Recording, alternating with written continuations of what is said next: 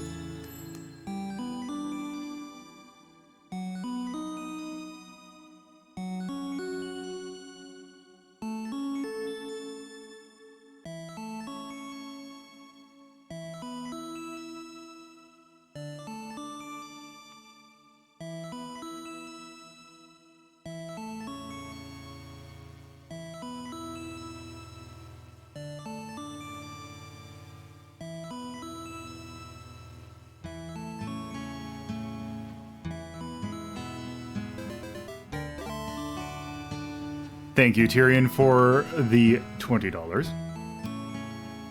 And it's nice that I can actually see it with my new setup.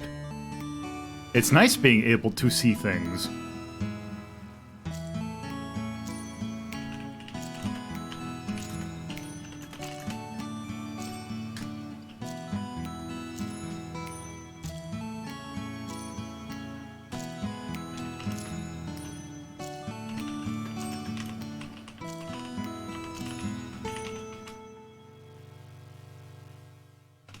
I don't know why this had, like, 2 extra lines.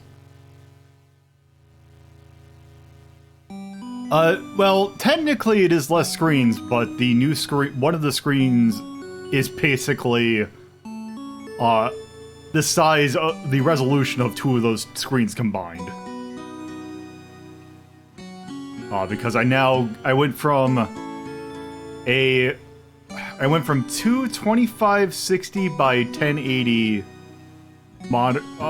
plus a 4K to 2 4Ks. Which actually means I have more screen real estate.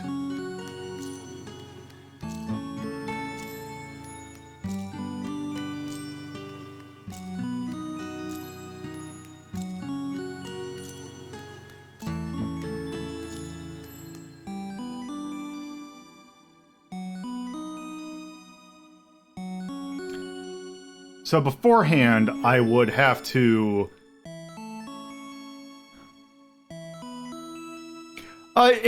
so it makes them smaller, but the thing is, the problem that I was having was that essentially the screens, they are technically smaller. So what I am seeing is technically smaller, but what was actually happening was the screens themselves were too big. So I would have to, like, actually, like, pan my eyes to look at things. So I wasn't actually able to see everything. So now I'm actually able to, it's more condensed, so I can actually see, everything I need to. Though, on this desk, it's not just these 2 monitors. I actually have a 3rd monitor, which is the one that I plugged my capture card into. So I have a constant view of what's on the capture card. Before my past setup, I had to turn that 4K TV into essentially I had to basically turn that one off from the computer so I can see what I'm doing. But now I don't have to do that.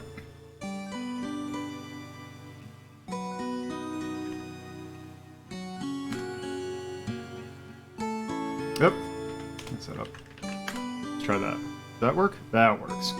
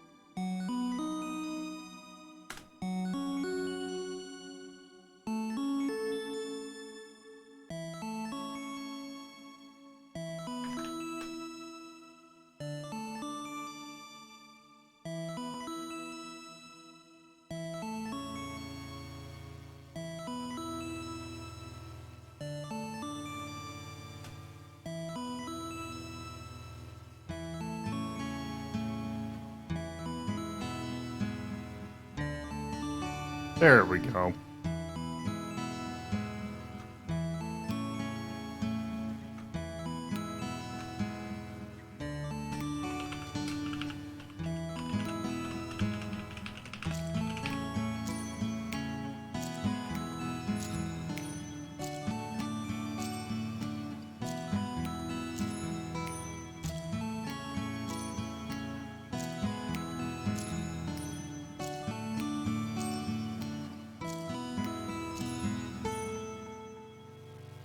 And there, I think I got everything out. Also, let's see, did you do the stupid thing?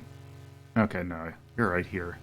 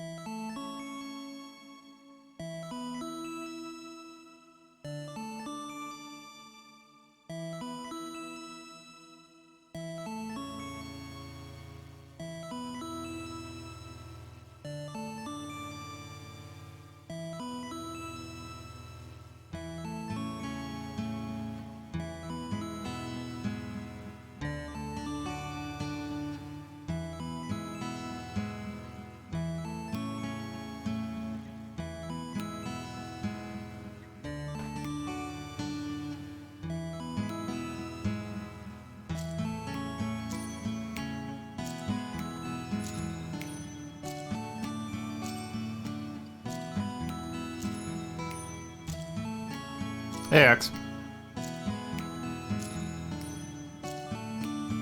After I'm gonna use this time real quick, I'll be right back.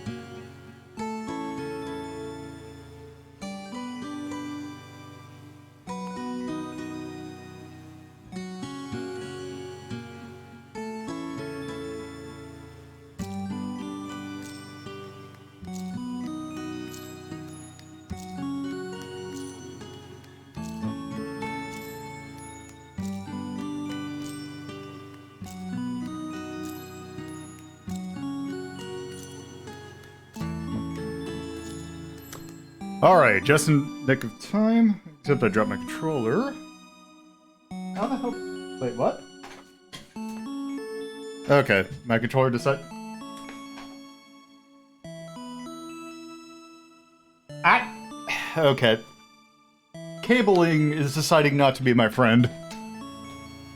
Okay. Enough of that. Let's go ahead and get this started. So, hello, and welcome to a special... It is time again for a Retro Rank relief. It is the fourth quarter of 2022, which means that we are, this quarter, supporting Trans Lifeline. And I will be playing games that you help pick for the next 5 to 6 hours. Basically, last time I had a... basically, I ended up getting very tired. And I decided that I would call it early. And actually, I just got a notification. So, I'm running into... This is a... yes, trans rights. Hey, Coolio. So I was talking about it last night, but I'll reiterate a little bit. I recently got 2 new monitors. Because my monitors were... kind of... They were showing their age. And I wanted some nice new monitors so I can get some of the new features that are in new monitors. The problem that I'm running into is that I had all of my old monitors set up on a monitor arm so that, you know, they're nice and like the little stand doesn't, you know, take up the entirety of my desk, and I can, you know, place them more in Heaping. So the thing that I'm running into is when I put them on when I replaced the monitors on the monitor arm, they ended up, I don't think this monitor arm it is starting to loosen up. And I've noticed that when I've been walking by my desk, I'm hearing squeaking noises. And I can't, like, the monitors are kind of dangling. So I have a new monitor arm set, and I have stuff that I need to do tonight, so I need like an hour of free time afterwards, which I don't usually have if I'm going to go for the full 6. So I'm going to probably cut out usually a little hour earlier than I normally do. We're still going to go for 5 hours, which is a lot, especially for my normal stuff. But yeah, so I'm going to be cutting it a little early. Maybe we'll see what the things are, but I'm going to essentially... Yeah, so they're on pretty tight. Like, I can shake it, and it's not, like, gonna fall, but also I am propping some of these monitors up with books, so I want to get this... I have a monitor arm that should be getting here sometime this afternoon, so I want to get those on there ASAP, so that I don't get crushed with these monitors. So other than that, let's actually start the actual thing. So yes, we are here in support of Trans Lifeline. Trans Lifeline is a helpline for I hate doing the easy thing as it is a lifeline for trans issues, which is kind of what it is. To quote their mission verbatim, Trans Lifeline connects trans people to community support and resources we need to survive and thrive, which is a simple mission, but it is what they do. And from what I have heard, I have known people who have actually used it, and they are very appreciative of their services, especially in modern or now times where trans people are under more literal attack as of recently. Both rhetorically and actual violently. So they are a very good resource to support nowadays. So that is why we are supporting them this quarter. I don't really have much else to say. Trans people are being treated really shittily, and I would like to help support getting them help that they shouldn't need, but they unfortunately do. So that is why we are supporting them, this particular charity, this quarter. If you do want to if you do want to help support the cause, you can do so. I believe you can on their website, but I have provided a handy-dandy page in which you can help support Trans Lifeline in our name. Of course, you don't have to do it in our name, but I've provided a page in which you can help support. And if you help support through this cause, I will do some fun streams that are kind of out of the ordinary streams for me. And because we have already done this a while, we're now at over halfway through our through the initial goal. That being said, though, if we go past that goal, that doesn't mean that I won't provide more stuff. Titleify or Tiltify requires that you give a limit, so I've put it at 300 because I feel like that's a more than modest limit. And let me go through what those special things are, which we're actually incredibly close to our next milestone. Some milestones that we've already hit is when we hit $60, I hit when we hit $60, basically I'm going to be doing another YouTube watch stream where I'll be watching, I don't know what yet, but on Christmas Eve, I believe it's a Saturday, I will be doing a YouTube watch stream. At $120, we unlocked Do the Randomizer Shuffle, which is I do the BizHawk Shuffler, which basically shuffles random games that you feed into it. What I will feed into that shuffler is Legend of Zelda 1 randomizer seeds. I'll feed like 3 or 4 of them in there, so I'll having to be shuffling. It will shuffle randomize Zelda 1, and I'll be doing that for a stream because that seems like a fun nightmare. The one that we're about to hit, which is $180. You might notice that I have a lot of different characters that appear on screen. So what I felt like might be a fun stream is me going through my creative process for how do I create the various characters that you see on screen. And also, if you've listened to Hazeltown Story, you know that there is a number of characters that inhabit that world.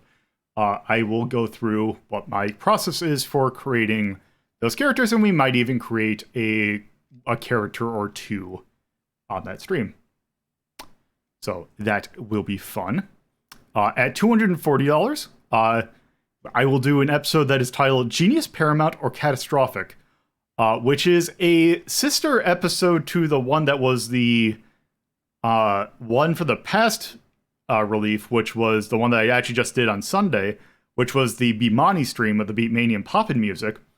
I will be doing a Dance Dance Revolution stream because I do have there are a number of games on the PlayStation, or DDR games on the PlayStation that I can do on the Mister with a natural dance mat.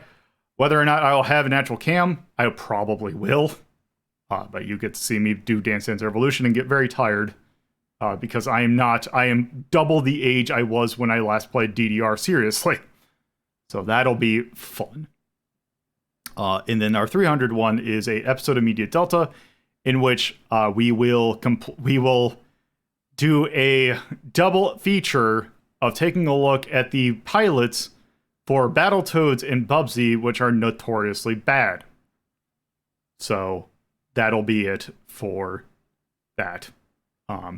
Anyway, so I felt like that is getting the normal cruft out of the way for a Retro Wrinkle Leaf Drive. Let's actually get into the meat and potatoes of what we are doing today. So, here I have a box, or a series of boxes, which you in chat will be able to pick from.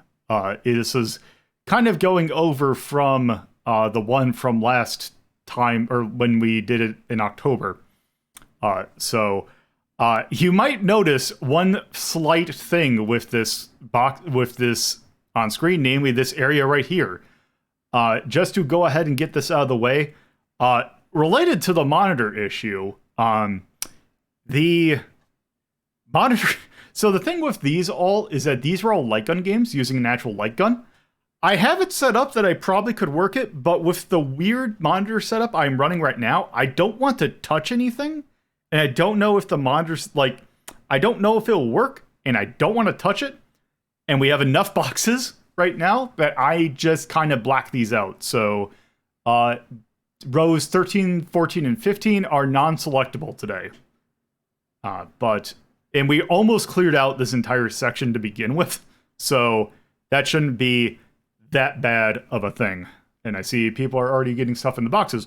But to go ahead for those who have not been here and want just to give an explanation of what we are doing. Oh, actually, speaking of which, I forgot to do something.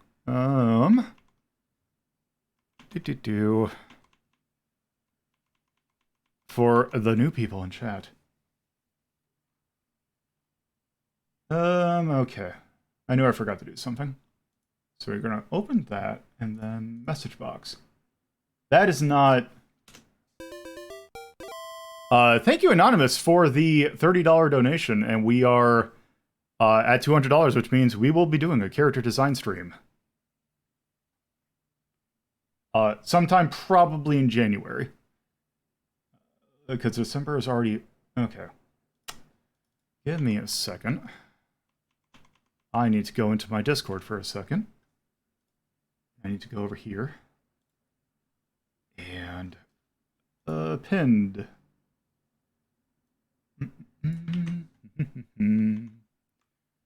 Alright, let me get your face onto the screen. There you are. Boop. Okay.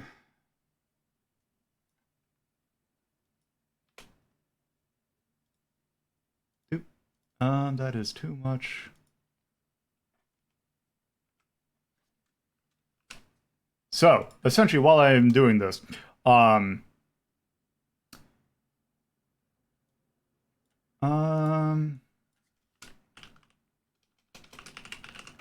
donation link, leave, and how's that look? There we go. Perfect. Okay, so how this works is to donate a or to pick a box for me to play. You need to go into your channel point redeems, like the little Twitch ones. There should be an option. It should be like one of the first ones that is labeled boxes, pick box. What you do is you pick that option. It will give you a text box in which you give me a number, which corresponds to the row, and a letter, which corresponds to the column. If the column has been revealed, that means it's already been picked, so don't pick something that's already been picked. If you do pick something that already has been picked, I will go ahead and tell you to just pick something else. You don't have to, I'm not taking your points away or anything. I am going to try and keep a record of what is been picked already on stream. So you will see it on the side there, if you're wondering what has been picked.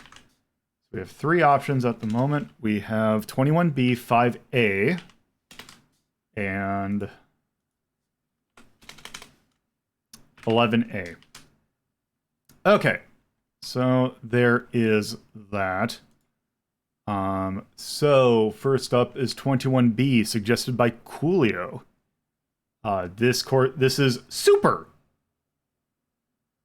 Also, if you want descriptions of what any of these, like what the rows mean, like what do those descriptions mean, just go ahead and ask, and I will go ahead and tell you what they are. So enough chatter. Let's go ahead and get started. 21B is our start, which means it's super. These are games that have super in the name, which means there's a lot of super. There's a lot of super and Nintendo games, which I believe this one is a Super Nintendo game. I think, if I remember correctly, I believe it is time to start with a big lizard. I see... Oh, I forget. I will get your 18A. Okay. Also, to clarify something, well, maybe not clarify, but all the games that are going to be played today, why you see Retro Rhapsody Box of Mystery is because all these games will be played with the Mr. FPGA. And this is a Super NES game. Let me get the title in here. Oh yes, where are you? Oh, also I see Twitch has done this in the weirdest way. Okay. Oh, yes, we are playing Super Godzilla. Okay, so going down to S. Weirdly enough, S requires its own category. And yeah, this is a game that fulfills something that a lot of Godzilla games do.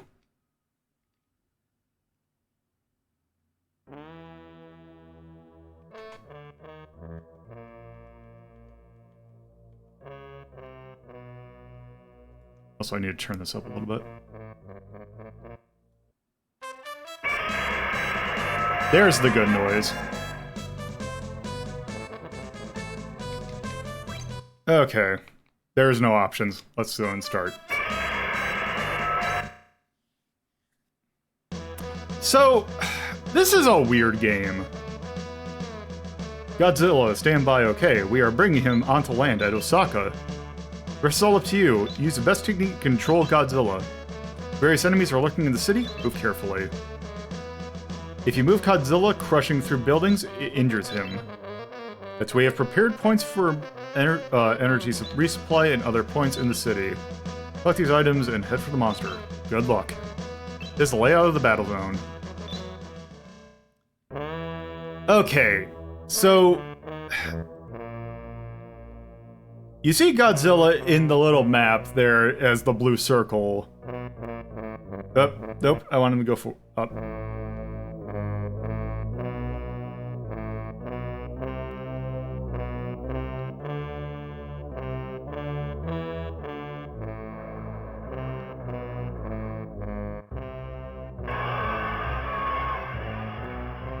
So if I remember correctly, this goes through... Probably, I'm going to imagine some of the... monster, or like the big monsters from the, Heisei era. Like, I believe... I know Biollante is one of the bosses in this game. And I believe Mechagodzilla...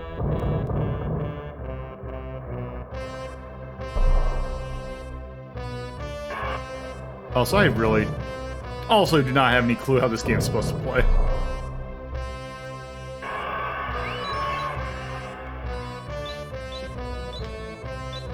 Okay, there's an item there.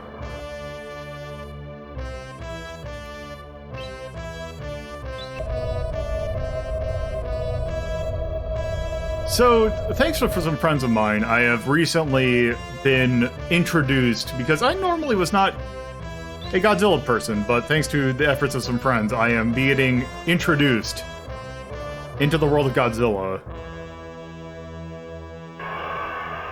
Okay, so I believe we're trying to lower the... because I believe the energy that is...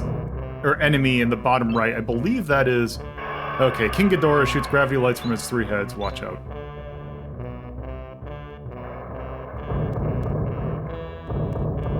Okay, oop.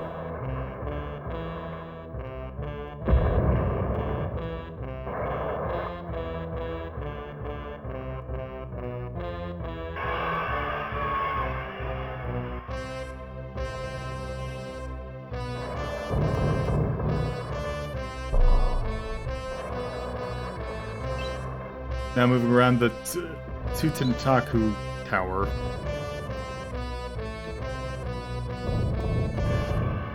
Let's see, did I... Okay.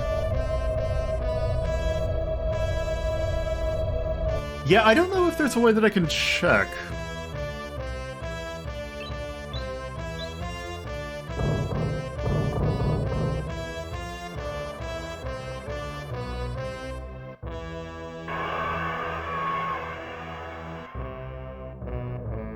Also, looks like we are approaching King Ghidorah. Oh, music changed.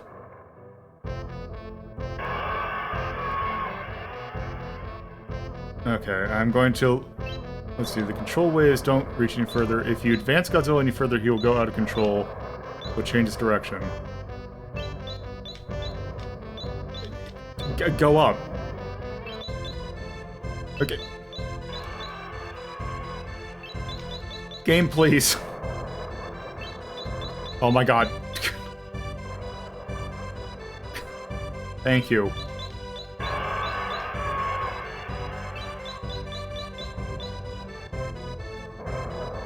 Okay, you know what?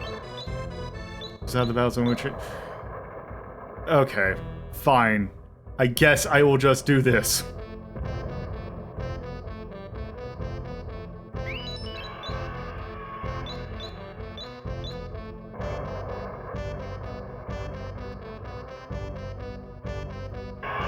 This does feel like a DOS game. Okay, there it is.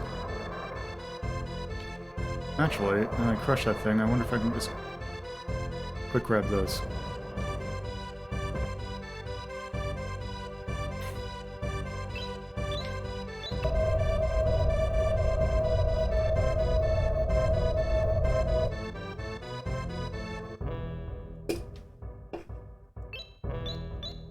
That is one thing I will say about this Godzilla game that not a lot of Godzilla games has, which it actually has the music.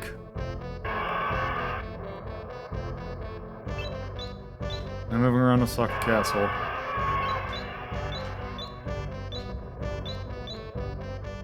God, what was it in... I appreciate... Oh my... Oh... What? Okay, I guess I gotta go around. Okay, I think I see. Those tiles are... You cannot... Those are not buildings that are destructible. You might as well get... You have picked up the defense increase item used during a battle when... Yep. I remember seeing things about the fighting in this game and having them... Remembering that they are not that good. Up, we are advancing on King Ghidorah.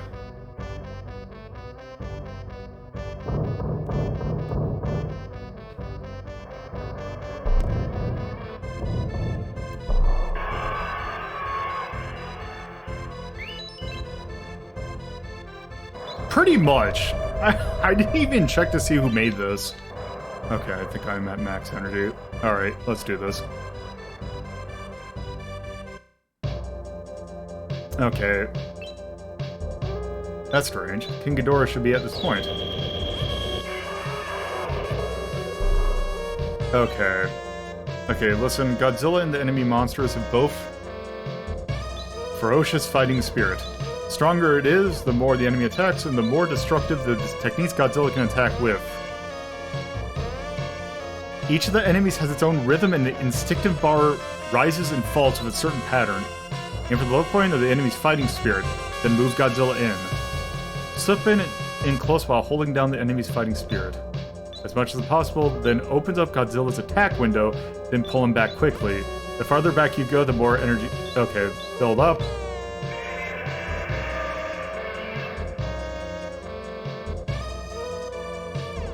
Okay, so I want... So I need to... Oh.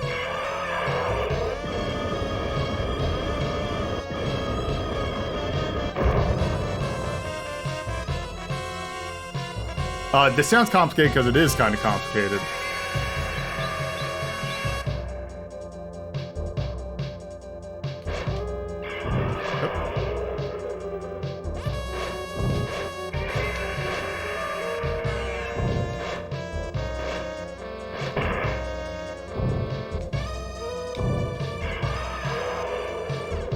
Okay. What? Up. Oh, there we go. Wait, do I have to just... Do I just shimmy?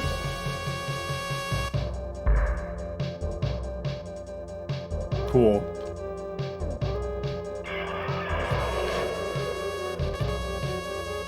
Okay.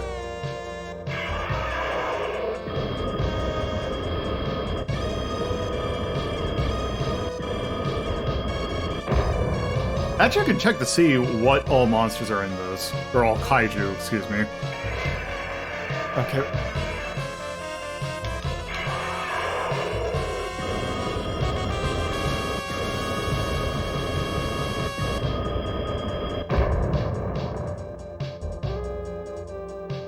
I think this game might actually be kind of bad. Because it's like, okay.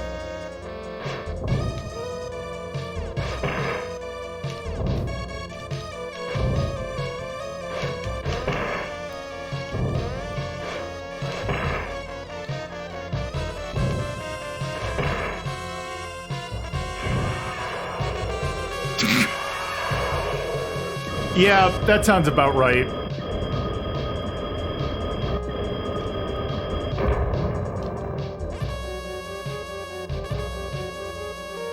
Also,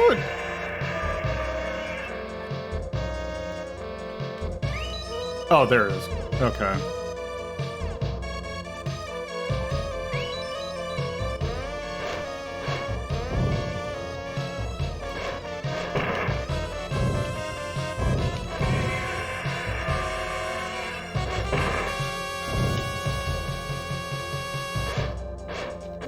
Okay, I think... Let's say, I thought I had... There we go. The NES one is kind of obtuse, but it at least makes sense. It also is very bad, but also... It was at least made by Compile, so they at least had some sort of clue on how to make a video game.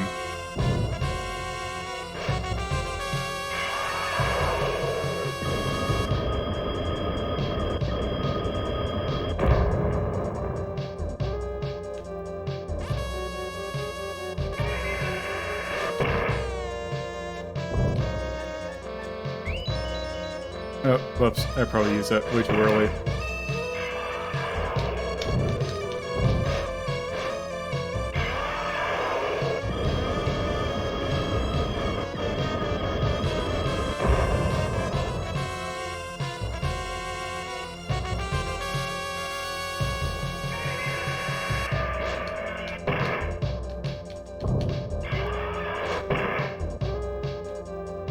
Do I actually have any other attack buttons? Oh, I technically do, but...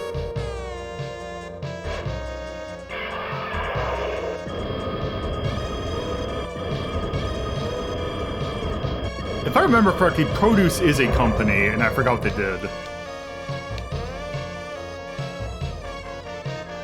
Actually, you know what? I'm curious.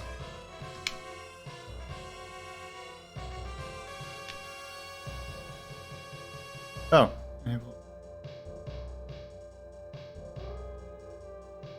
There.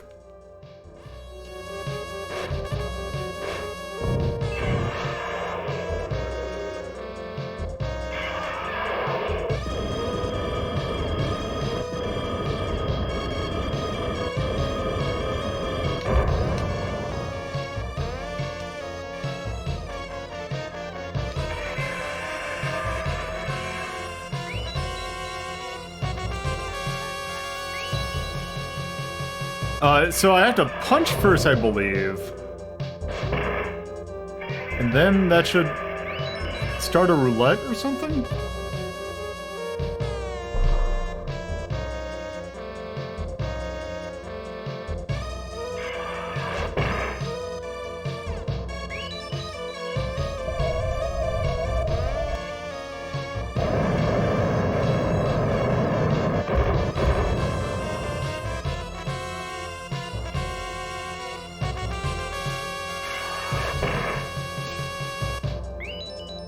Oh, I have to let the thing spin. Oh, there we go.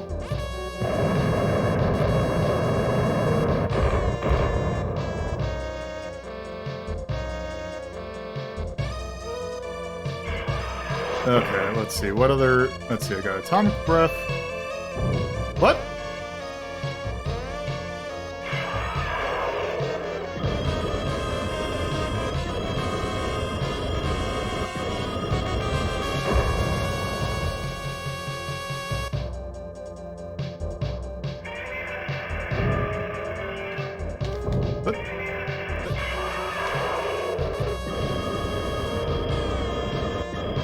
Why didn't it let me...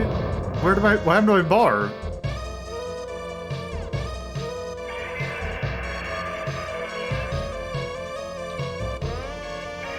Oh, is it broken because I... Oh, because I need to let it completely drain and then... There we go.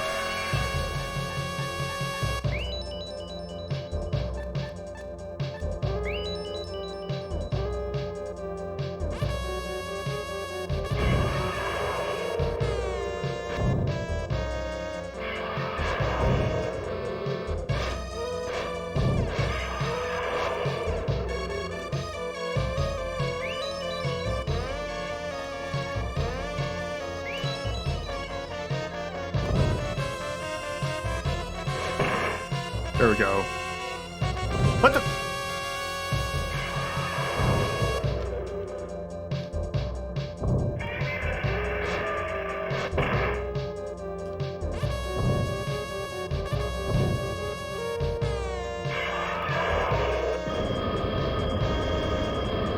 Okay, the hell with this.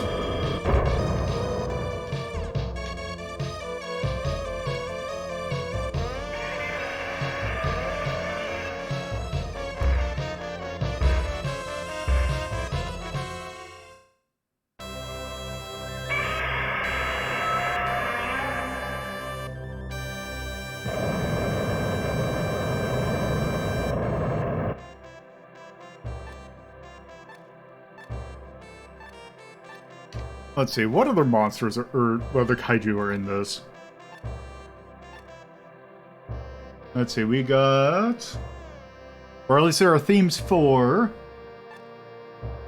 King Ghidorah, Mechagodzilla, Biollante, Batra, Mecha King Ghidorah, and Bagan?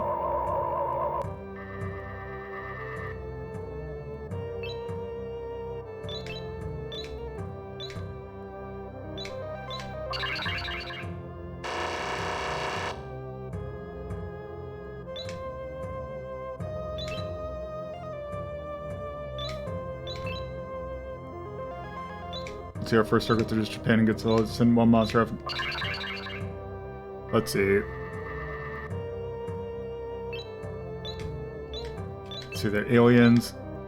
See, what you need to do to get the aliens is you get a cardboard cutout or a printout of the main actors, and they'll shoot that, and then like you'll have TNT behind it, and they blow them all up.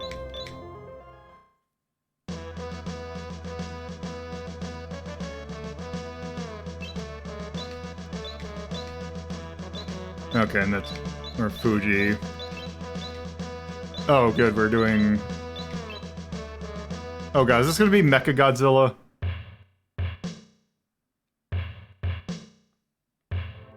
Okay, anyway, I think I've had enough of Super Godzilla.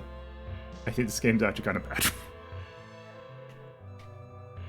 Alright, let's go ahead and put this on the board. Does this not have the thing? Okay, well, we're setting. Alright. Let's go ahead and put this on the board. Let's also get the breaking list out. Okay.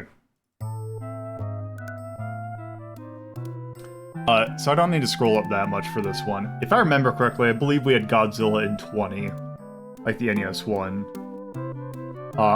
I'd say that's... I don't think it's 20... Well...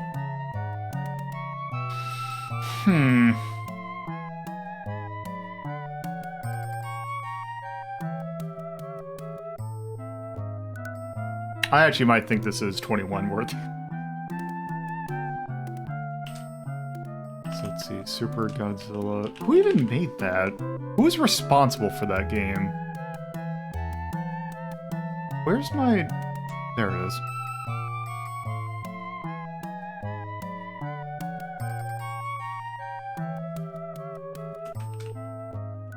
Super Godzilla. It is a game that is made by...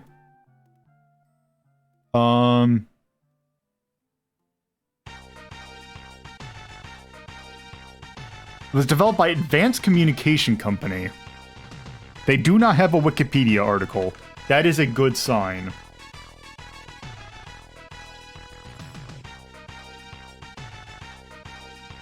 So what episode is this?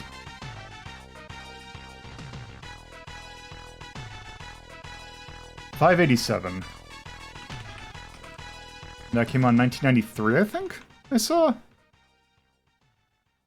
Let's see.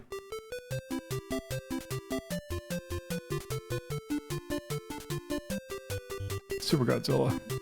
Came out in 1993.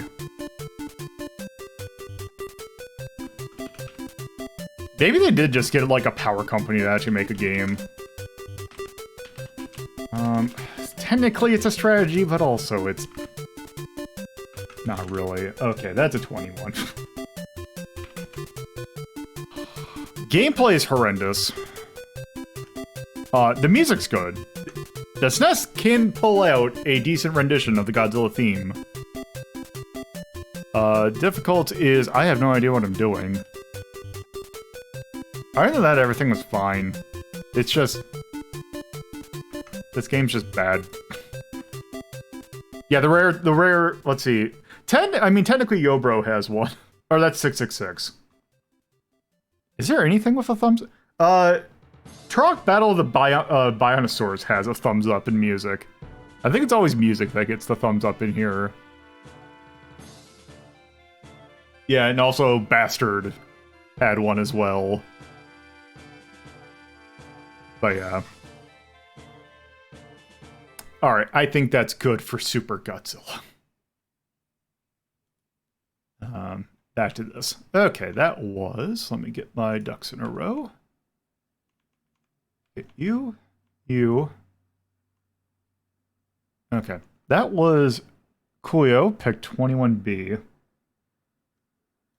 Alright, that's complete. 5A is next up. And just because the little box on the left is full, does not mean that I can actually store as many picks as you want. So go ahead and put any entries in the... you can go ahead and request whatever you so choose. There we go, 7A.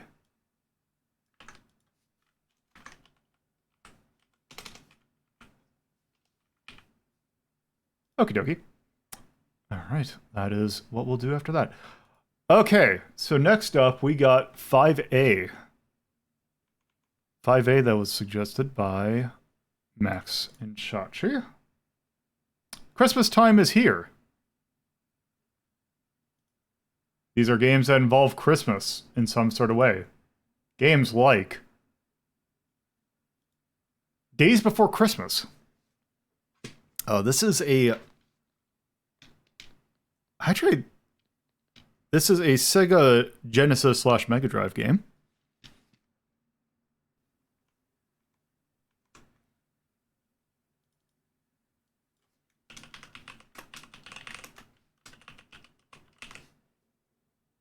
That we've had to rank this before. I actually remember this game being not terribly over, or not terribly bad. I also can't remember if this is, let's see, is this Days Before Christmas? Wait, I had to check something. I did load up, okay, that is the US version.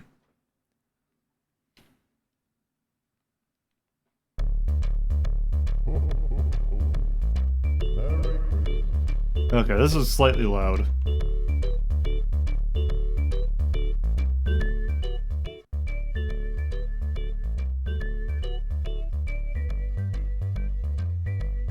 Well, yeah. Alright. This is a very good title screen, or selection screen. Anti-time. So the fun thing is, if I remember correctly, I believe this is not an Amiga game. This is only a console game. So this is a medium.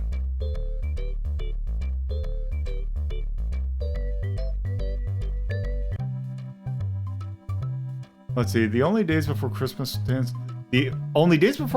Santa slept in his house, an evil plot was brewing, cooked up by an awful louse. The cold and evil snowman scared all the elves away. Timekeeper stole plans from Santa's house that day. Before the vicious louse, this wasn't bad enough. I'm really gonna show him I'm gonna play rough. Also, our stage select is an advent calendar, which I think is cute. Tantus Hallway.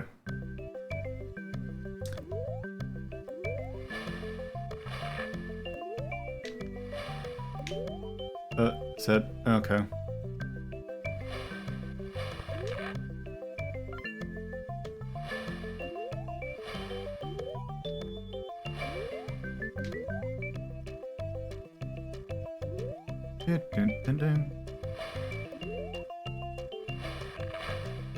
Ow!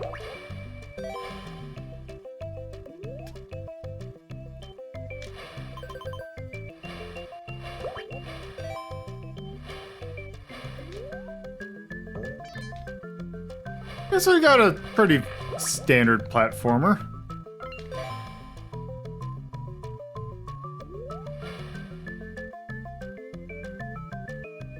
You can do worse.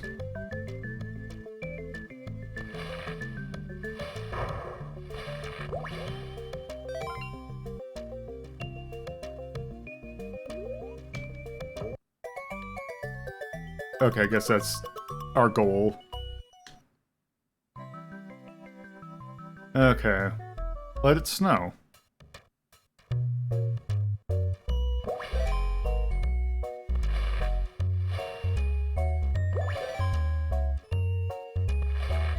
This is, in fact, a perfectly cromulent video game.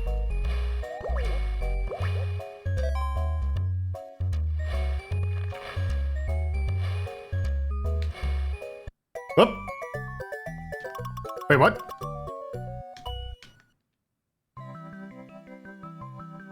Okay. And now we're in the ice cave.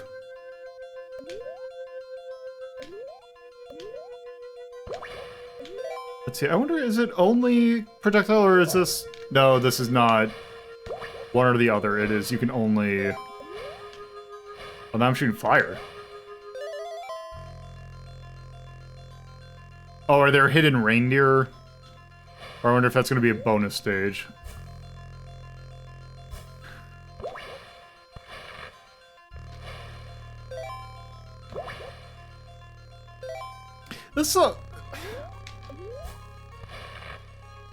This has the energy of one of those games that it's like, oh, this is a game that you got sent a link to, and then also it's a virus.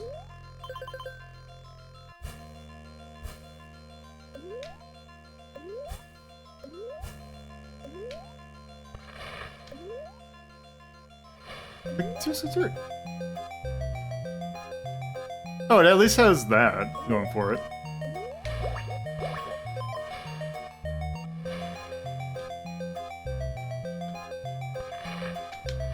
Yeah, it is a game that it's like, it's not bad, it controls incredibly fine.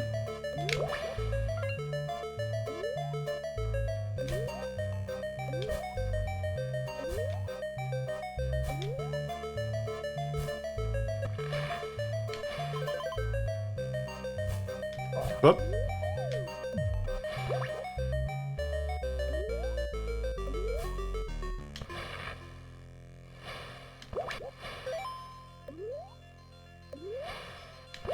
Control is actually incredibly, like, much better than you'd expect.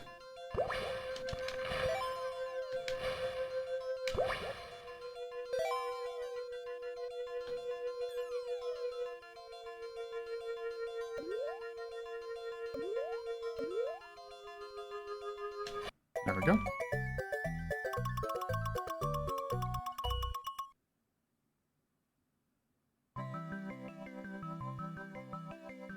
Let's see, what do we got?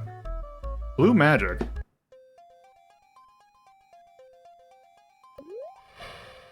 Okay, we're back to snow.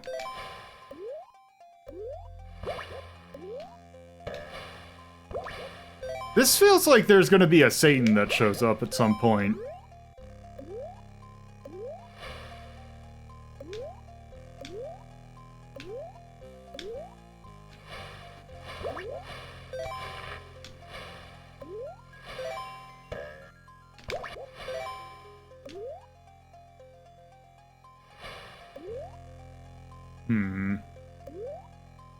Okay, there we go.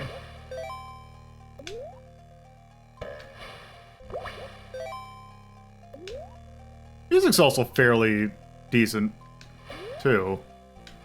Like, this game is, for what it is surprisingly decent.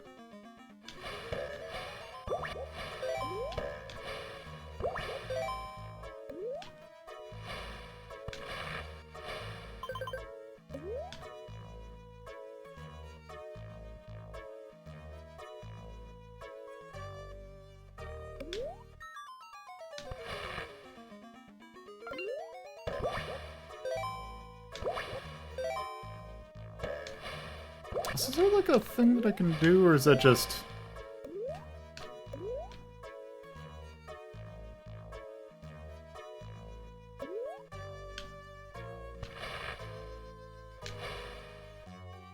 Oop!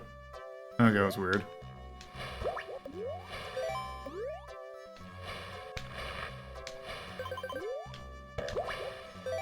I mean, I guess the bells are checkpoints?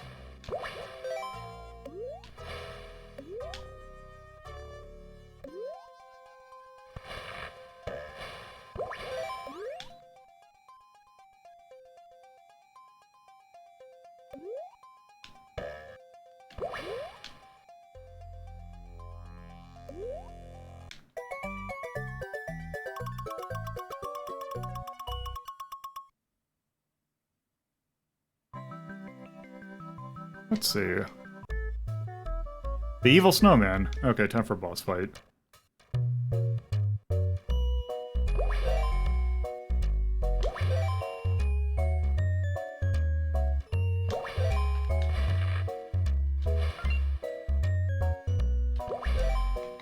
Okay, I was wondering if there's like a dash or something if you double tap, but nope, it does not seem to be the case.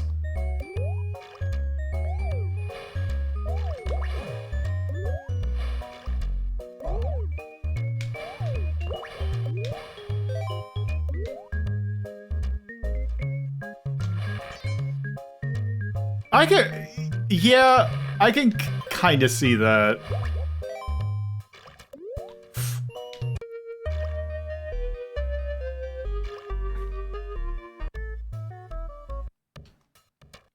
Ah, that was correct.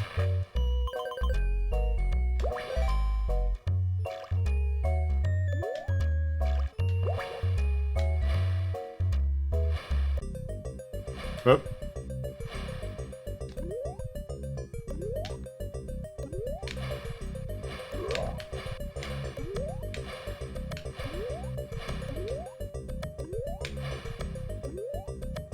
It does kind of feel like it was like working on a completely different project and then turned into a Christmas game.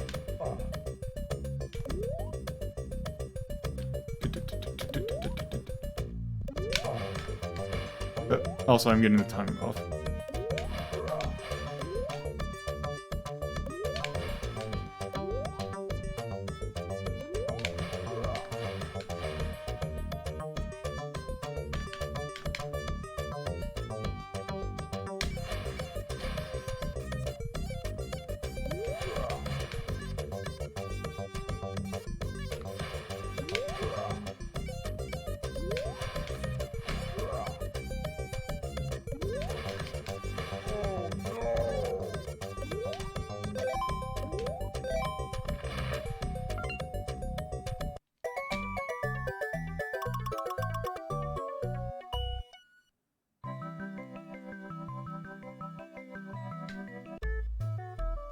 Over England.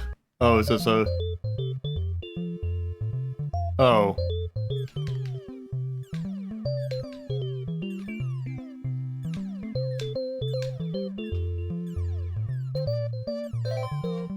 Oh, I see.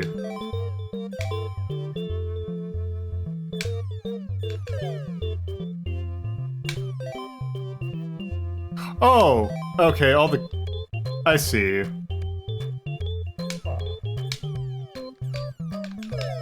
All the... Basically all the coins you essentially picked up in the last one.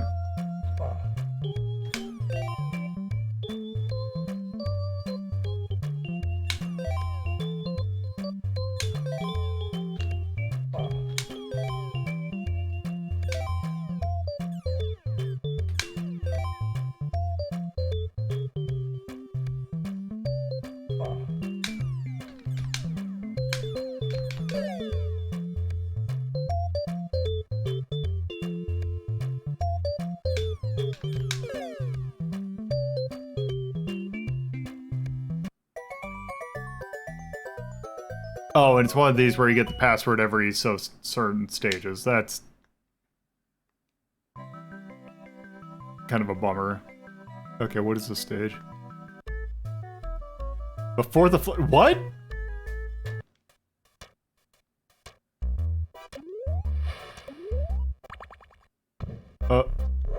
Oh.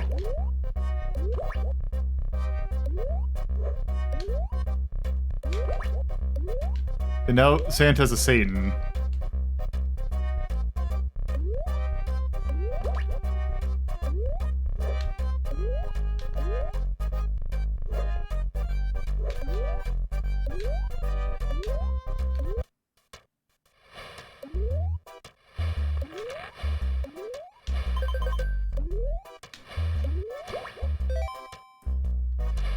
Man, that's like, I would love if Boogie Wings got put on this thing. Like if there's, because there was never a home, what? Okay.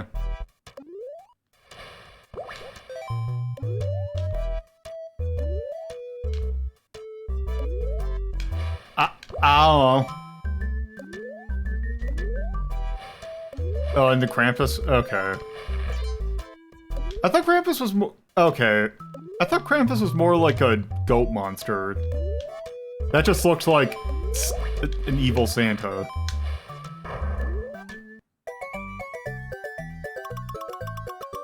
Or I might be confusing it with something else.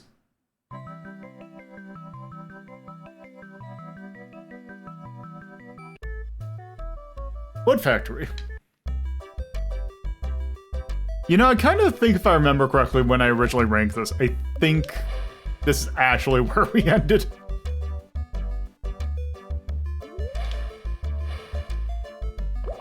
Yeah, probably. Oh, I hate how that one little windowsill thing I thought was like a thing, but because it was like perfectly aligned with the conveyor belt.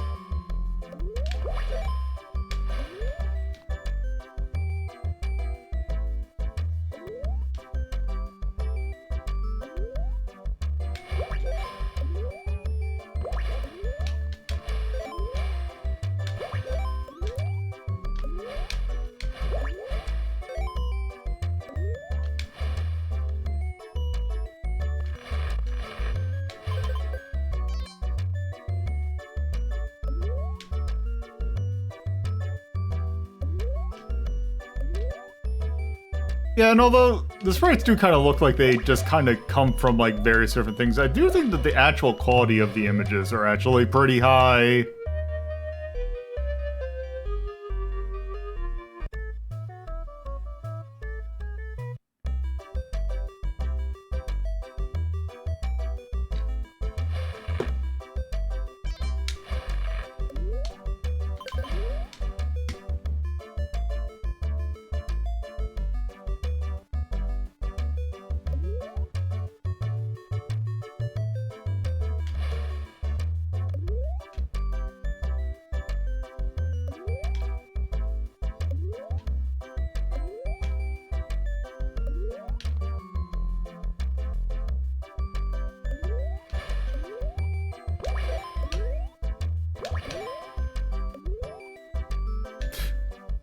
That was lucky.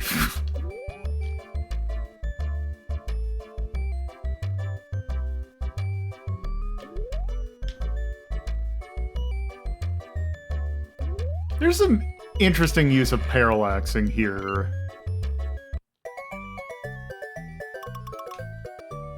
The only problem is that it keeps on throwing off about whether or not anything's like... Let's see, where's the next place? Magic Cave. This looks like an Earthworm Gym level. Okay, that enemy just looked like it came from a completely different game.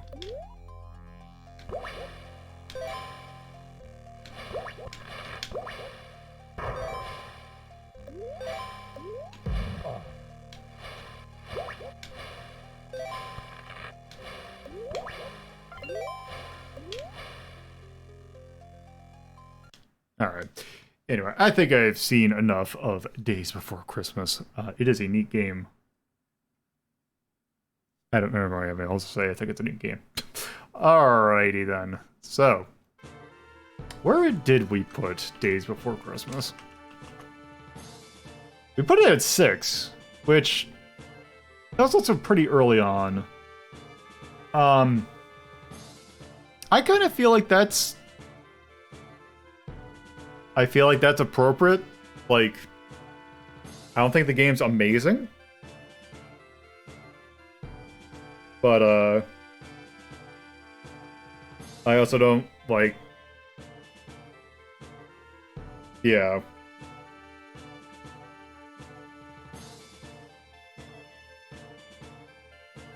I think the 6 is fine. I can't really think of much else. Music's... It is a game that technically it controls really well. It just is kind of weird and feels like the Christmas kind of felt a little tacked on, but they kind of ran with it in a way that I think is fine. So that's it for Days Before Christmas. Anyway, before the next game, I'm going to take a look at. I will actually be right back.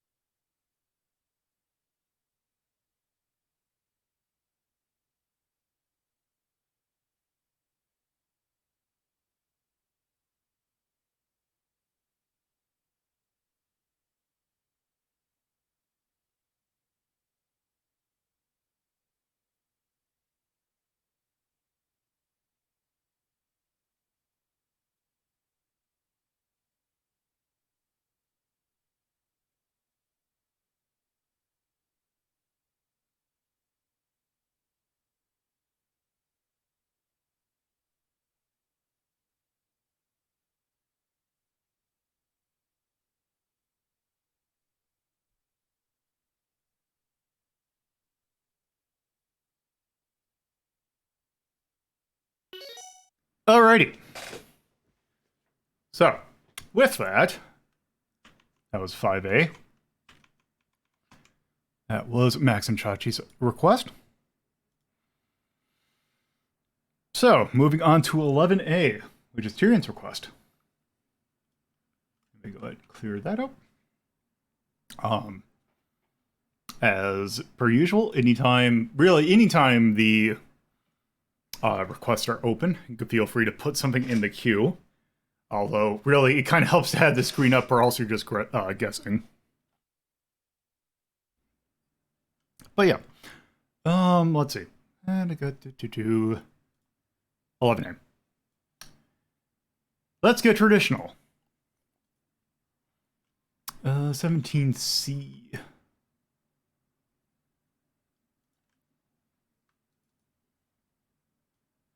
Let me go and put up. need to copy instead of paste, or cut instead of, or copy instead of cut. Or 17B. Wait. Yeah, 17B. Well, it has to be that because that's the only one that's available. Anyway.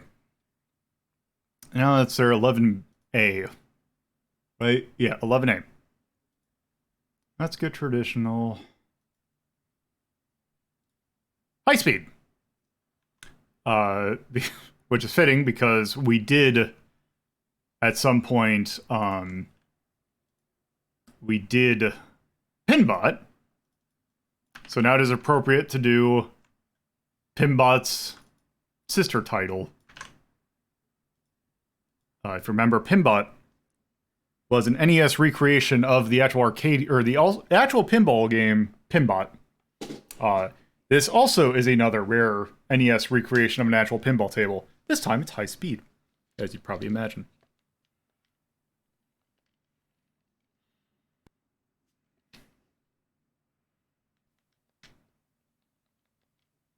I can't actually remember which one came first. I want to say Pinbot came first.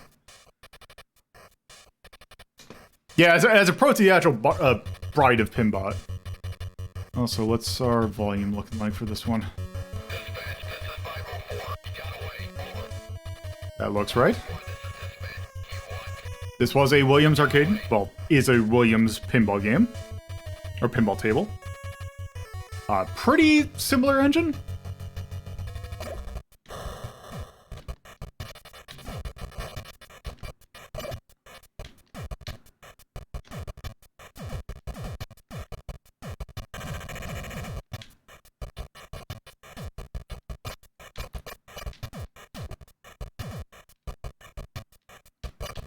Yep, shoot.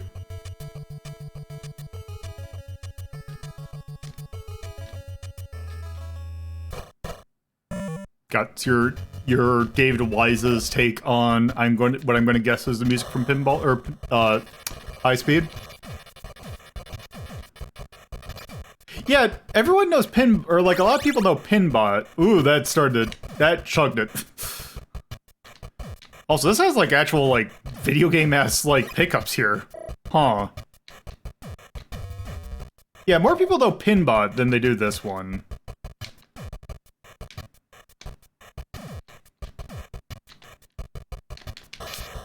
Oh, there we go. Oh, shit. Also, as I've probably mentioned when I played Pinbot, I am terrible at pinball games.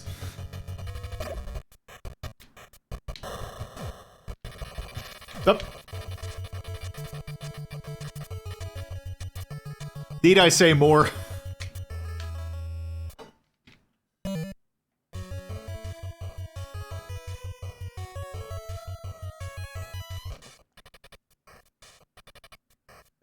Let's try that one more time.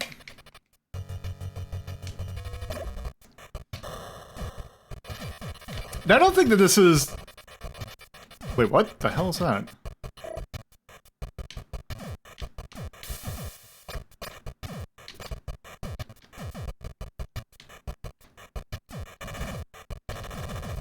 Yeah, it's like, yeah, it's the, you gotta get used to it. From a technical standpoint, this looks very good.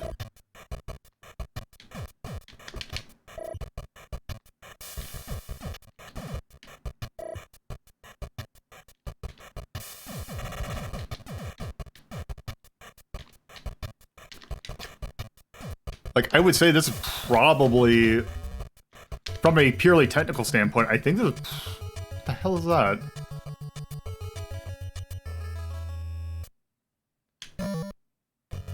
Yeah, this is also, like, modeled after a more, probably...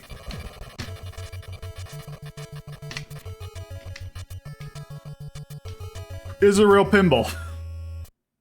Like, for the NES, this feels like as close to real pinball physics as you're going to get. What? Except for that. That's just rare. That is just rare.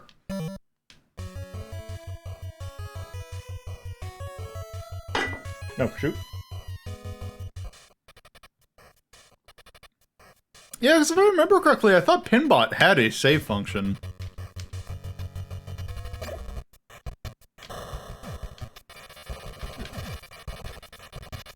It could also be that this game is just old enough that it doesn't have a save mechanic. I wonder is it. Oh shoot! There's no pause either. I wonder if that's like a. Oh, it does not have a ball save. Okay, it's been a while since we played Pinbot.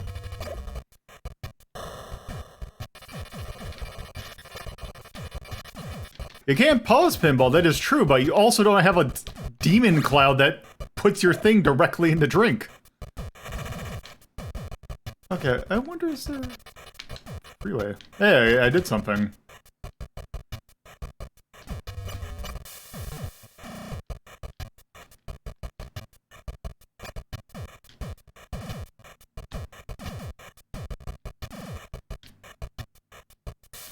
But I'll always say, for, like, video game... When it comes to video game pinball, I kind of don't want it to be realistic.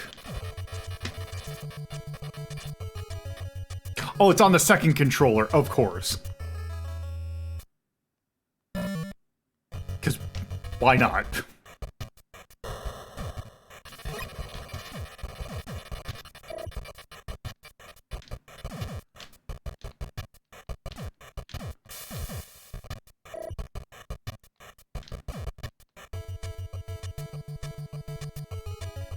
I suppose, yeah, if it's based on a real table. I mean, that makes sense.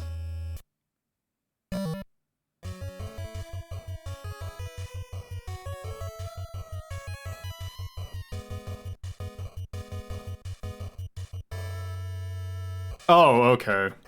I wonder that's probably the case for this as well. Yeah, I think that's enough of a look at high speed.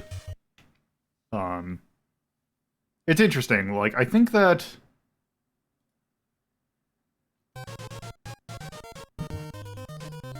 do I think... Let's see, where did we put Pinbot?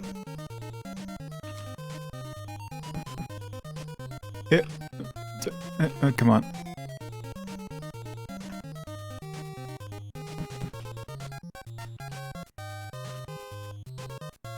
Let's see, did I put star? There we go. We put Pinbot at 10. Which, and I kind of think that I like Pinbot more than that, because I think the theme's more interesting, but also I think that Pinbot was more... Pinbot... Hey, Heretic Soul is now a 2-month resubscriber. Yay. Hey Nox, thank you for the subscription. And welcome. We are ranking high speed for the NES. That came out in 91. When did the other one come out? Pinball. So I have 88. Oh, was it? Why is there such a time difference between those two? Okay, whatever. Okie dokie. Pin. Nope, this is not Pinbot. This is high speed. 587, 1991. By Rare. NES. Pin. Based on a license. And because Pinball is at 10, I think it's still okay, so I'm gonna put that 11. I do think it looked graphically well, which it makes sense with it being later.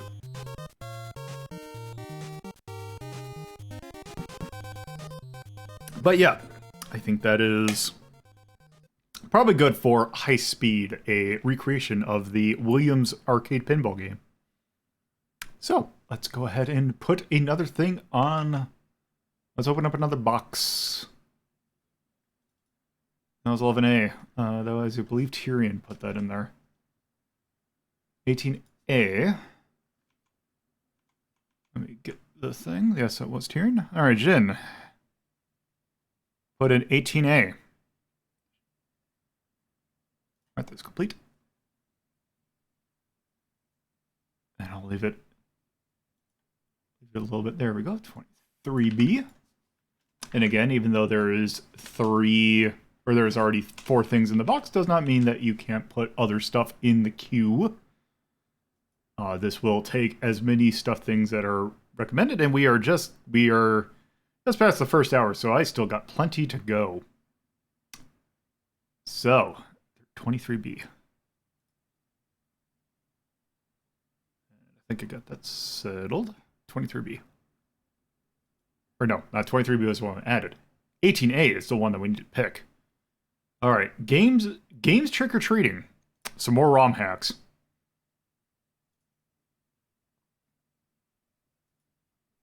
Scarlet Devil World.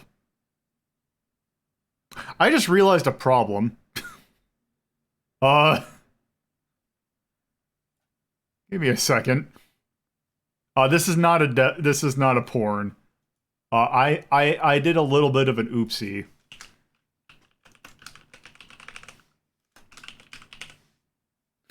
That is on my end.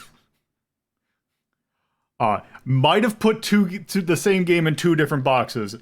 Just don't worry about it. Okay, Scarlet Devil World. This is a game that is part of a series of ROM hacks.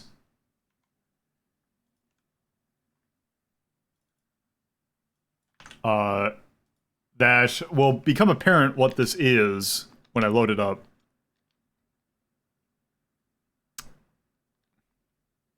So this is... Dastard is the one who does this series of hacks. And they change all the sprites. This is Devil World, except everyone is Toho. So you were saying Coolio? So yes, this is just Devil World, but a Tohu. Okay, so we gotta get the crosses. This is essentially Pac-Man.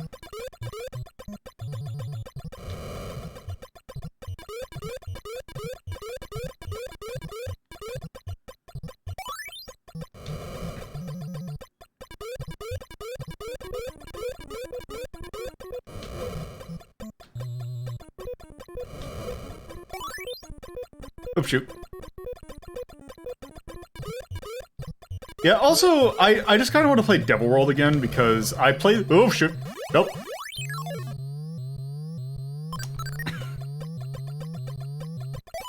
I played this a lot on Famiclones. This game infamously did not come out to the US, so we did not have a legal way of playing this until... I want to say the Wii?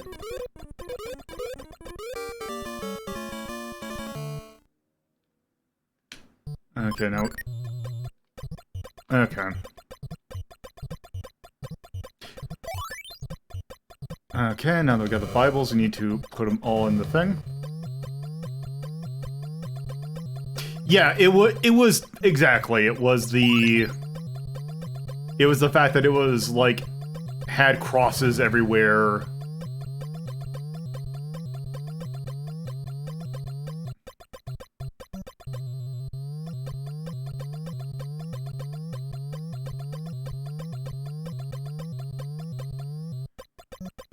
Okay, yep.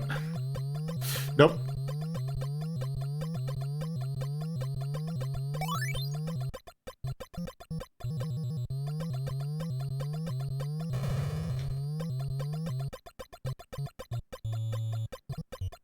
Oh, I'm surprised it actually didn't.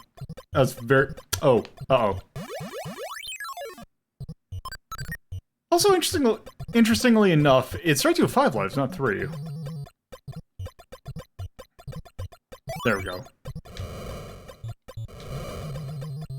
Also, who is that supposed to be for the little enemies? It's obviously it's Romelia as the devil.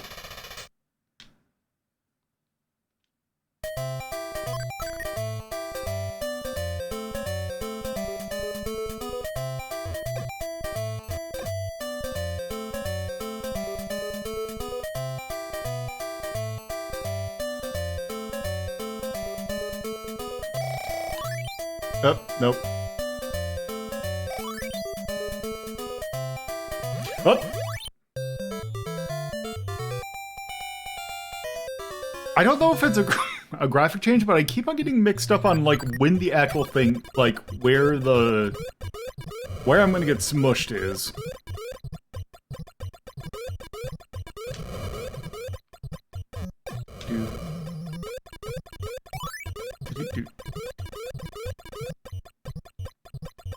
Yeah, that bonus round's really hard. So, like, one of the things that is kind of a frustrating thing about this game is the fact that a lot of time is spent waiting. Because the game just hasn't opened up.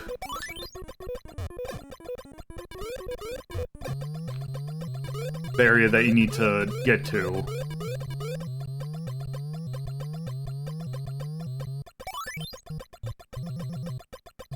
And I can't remember, I don't know if there is a set pattern?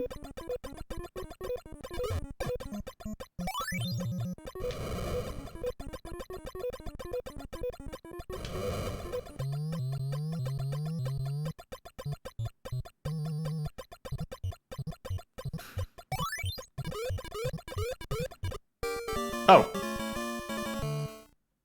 Okay. Another just a bat. Oh, there's a Flandry.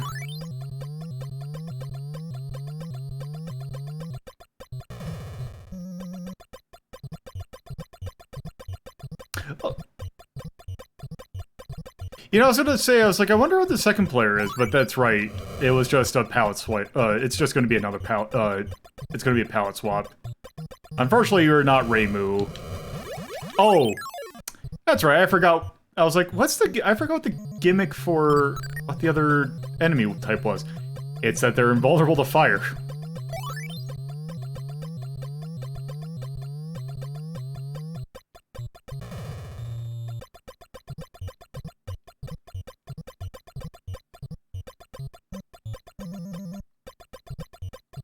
You know, I never noticed the little... like, the little enemies in the corner actually, like, doing the little turning of the knobs and all that. There we go. Oh, that's gonna work. Can I... Okay, good.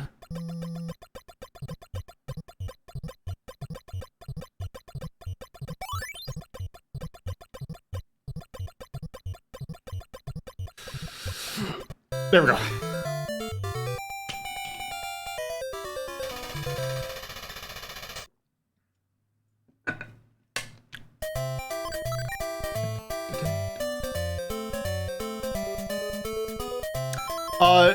So the Wilford Brimley hack, God, is it Zelda 2? Or no, it's River City Ransom that you play as Wilford Brimley.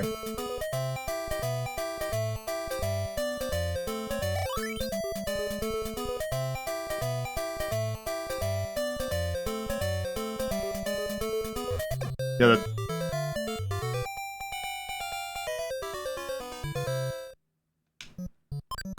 and yeah. But they're faster. Oop. Yep, and now everything is faster. I'm dead.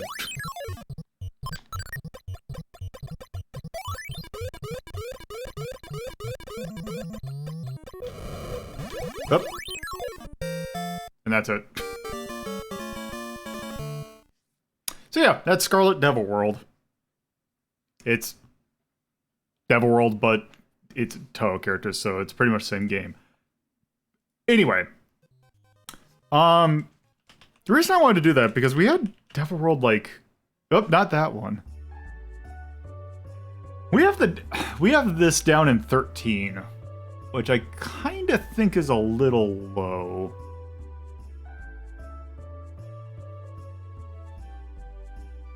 Like, I don't think that game's great, but I don't think it's that bad. Also, you can play co-op, which is nice.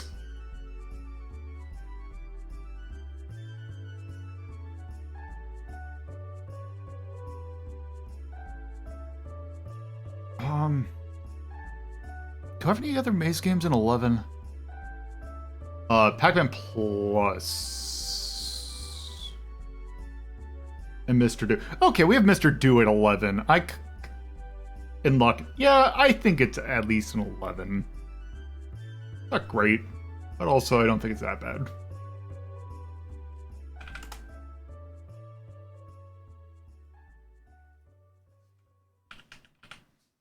Updated 587. Yeah. Yeah, that is true. What? Actually, was it? Anyway, I think that's good for a Scarlet Devil world. There we go. Alright, that was 18A, as put in by Jin. I will leave it here for a little bit so that if people want to get stuff in, they can. Also, we are going long today so that we are going in benefit of Trans Lifeline, who provides a absolutely wonderful service to people who are trans that need support through counseling and all that. They connect to resources. They're a very good resource for that. Also, I see 8A back in the queue.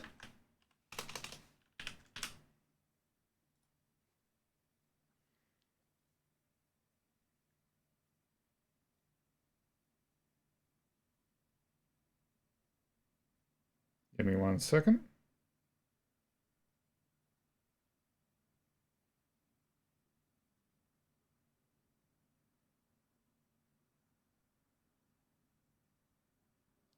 All right.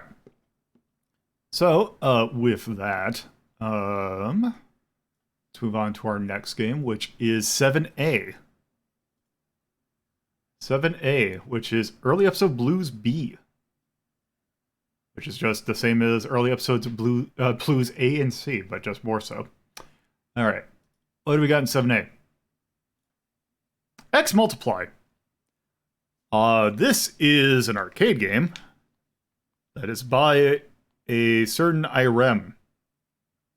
I don't know if technically this is a spin-off of the R-Type series, but I do know it has some similarities. Namely, it is equally as grody, if not more so.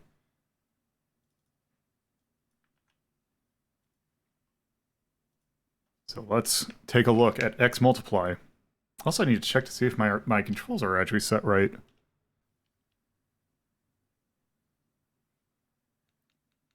Also ignore that.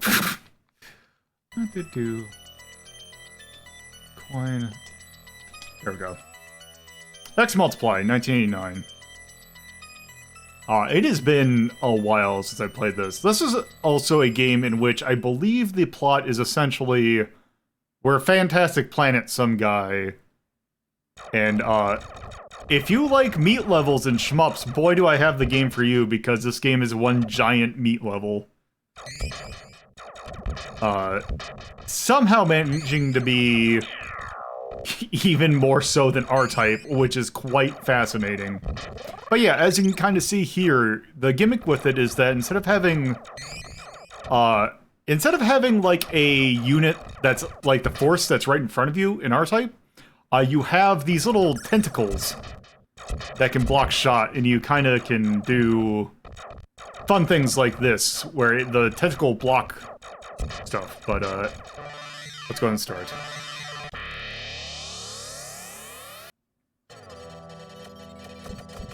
Okay. Also, I'm gonna do this real quick. There we go. Oh, that is too quick. Okay, how do I do this? Do I do it like this? Okay. There we go. I am not killing my thumbs.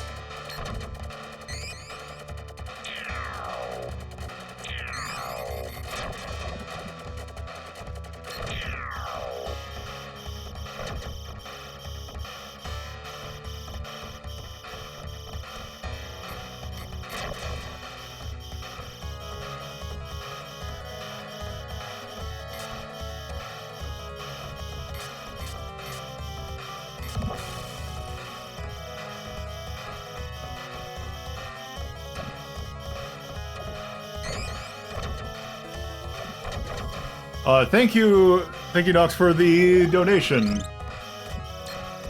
I think we're getting pretty close if we have not hit that. I am too brain occupied to handle multiples of 60. I believe we're 15 points or $50 away from the DDR episode.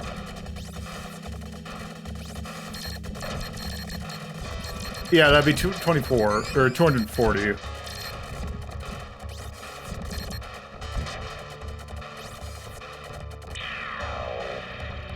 Oh, now I get the...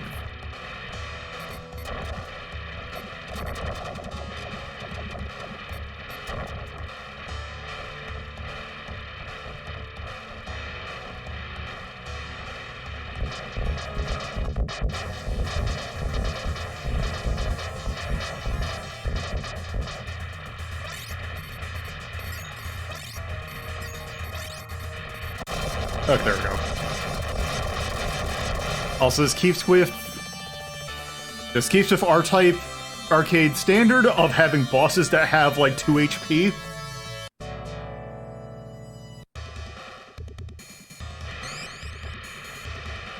Also, I'm not going to take that because I think I'm fast enough as it is. Yeah, Scorn, I have heard... It really just seems like people were not expecting what that game actually was.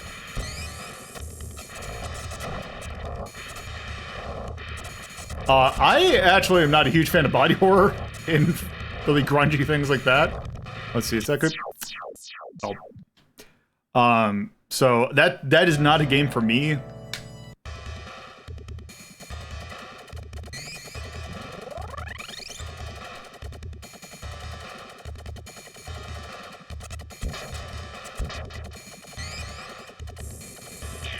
Oh, shit. Ah, yes, we are hitting the R-type of, oh, you lost your power-ups. Why did you do that? You dummy, why did you lose your power-ups? No, you will not see Scorn be played on this channel.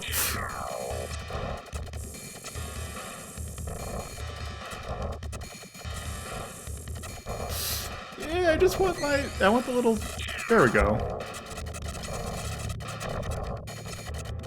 Okay. So if this is R-type rules, then I take it the yellow is your air to ground. I did, however, see the multiple scenes and close your ears for like 15 seconds for Scorn spoilers. I did remember seeing putting the babies in the blender, though. That I did see. Which is like, okay, sure, you're gonna do that.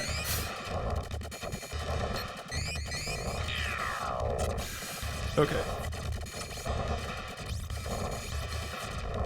Yes, I will do it if it is a 16-bit shmup.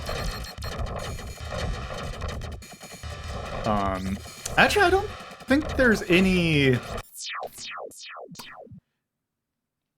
Hey, here's a shmup tip for you. Don't stick near the edges. Oh, good. We get to do this again.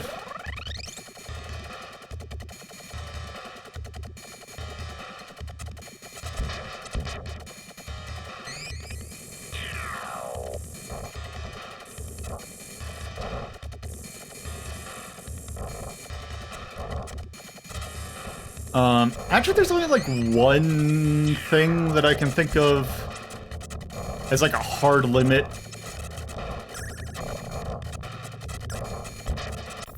In terms of... Alright. Let's continue. Oh, wrong button. Wait. Oh. Oh, I was about to say. I'm like, you are gonna let me continue, right? There's a boss that's in Forgotten Worlds that, or... I keep forgetting... It's Forgotten Worlds, I believe. The one that's essentially the rotating Capcom shmup. The dragon is always one that just always bothers me.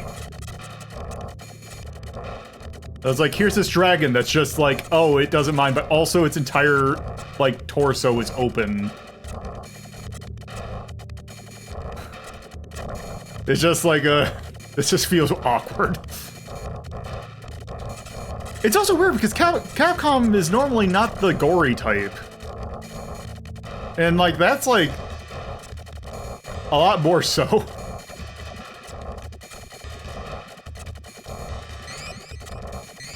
Oh, there we go. Okay, let's see what this does. Oh, it's my favorite brand or type of shmup weapon, which is the close range. Oh, actually, it's not.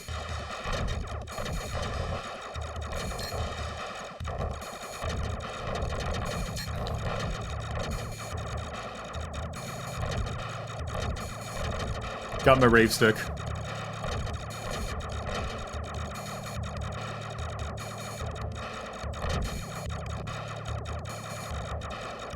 Also, bold choice of them to do their battleship at the second stage. Okay.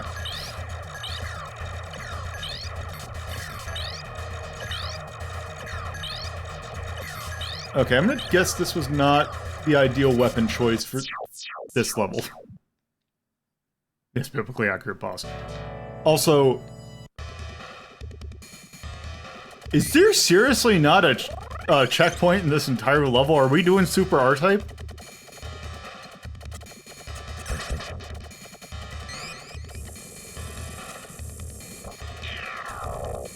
Now, granted, I didn't see if there was a checkpoint in the first level, but...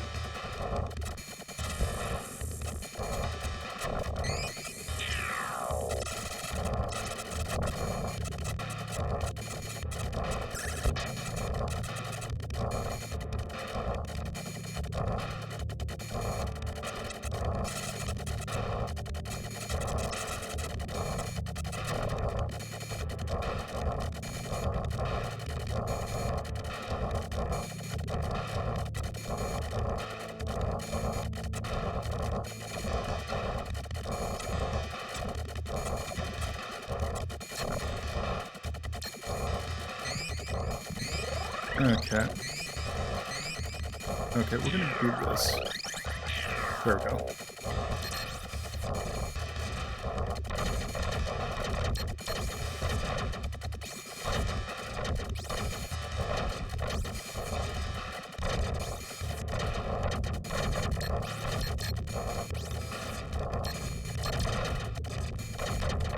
I don't know why shmups in particular always did meat.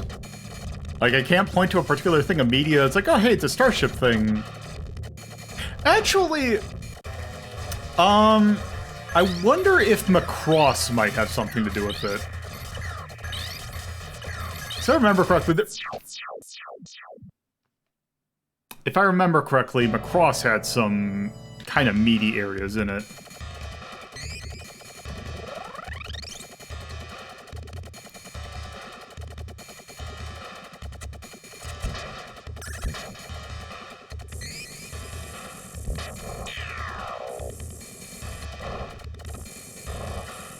Got good enough to show Brown, and then they went too hard.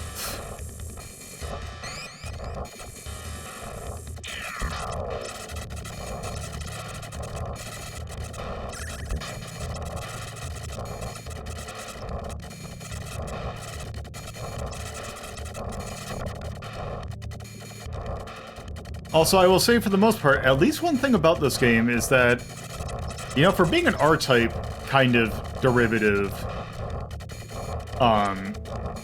I don't feel like this game is necessarily cheap.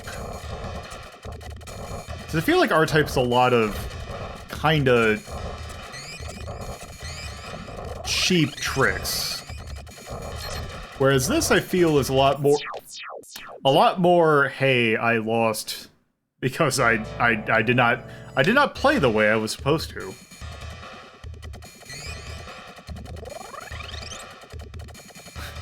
This is true. If I remember, Jacob's Ladder is more of a ladder, like 90s thing. This is 88, I think.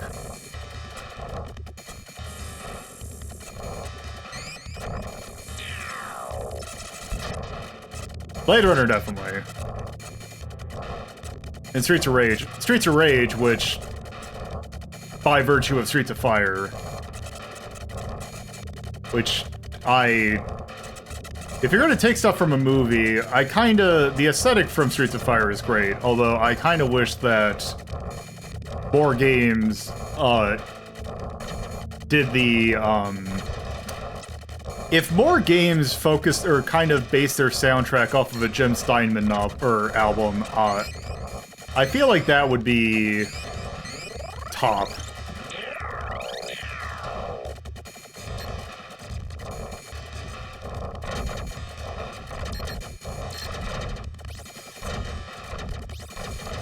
Wiggle, wiggle, wiggle.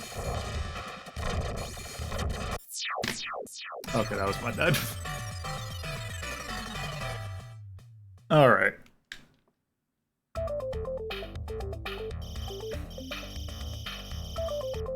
There's a lot of space for your name in this one. Let's see, do I get any... Hello. Heart. End. Okay. I think this continue screen also was taken from,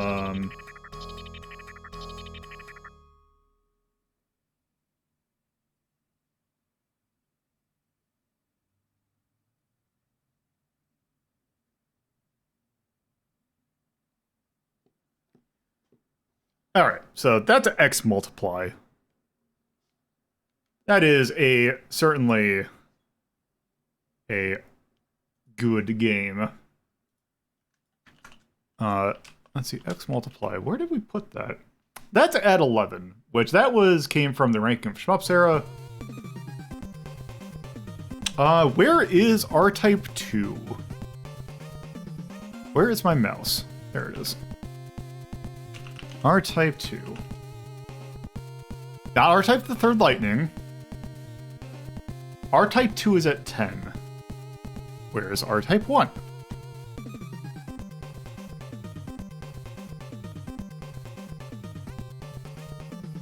R-Type DX is at 9. I think by virtue of that, I feel like this game probably... Let's look at the shmups we have at 7. We got Shoot the Double Spoiler, Varth. Section Z for the NES.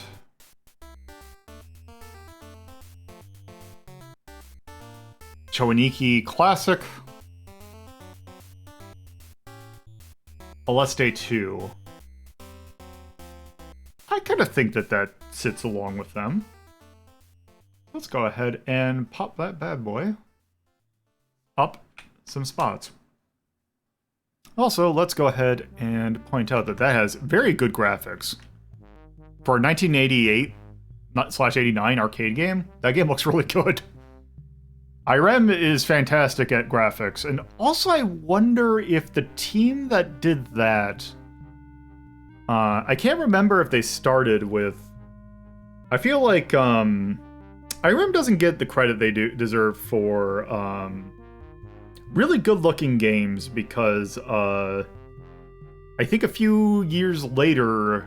Actually, I wonder if it's... I think it's actually also an 11 game, or maybe it's not. In the Hunt would come out. Which... How later was In the Hunt?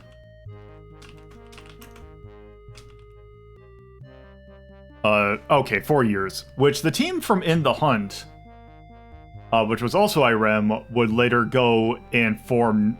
Basically, after In the Hunt, they would form the company Nazca, which very much did, or basically did, like... They're the Metal Slug people. Probably one of the best looking, like still good looking arcade games. Also, Turf Masters.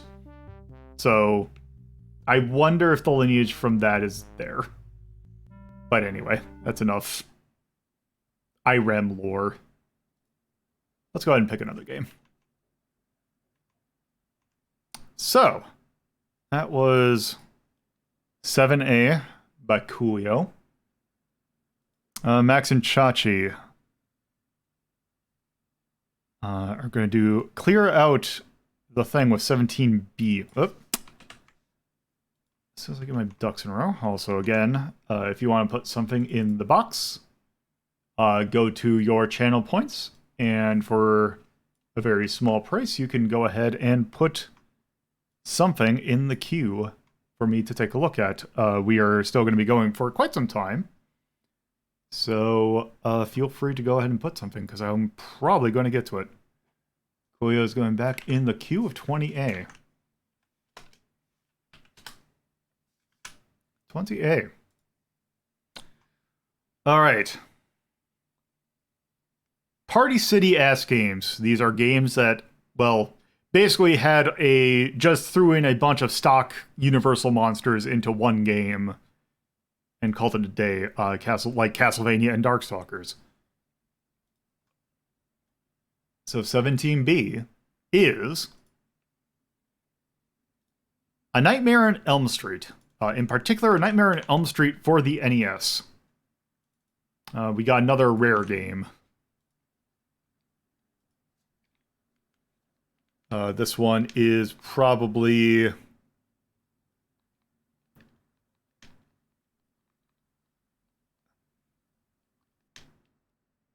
Which also I was thinking of this game because I recently actually watched the first movie of this series. And as I've mentioned, I'm not super into horror.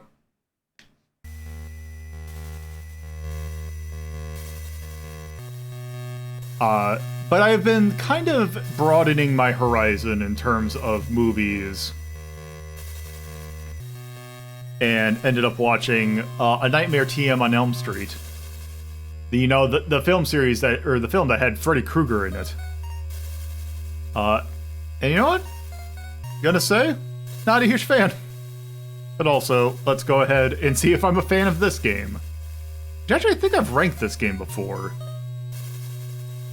But yes. Also, I just realized something. I was wondering why I was getting a weird echo. It's because I actually needed to mute something.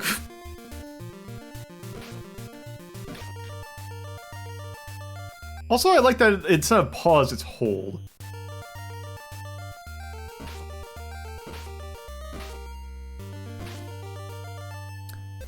Also another thing... So yeah, I've seen pretty much at this point... Also, yeah, we're playing as Dude. And I believe the goal is you're supposed to collect Freddy's bones?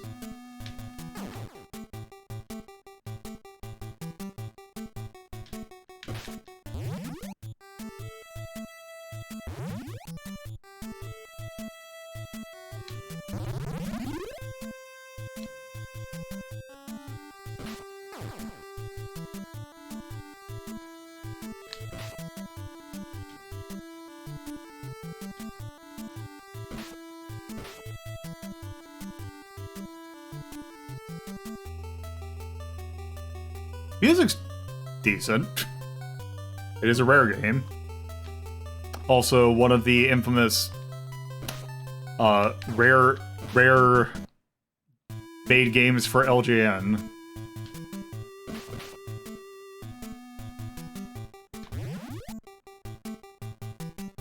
Also, it looks like kind of a sprite that they had for Wizards and Warriors.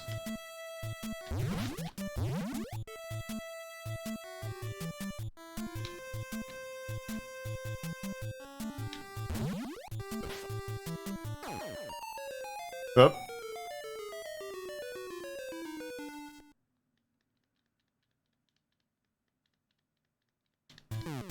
Up.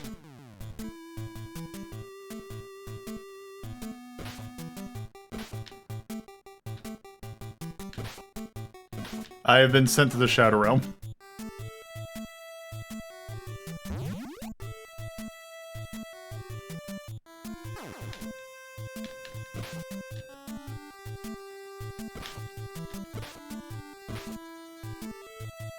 Oh, shoot.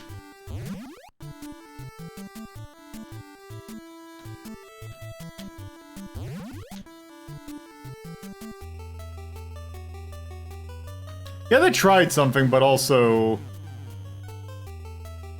none of this has anything to do with Nightmare on Elm Street. Oh.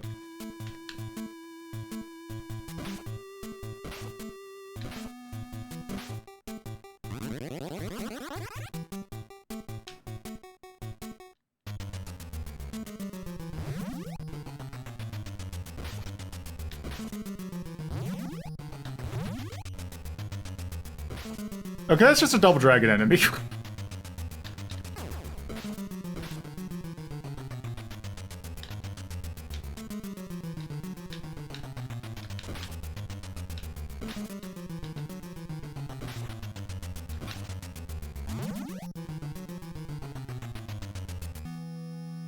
Oh, is this based on Dream Warriors? Okay. Up, also...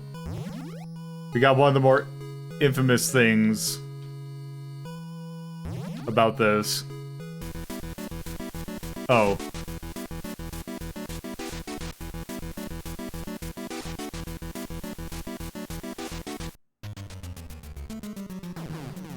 I died. Yes. Also, I'm going to do something because I need to... I just want to make sure that we at least see something. Oop.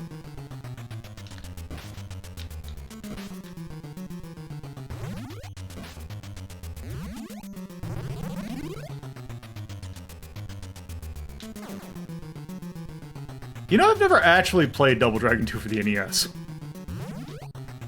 I've only played the arcade version. Oh, that's...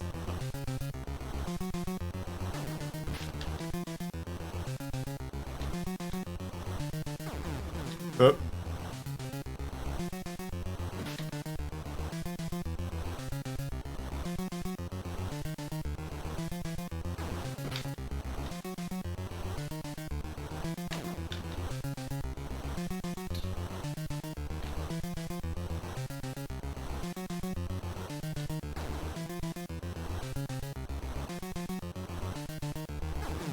Okay, nope, can't stand there.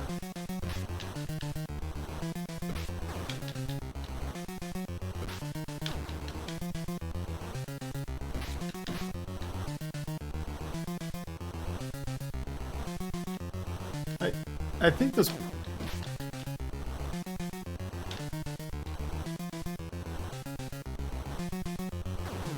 oh.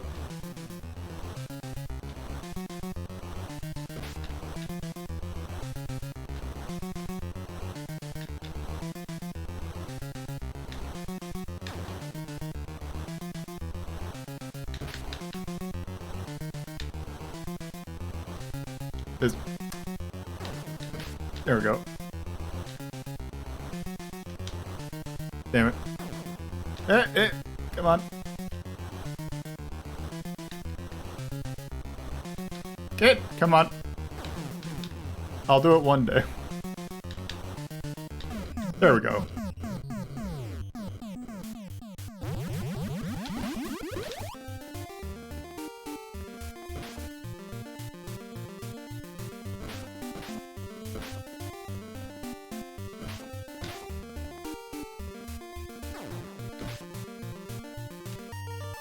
Okay, can I go on that one, or... doesn't seem like it.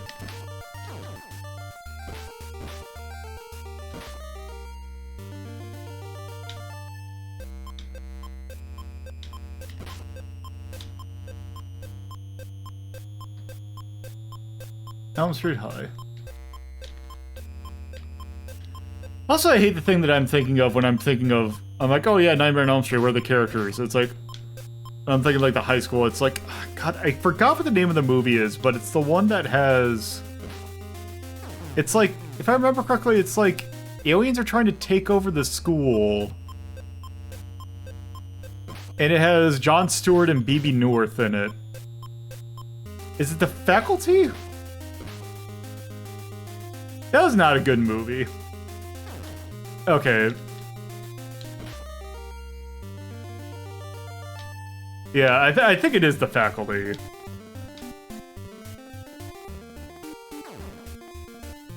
Okay.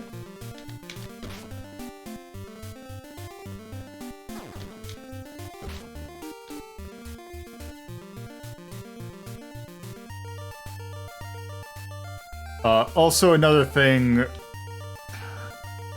I've also seen... Wait, what?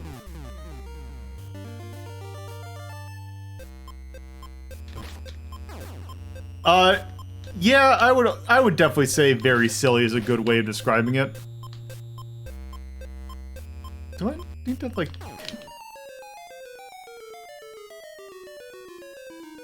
I don't know where I need to go.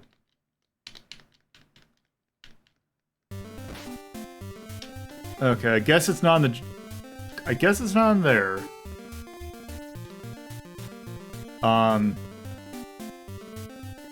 But also, speaking of horror movies, Scream holds up really good.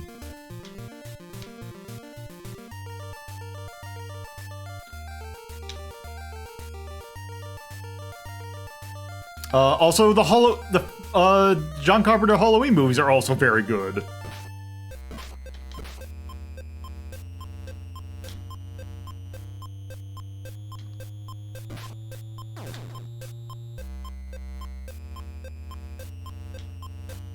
I think I've seen one, and then the first of the reboots? Like the relatively recent ones?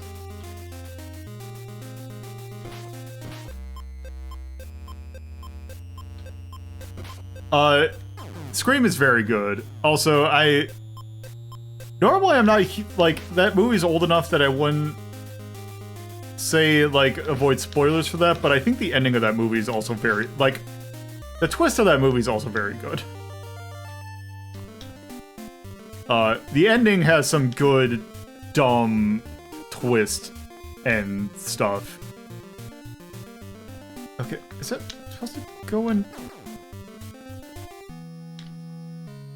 Okay.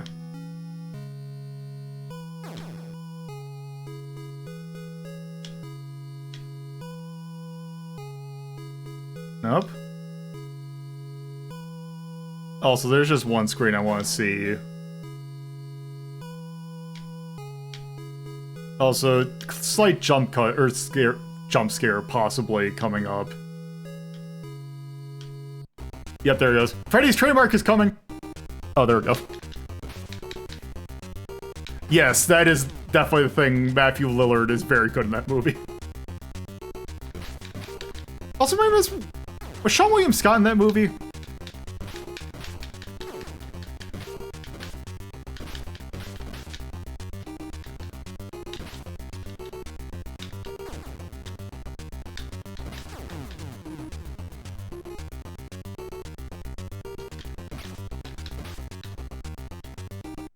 Okay, there we go. Okay, I think I've seen enough of this game. Alright. That was a Nightmare on Elm Street for the NES. It is not terrible, but also it's not good. Okay, Nightmare on Elm Street. We did that pretty early on. I don't know if it's 16 bad.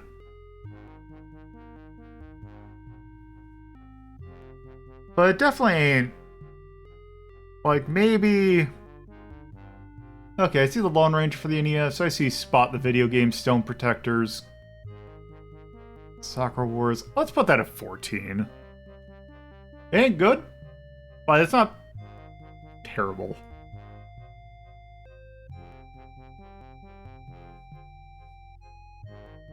So you're gonna get bumped up a few points. 587. And I can't really think of any charms for it.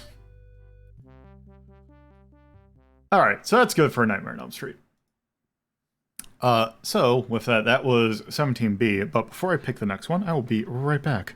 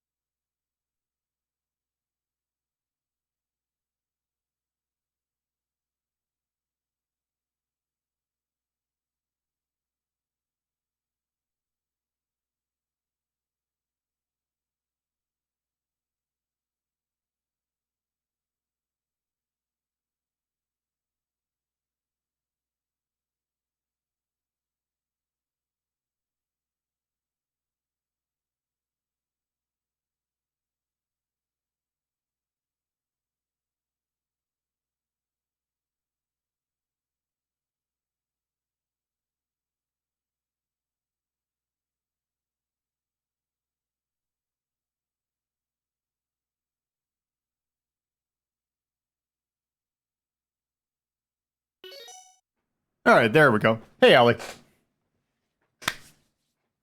All right, now that we're back to this. Okay. That was 17B.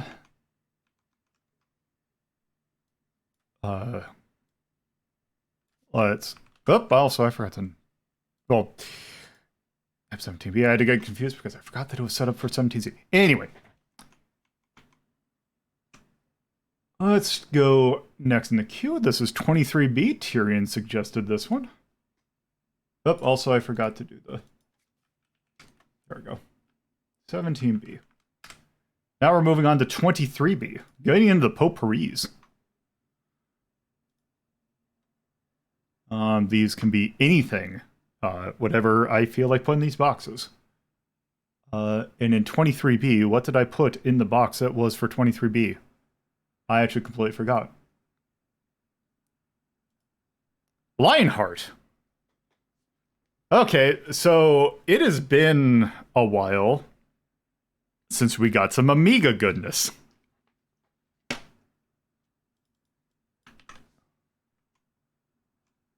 This is an Amiga game. I believe this was made by a relatively indie German developer.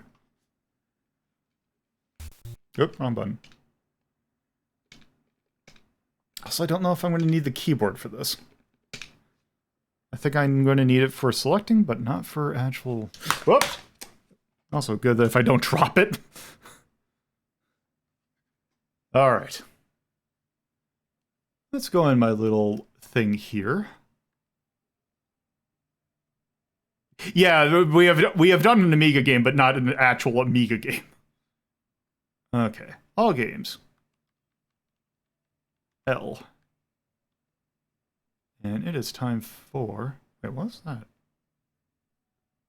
Not Loom. Lionheart. Why is there a game based on Live or Let Die? In 1989. Who makes a game based on Live or Let Die? Oh, that's a lot of... you know what? I'm just gonna do that.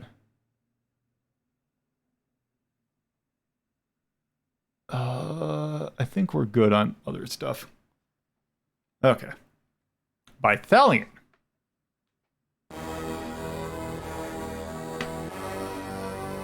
Thalion presents Lionheart.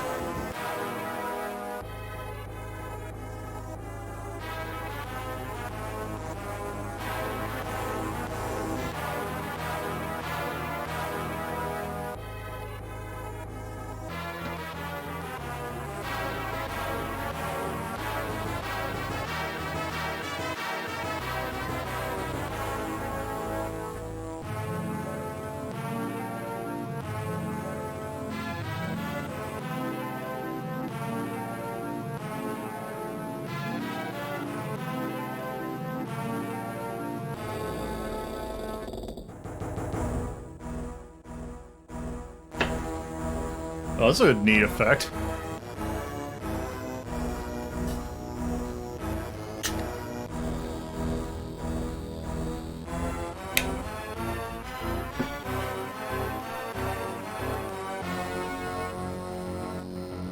And we see man.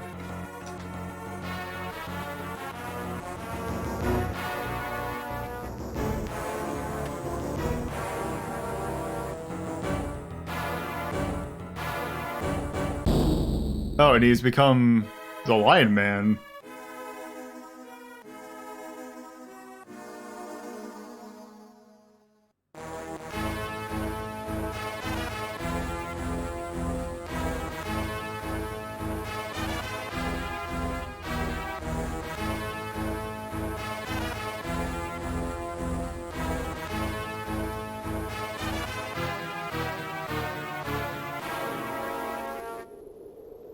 Balden crossed the border, flew into Norka's country. Everything had gone smoothly until now, until he noticed a shape on the horizon which rapidly grew bigger. One of Norka's airships.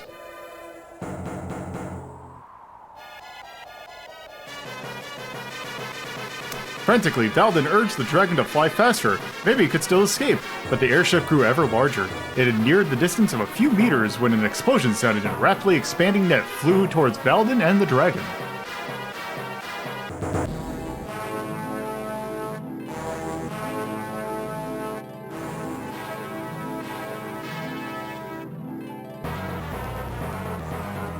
They were caught by the net and were swiftly hauled towards the ship. Valden, who was having a hard time with the panicking dragon, drew his sword and hacked away through the tough material. Just before being drawn to the airship, he jumped down and plummeted towards the...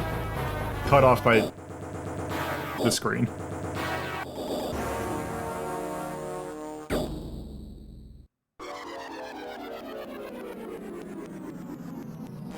Due to his new powers, Valden had survived the long fall without even a scratch.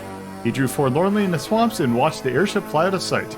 He cursed. His mission wouldn't be so. Is this just...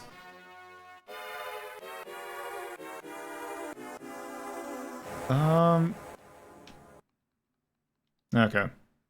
Alright, well, let's see, we got options, difficulty... Okay, I like that it's normal, hard, and lion hard, whatever lion hard means. Also got a choice of a joystick with one button or two buttons. And let's start. Lionheart. Nothing could be done. Valden would have to make the entire journey on foot.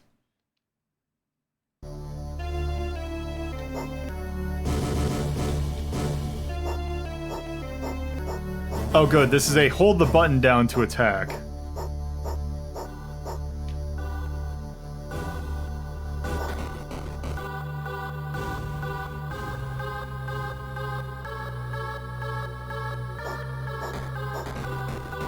At least this is a very pretty game.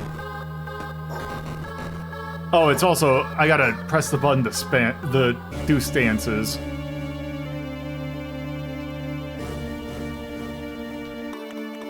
I'll say, this game is very pretty.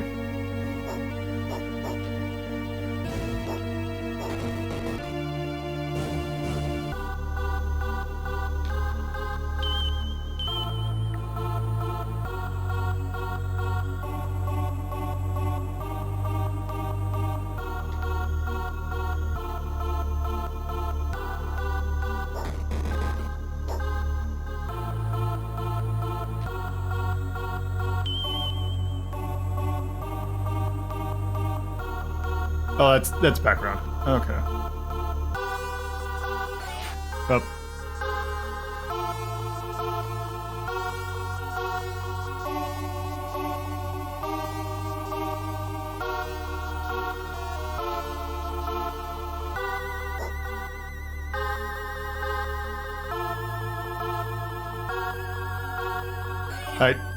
I should have just gone to the bottom of that review.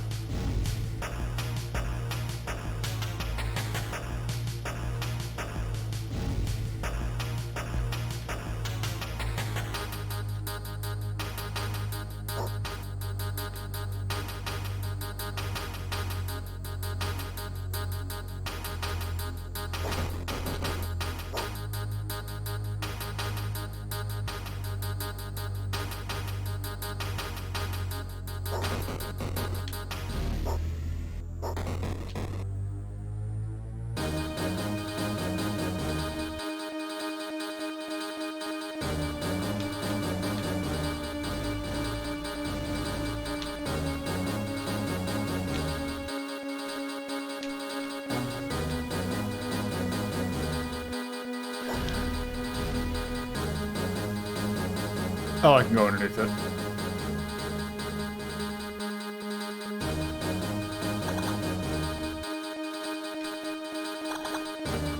Oh.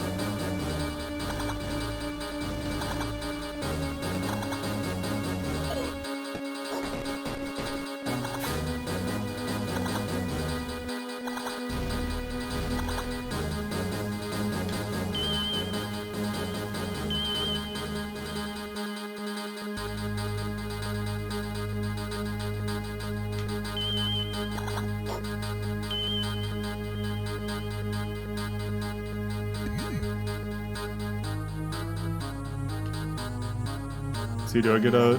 Nope, there's no look down, so let's see.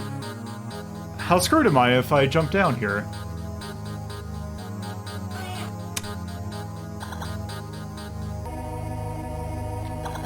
Managed to just find the perfect spot for that one.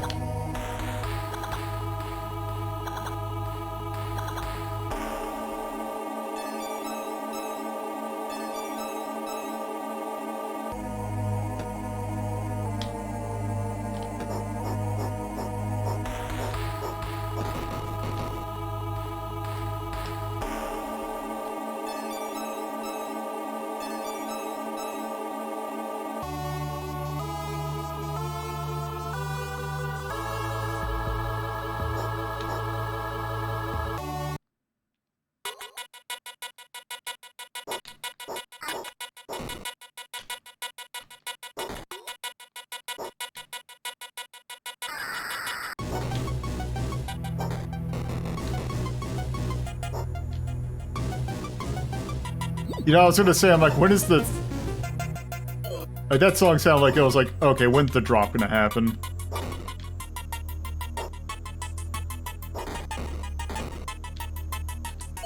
I appreciate that the... Oh, do I have a downward thrust? I like that the downward thrust is basically him doing like a elbow drop on it. Both the sword.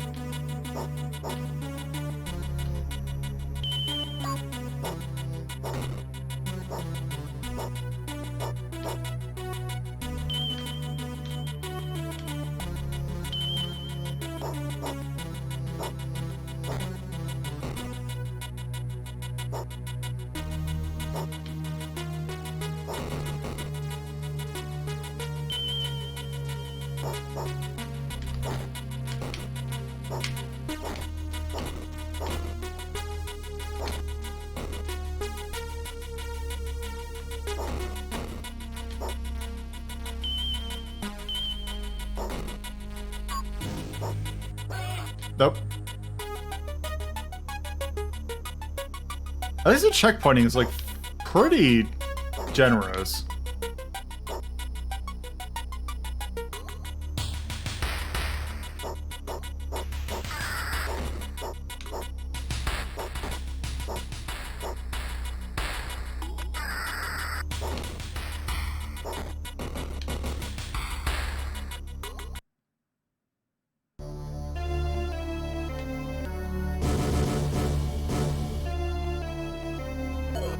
Okay.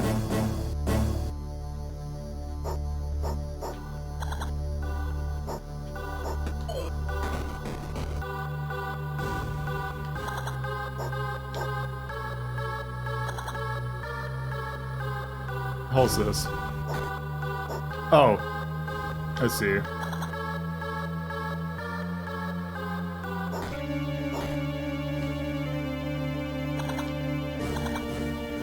This game's actually, like, pretty neat. It's incredibly goofy.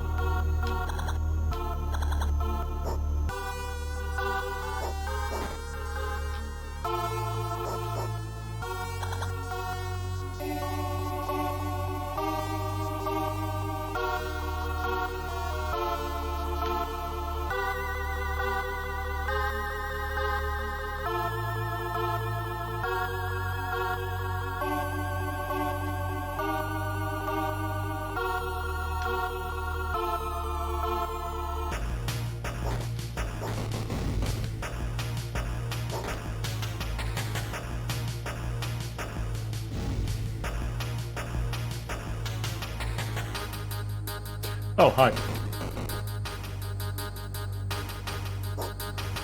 Oh.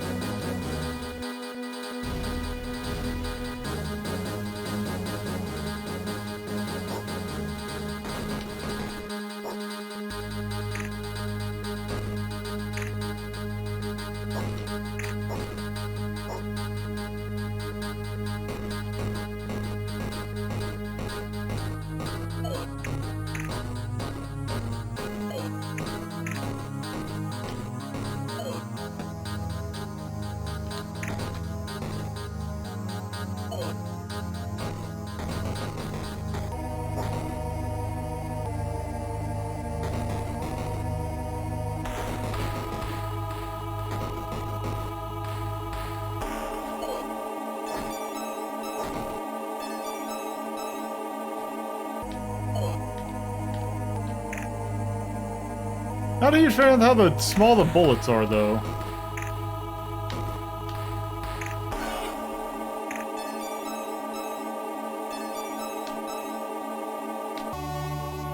Also, I do like that if you kill something and you die and you respawn, it stays dead.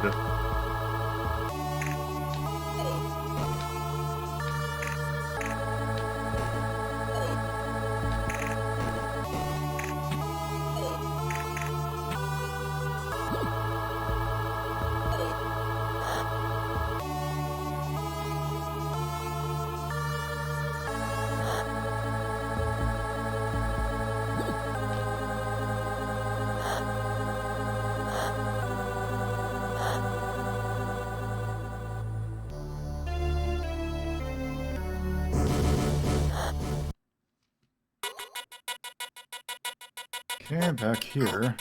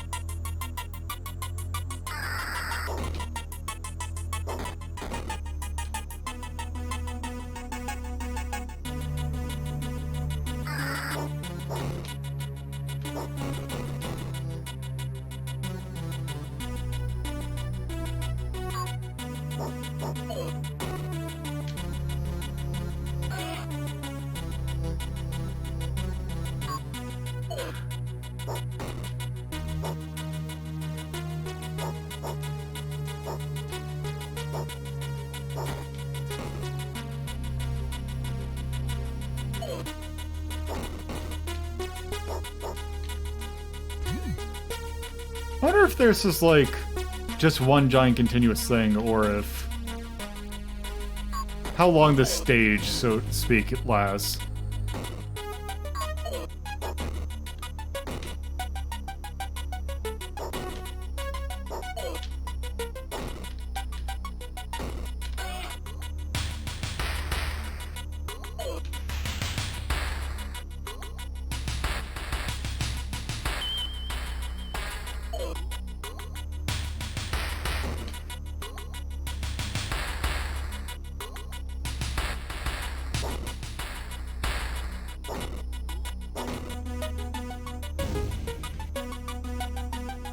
Wait, is that it? Okay, I can't go over here.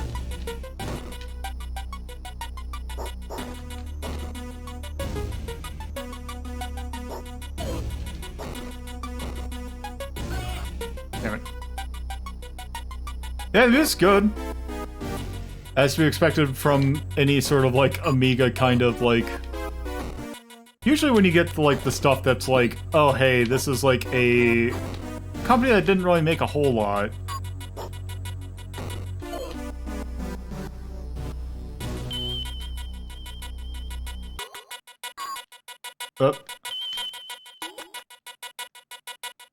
Oh.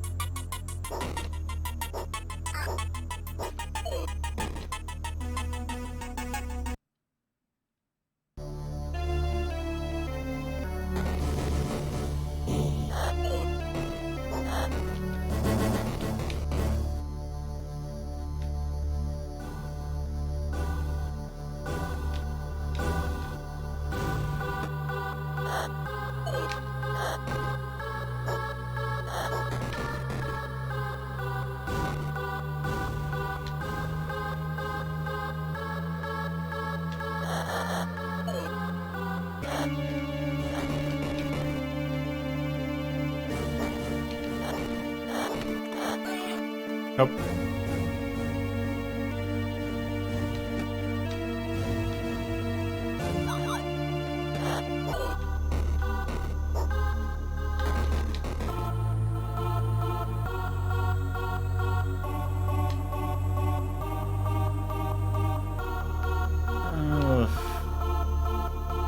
here we go.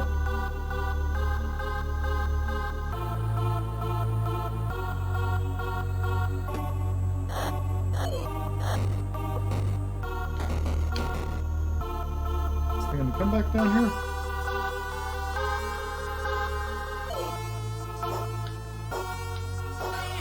Damn it.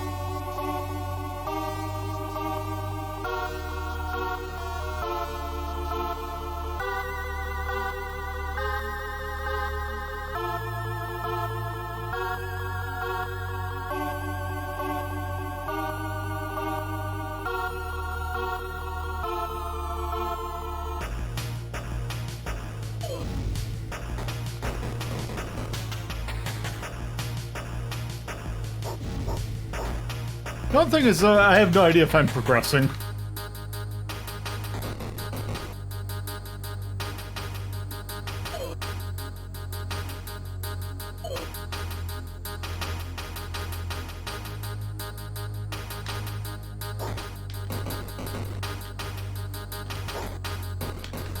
F shoot.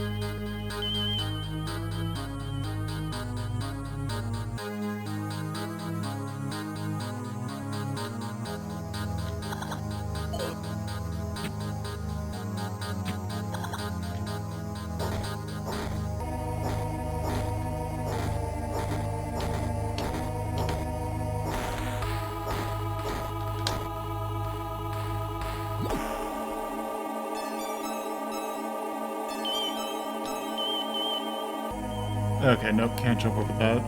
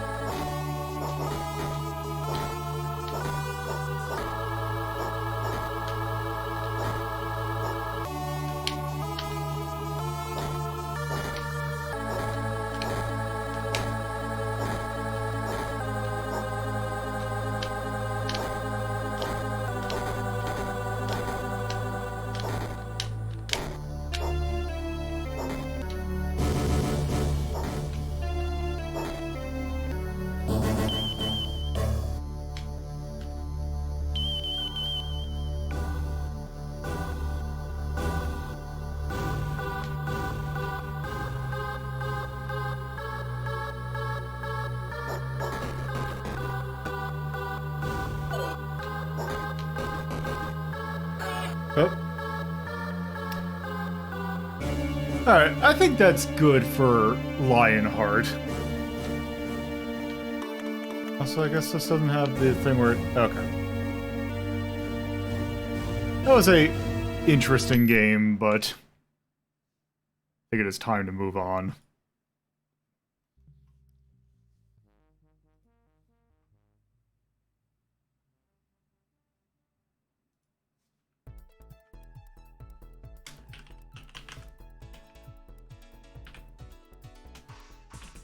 Seven, I want to say those... When did that come out, actually?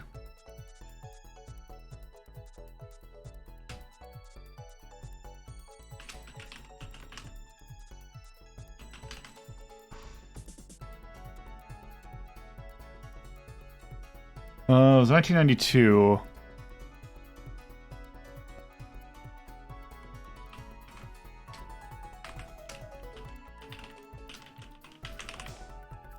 For the Amiga action game, and I think the tone for that is,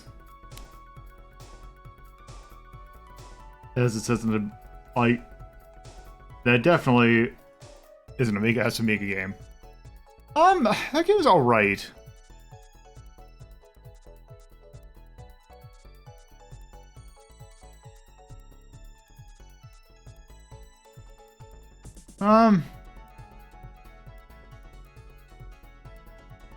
Let's see, we got Superplex at 9.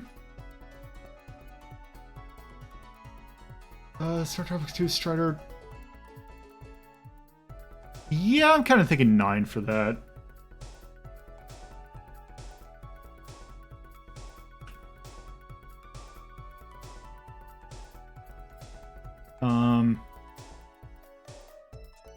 It definitely is very pretty. But I think that's kind of mostly what it has going for it.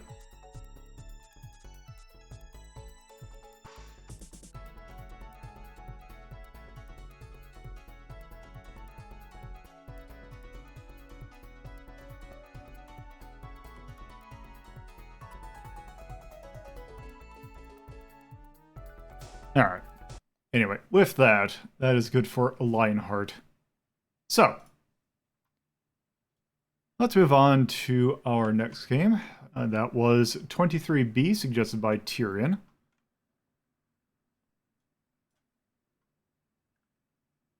Also, if people want to put stuff in the boxes, now is a good time. Because we have 2 left in the queue.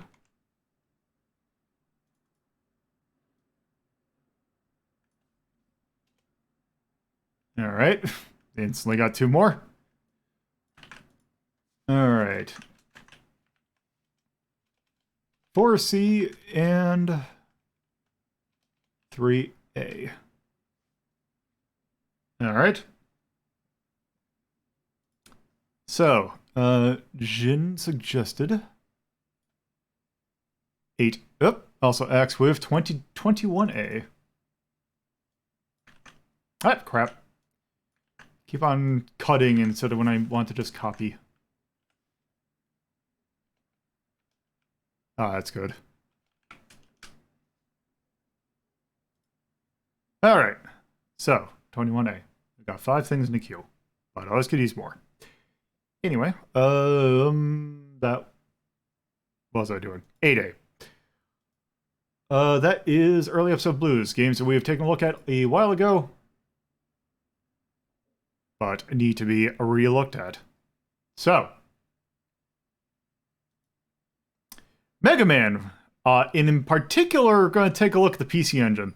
This one's a interesting case because this was not an official thing. Oh, also I did want to point out something because I don't know if I mentioned it specifically. I actually finally redid the the background for the Mr. overlay, so now it actually fits. Because I originally made the image for when it was 720p, except I forgot that, oh, whoops, I do this at 1080p, so it threw everything off. But now it is actually fitting. Also, if I let it go away, you get this little nice picture. So, there, that's done. Alright. So, probably actually going to play this for a little bit. What am I looking for? I'm looking for Turbo Duo. Also, I need to change the name. But, Mega Man. I feel like this franchise bears no, or needs no introduction, but also, for some reason, someone ported the original Mega Man to Turbo C, or the PC Engine, and then someone took that version and made a CD-based version of it?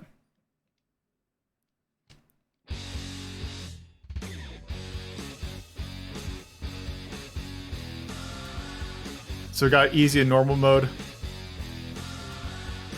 Also, I like that there's that you set the volume settings. This actually fits better than you'd think because this does actually the Turbo CD controller or the PC Engine CD or the PC Engine controller is basically an NES version or NES controller. And yeah, this is Mega Man on PC Engine.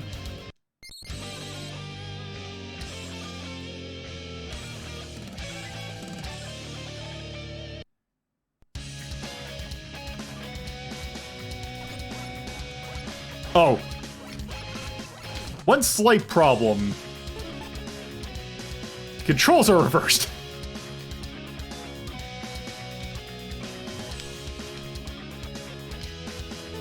Okay. There we go.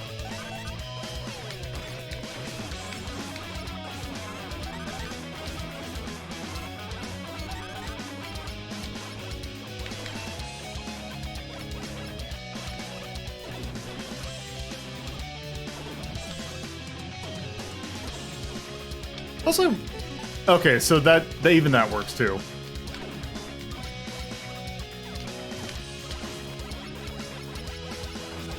It's probably actually let me actually balance the sound effects a little bit so you can actually hear.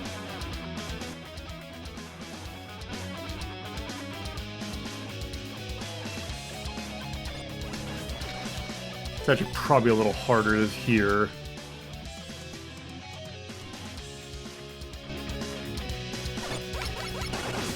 So yeah, this is using like the sound effects are using the standard PC Engine sound chip. The sound effects are pretty close, like spot on. The only one I notice is different is the pause sound is slightly off, but that's pretty minor.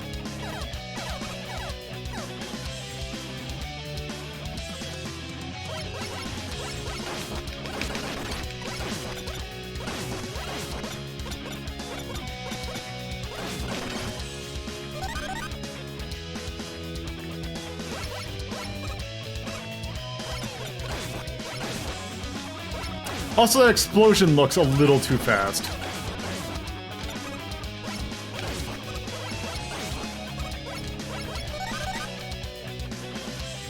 Also, this track seems like it's going on... They must have had this track on really long. It hasn't looped yet. Okay, here's the checkpoint.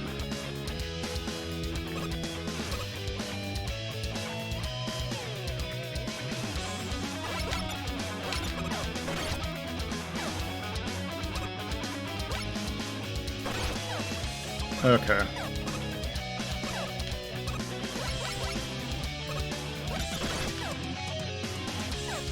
Damn it.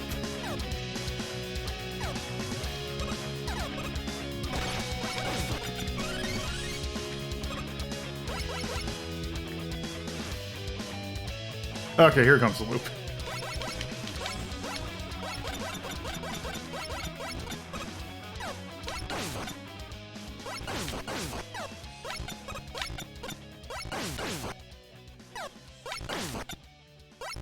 This is using Redbook audio, so...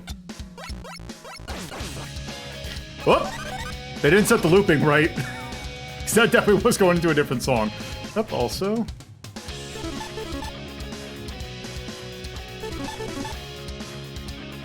That trick still works.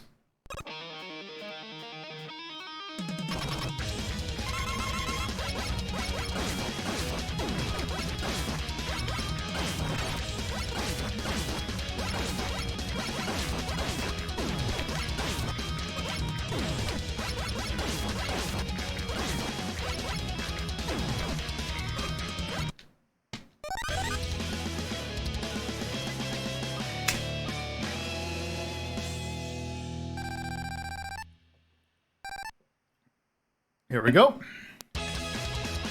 Nope.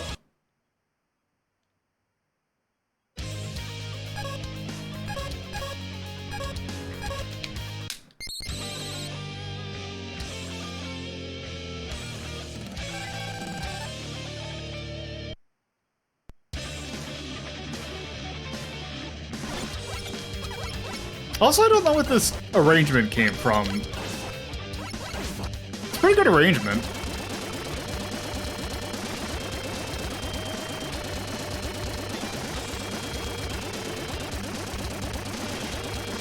So the thing actually, also this just reminds me of playing the GameCube version of this. Nope.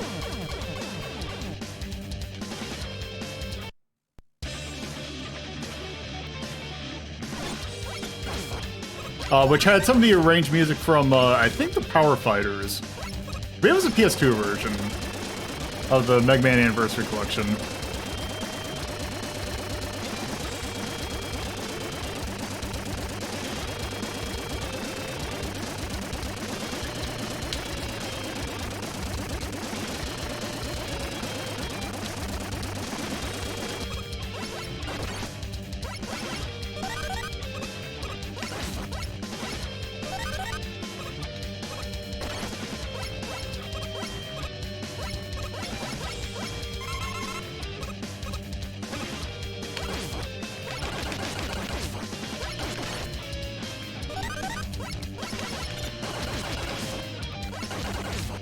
Also, the one time you see this one enemy, which I hate this enemy, because it's like, it's just guaranteed damage.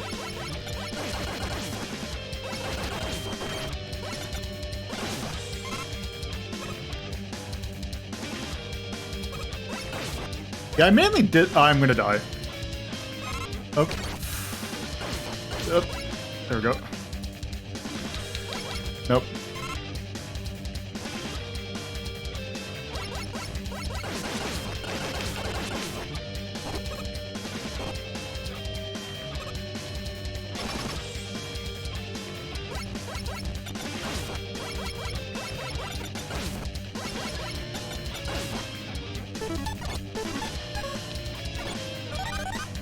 Oh. Too early. Now I can do that.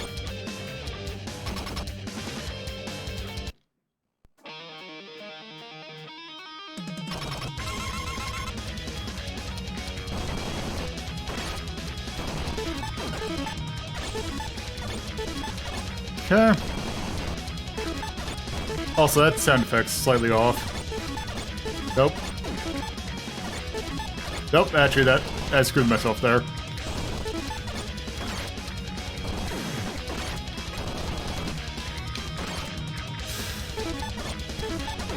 There we go.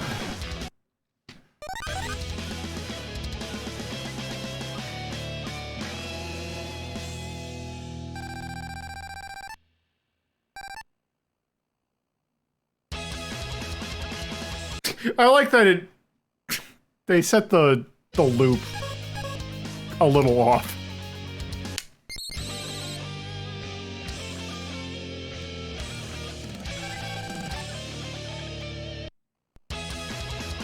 Now we can hear it.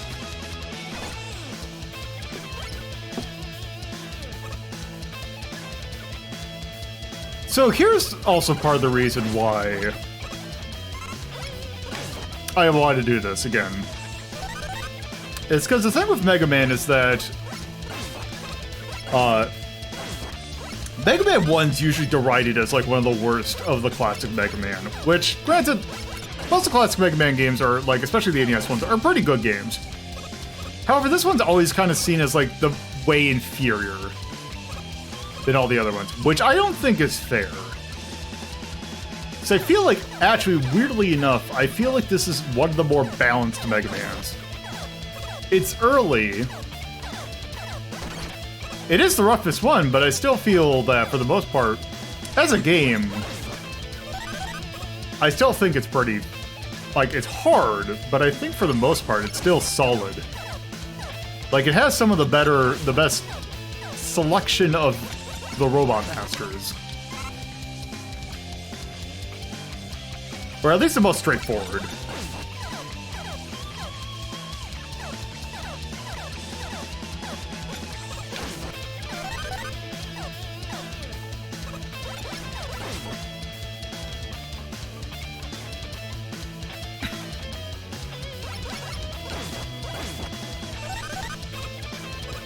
I mean, this is true. but also granted it is the only one.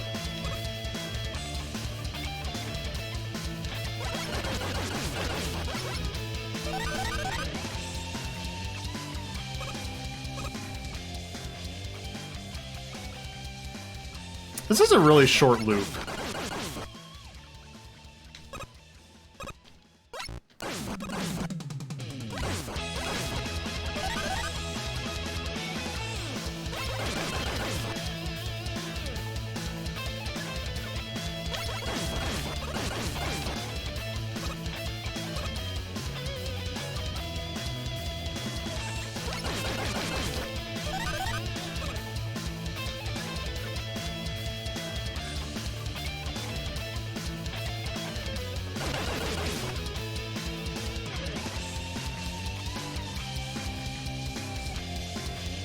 Yeah, I need to play 2 again, because I kind of feel like 2 is currently the highest ranked one we have so far. But I kind of feel like it maybe shouldn't. But then again, I also like 3.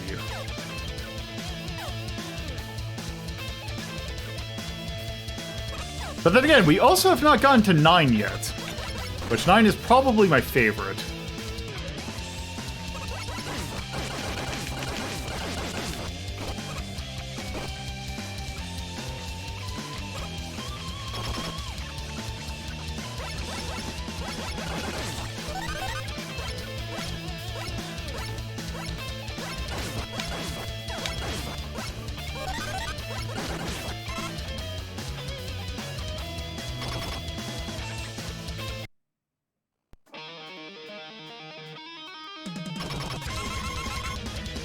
All right.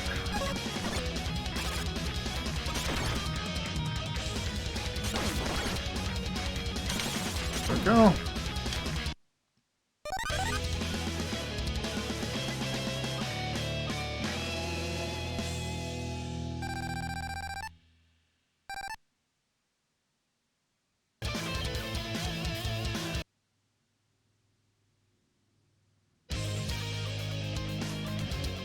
All right.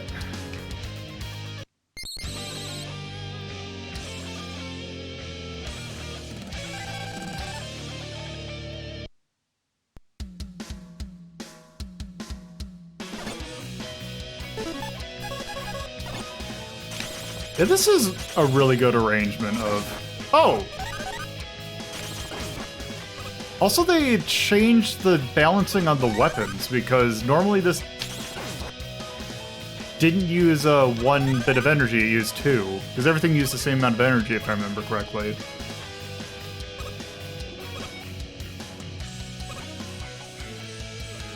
Everyone's favorite segment in this game.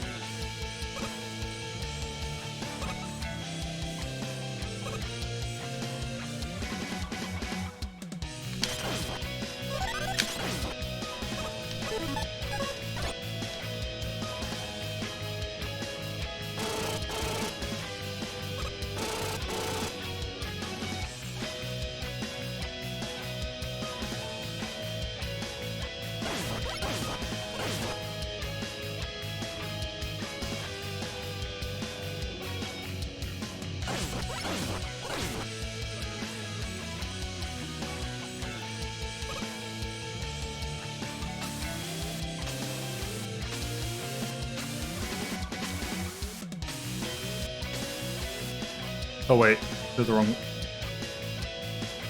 Nope.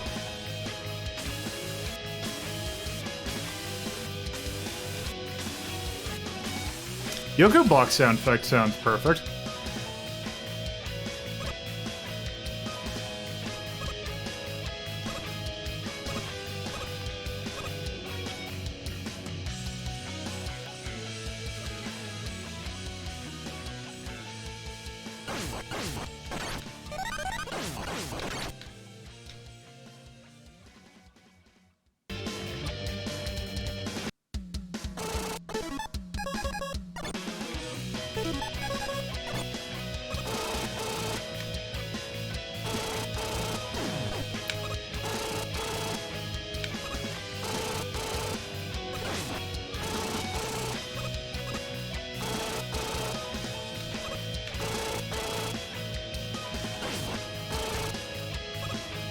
I don't know why the stage loves its...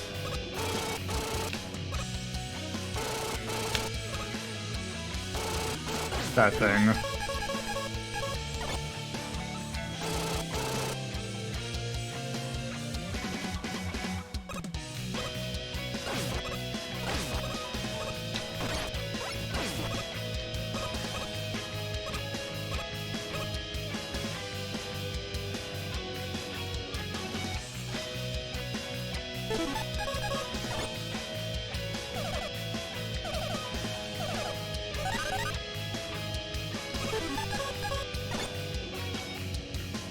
I'm going to continue on this until I get a game over.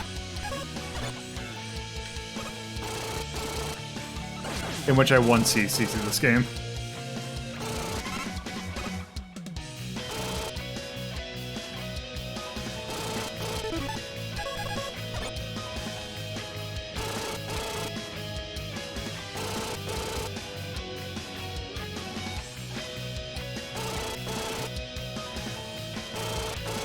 Oh, god damn it.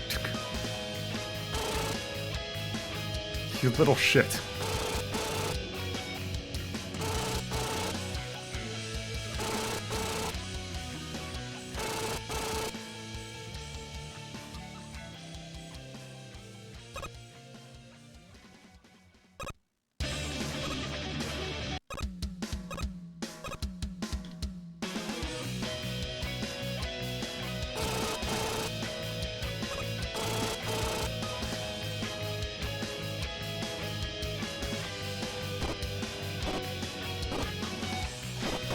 Oh, damn it.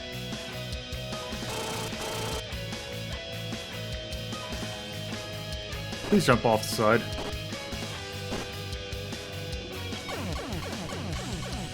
You did jump off the side, just not enough.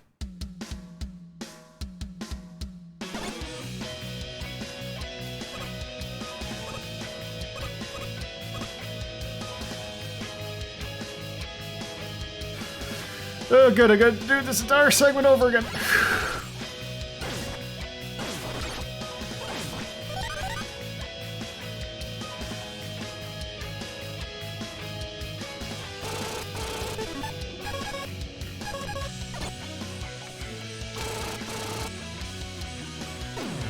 Okay.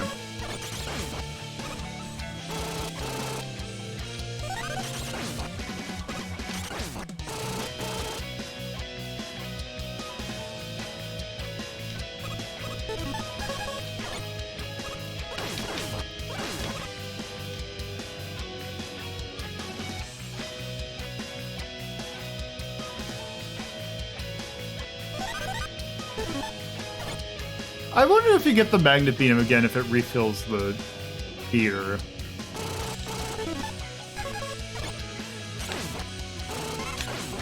Oh, god damn it.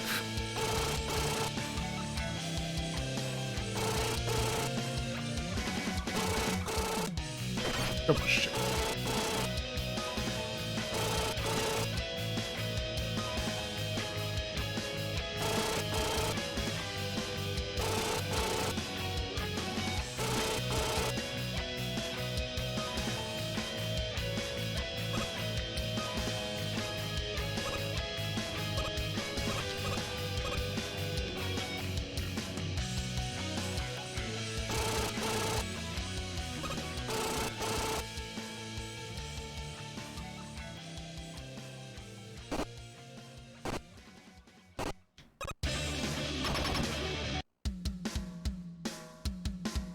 I did find it funny, considering that I thought Redbook Audio was supposed to base it off the track on the audio CD, and not like some other, like, thing, so it shouldn't be looping like that.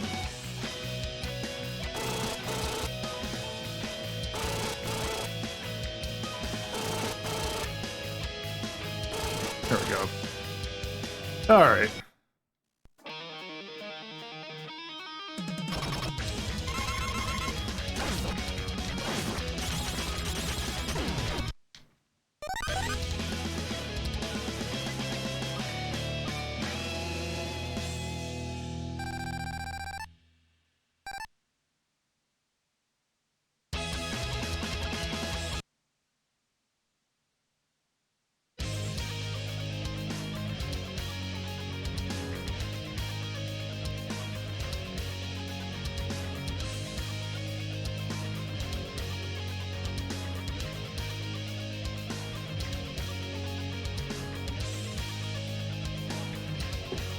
Alright.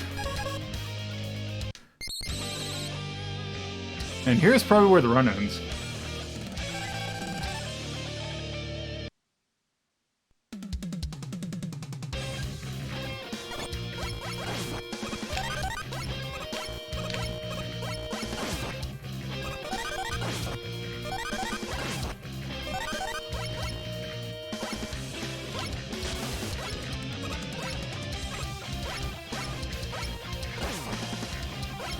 Also, I find that it's chugging a little bit here.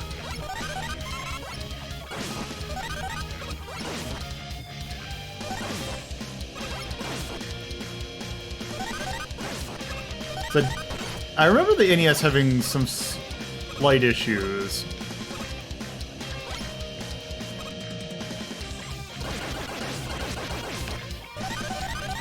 Alright, time for this fun segment.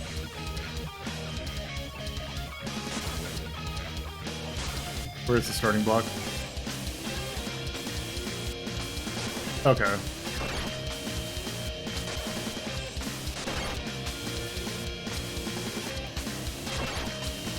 I think that's slightly different. Oh, right, you got... Basically, you gotta do every other one.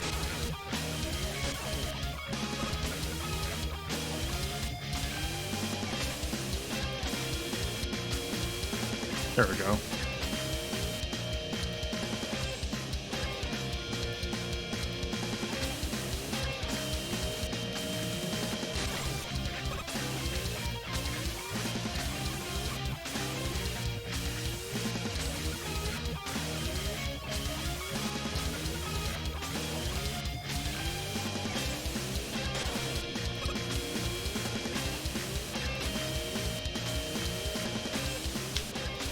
Nope.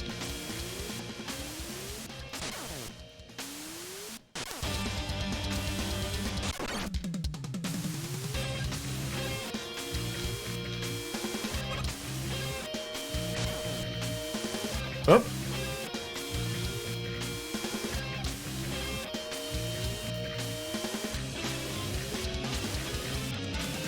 Okay. Time to die.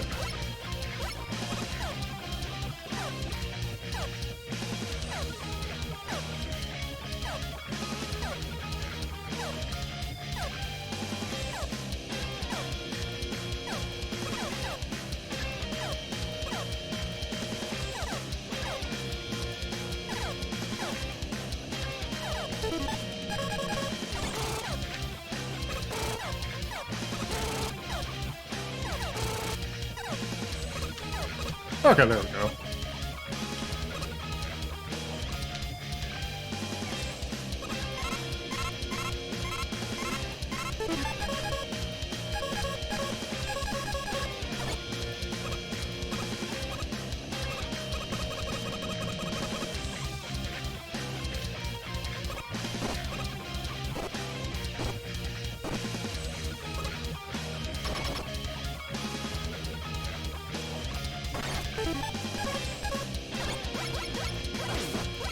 I should try and see if I can get some more health.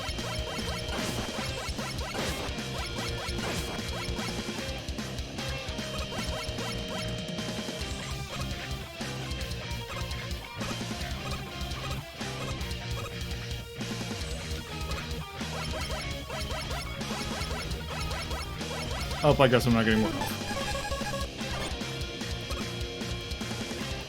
Yeah, I think some of the spawn logic in this is not spot on. But it's pretty close.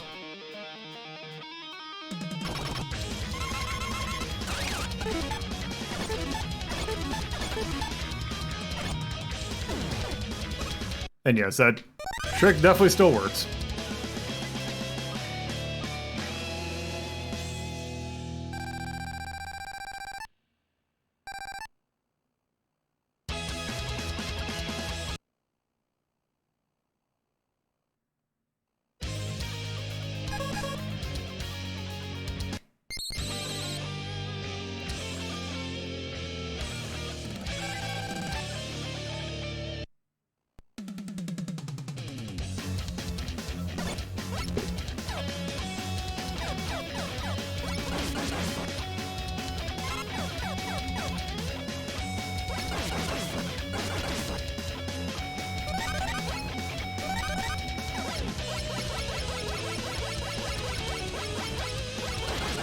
There's some pretty good remixes of this.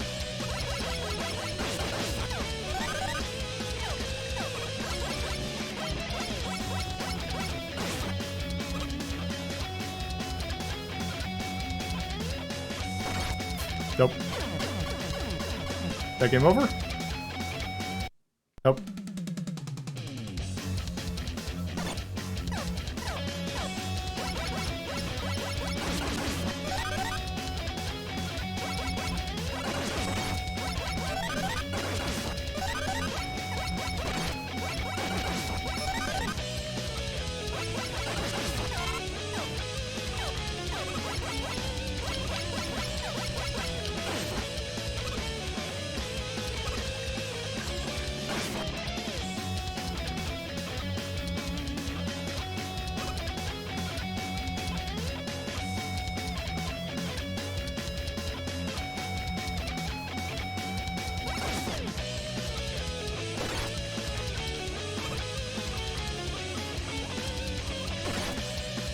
I just hated this jump.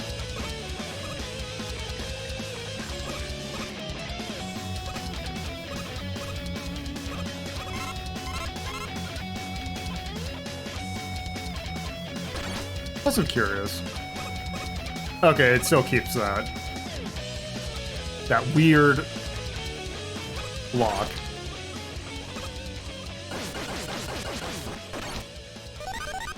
So I couldn't remember if you... Because I thought you could shoot through the flame thrones in the original. Nope. That's game over.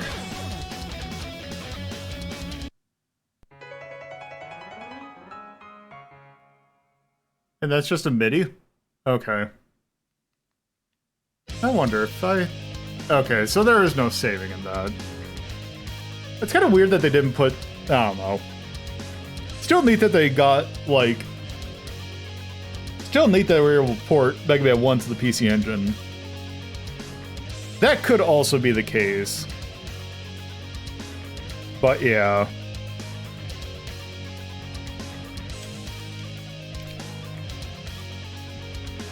Let's reboot.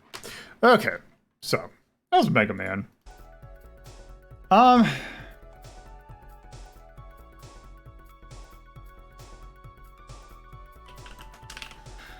Let's see, Mega Man. I believe we have that at 11? Yes, we have the original at 11, which...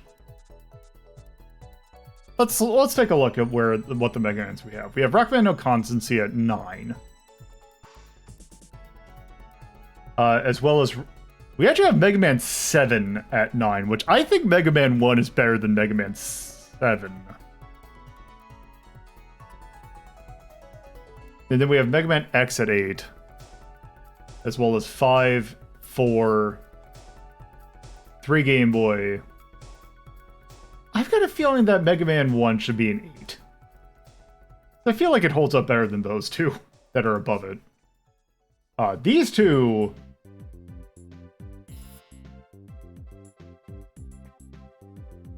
These two are stayed at 11. But yeah, I think that the first one should still probably be at 8.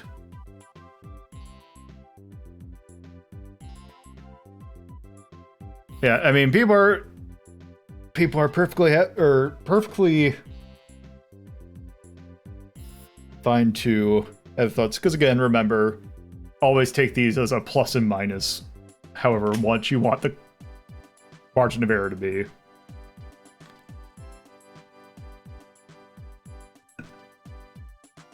So they're 587.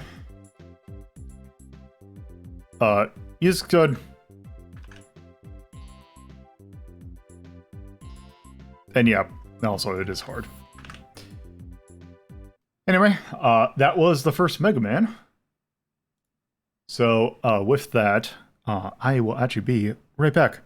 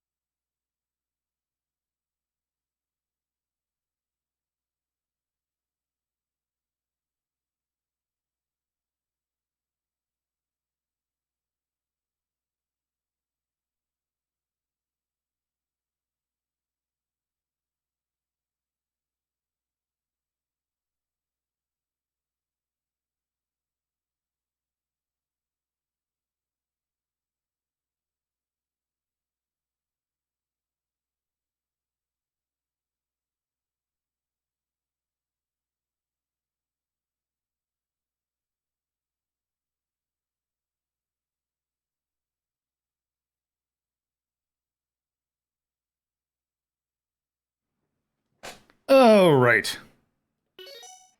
So, actually didn't even realize what time it was, so we're probably going to go for about 2 more hours. Let's see, that was 8A. Jin requested that. And let's see what we got next. 20A. Requested by Coolio.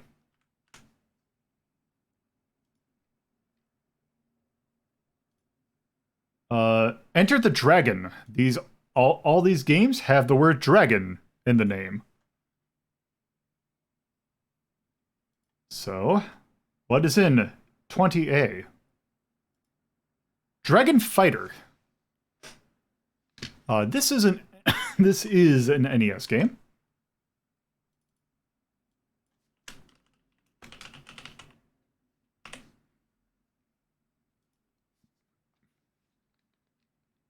Unfortunately, this is a game in which you are not a dragon who fights.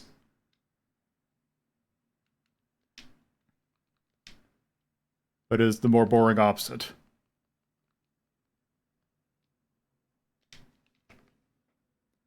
And this is by Sofel.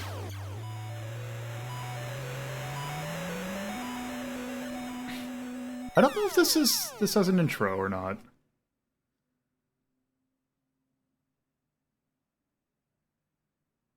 Or at least you can see, kind of, this is a side-scrolling action game.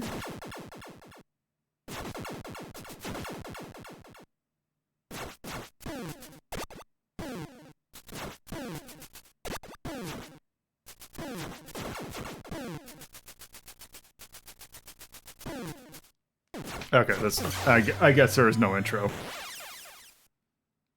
Alright.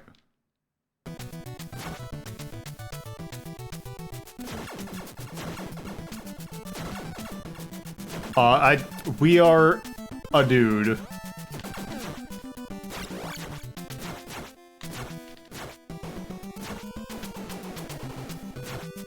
We seem to have some sort of charge thing.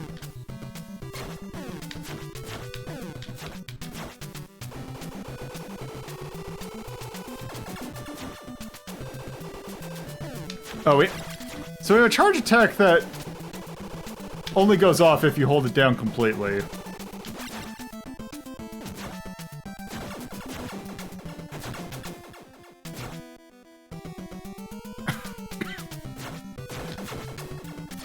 Also, it looks like there's some sort of... Oh, is that... No? Let's see, what happens if it fully charges?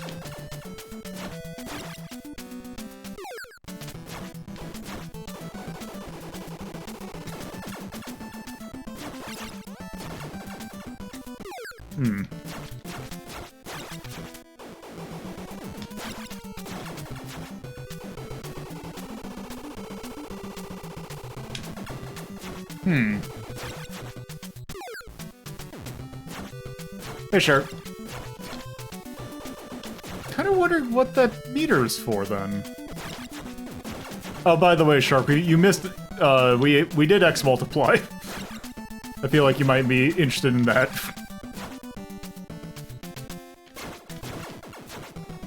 As the resident expert, or the resident R-type. X multiply.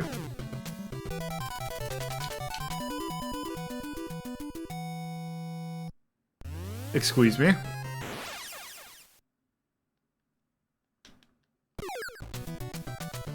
Okay.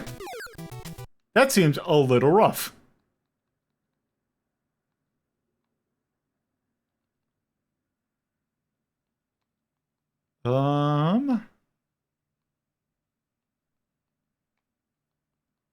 Okay. Oh, okay. I didn't know if you were familiar with that. Do we not have an infinite continues cheat? I guess not.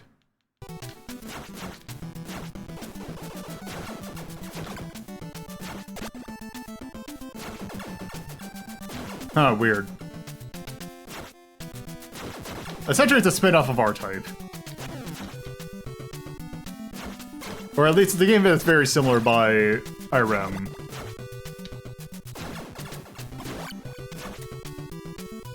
Okay. Oh! I take that back.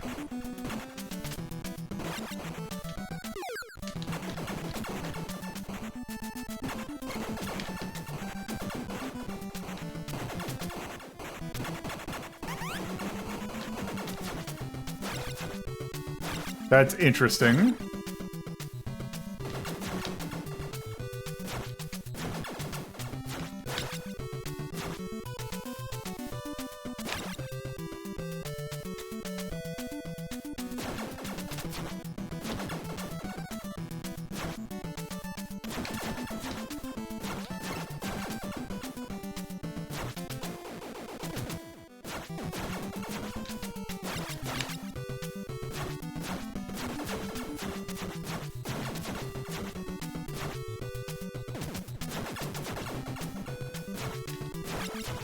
Yes, I did see that they're doing another thing for re-release of Oh,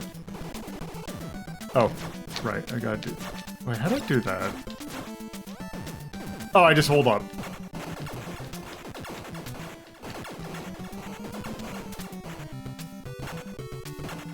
So yes, is it Operation Bitter Chocolate that's the subtitle for 2, or is it just? Or is it Operation Hot Chocolate?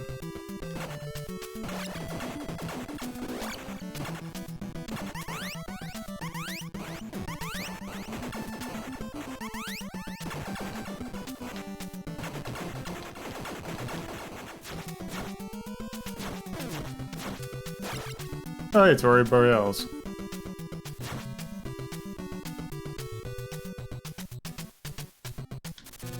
Oh, I probably should have.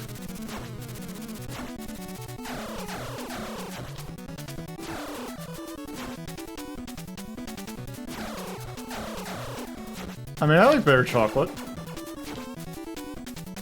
I don't know if I'd say it's my favorite.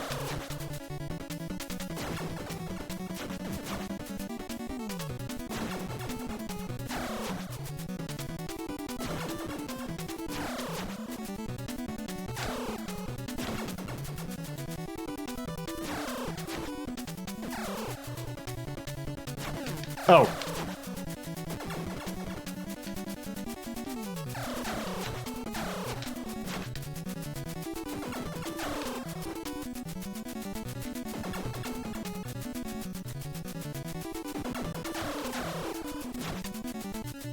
Oh, nice.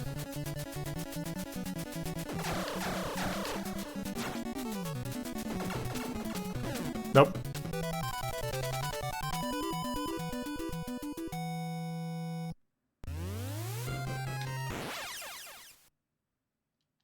Okay, I guess... Alright, you know what?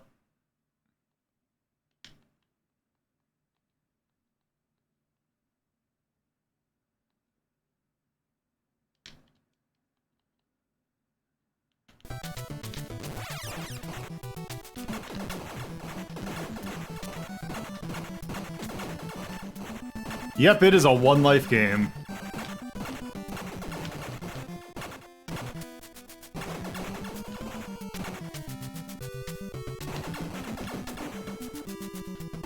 Also, I just noticed that it is a slightly quiet. Hey, come on. Where's my mouse? There's my mouse. There we go. Oh, that might be a little bit too much. There we go.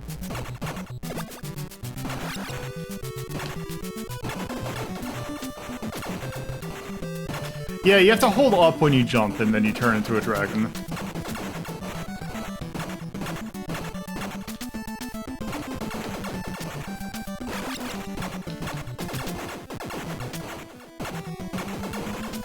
Oh, also, does this game have one of those hit anywhere achievement? Yeah.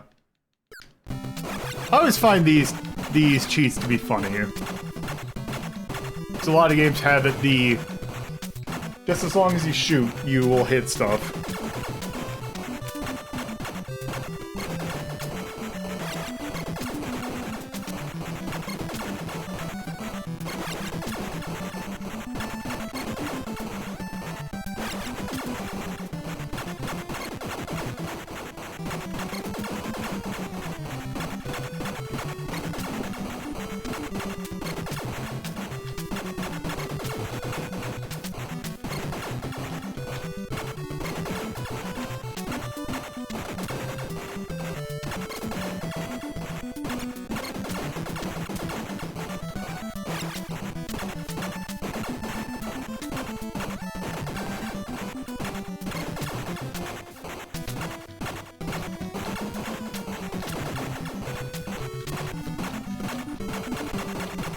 Okay, I wonder what happens if you have Dragon in this section. Or you just... Oh.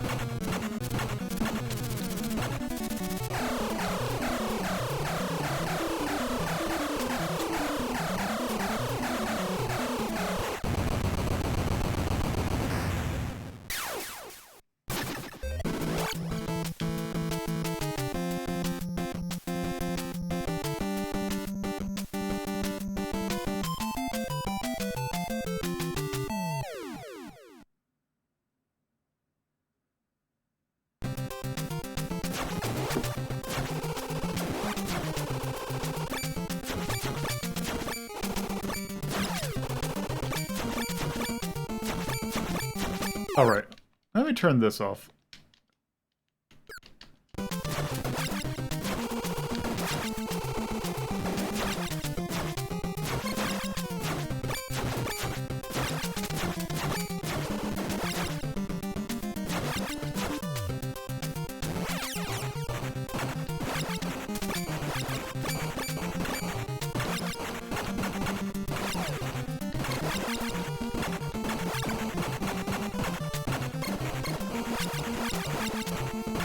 Kind of. I would say Holy Diver is probably more of your angry Zelda 2.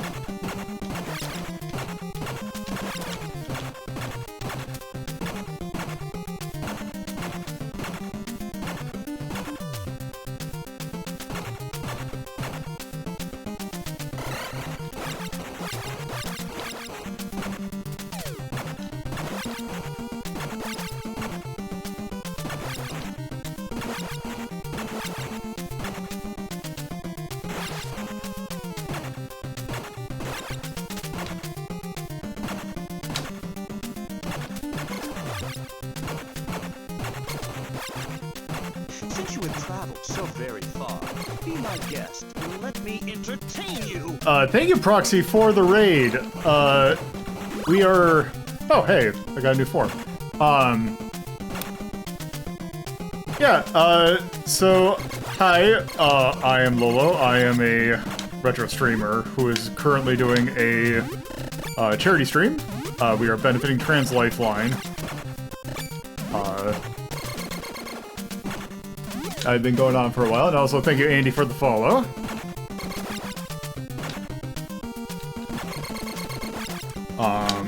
So yeah, what we're doing today, and I'll probably see in a second, because we'll probably done taking a look at this. We've hit the point that I'm just like, okay, we've seen enough. I'm just kind of poking at this thing with cheats. This is Dragon Fighter, as you can see in the little box underneath the thingy. That's been going good. I've had some interesting games so far. Oh, and now...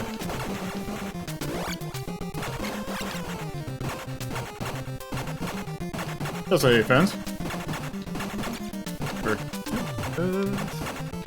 Yep, we are Durg.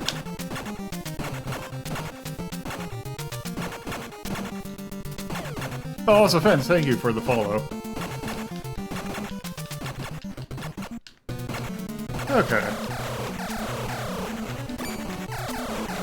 So yeah, at this point... Oop.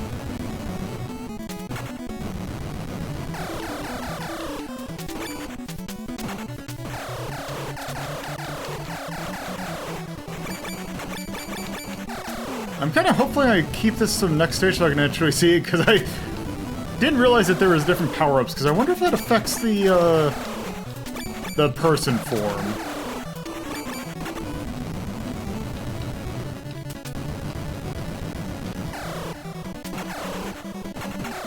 There we go. Also, thank you, Janie Bean, for the follow as well.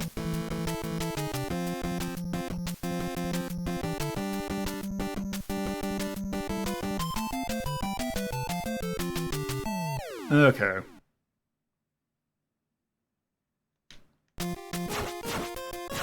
Okay, it just kept that. Okay, so I think that's good for Dragon Fighter. It's a neat little game. So, here's what I normally do whenever I play a game. I have been keeping this massive list of all the games that I have streamed, or at least through this project. And we have been applying ranks for that. So, for example, this game that we just played. Yes, we are actually on episode 587 of this, so we're approaching 600 very fast. So 587. This was 1991. Sofel was the developer of this. Also, I need to move to chat so I can actually see my thingy.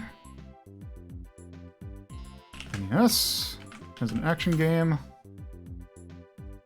And that is high fantasy, so I got a little thing here for high fantasy. Alright, that game is alright. The only thing I think that's kind of a bummer about it is that it's very rude in that it's a one life game and you only get 3 continues. So if I look at the 9s, which are like slightly above average, this is using a 1 to 21 scale. Oh yeah, and plus there was another series before this, which was Ranking of Shmups, so they're technically like 630 something, I'd guess, if my math is correct. So like I see Strider 20, I see Battle of Olympus, The Little Mermaid. Yeah, I think 9 is a good spot for this game.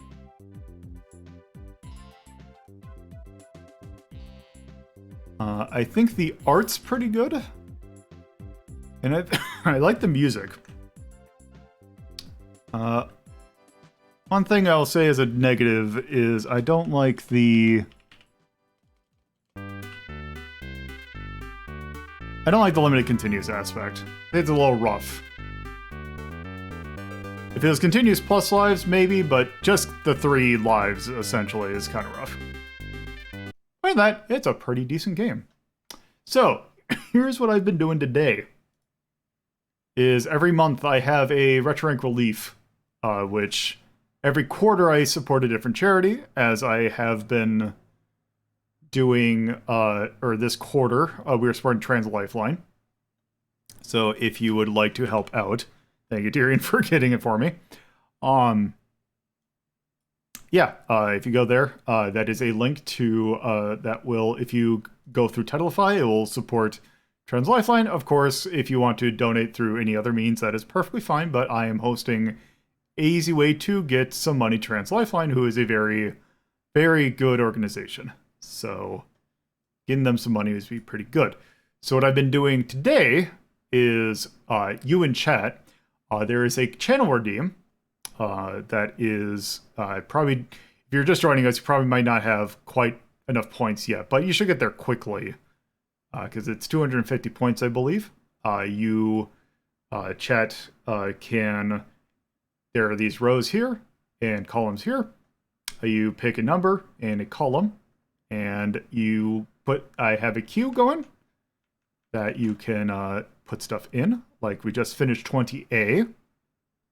So mark that complete. Coolio put that in. Next, we're moving up to 4C. And I'll adjust that on the side.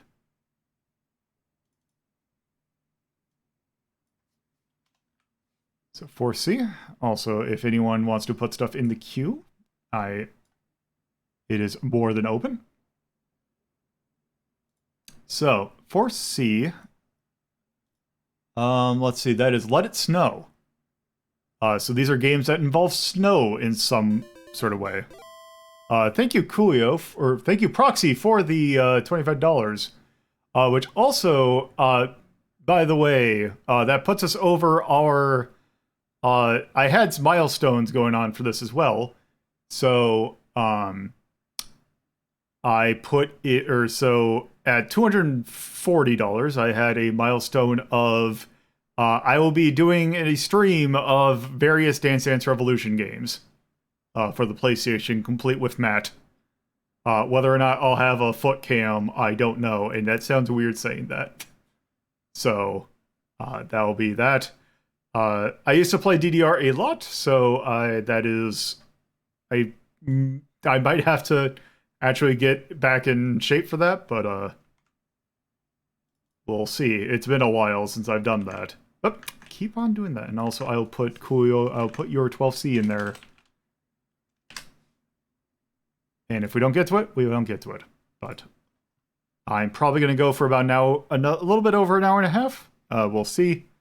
But yeah, we still got some time left. I actually have more stamina with that. You'd be surprised.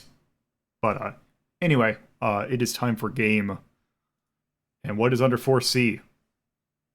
We'll find out when I stop moving stuff in front of my box. 4C. Ice Climber. In particular, we'll be taking a look at the Versus version, aka the version that's available on the Famicom Disk System. This is a very early NES game. Also, this is probably kind of loud.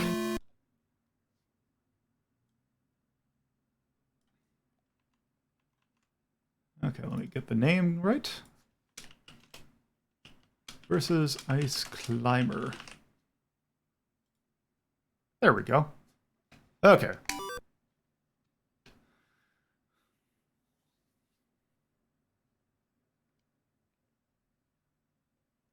Also, I should say at the next point, also yes, but I feel like most people nowadays probably know the Ice Climber more from Smash than they do this game, which is probably a good thing because this game's actually not that great, but we'll see.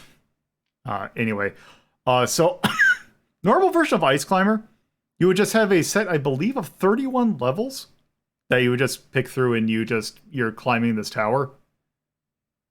And yeah, so yeah, we are. You just play this, but this version's based on Versus Ice Climber, which is a version of Ice Climber that was available in arcades. That is slightly more difficult and just flows a little bit differently. This is the version, they also made this version available for the Famicom Disk System, which was a thing for the Famicom that let you play discs.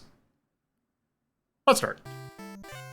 And you get a free choice of your level. Let's start at 5.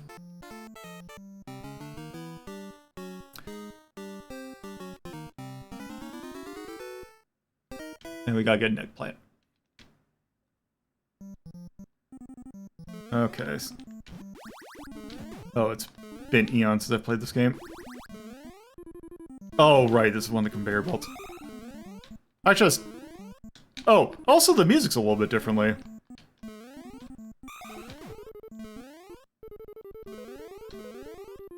Oh. This is gonna be rough.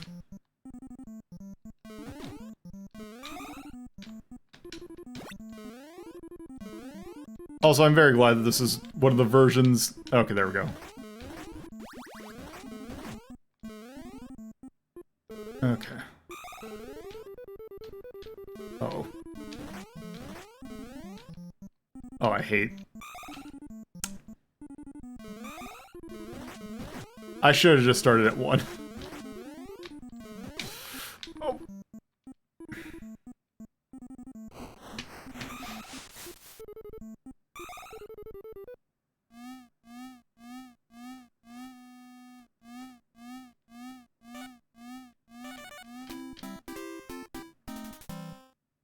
Yeah, let's start that again.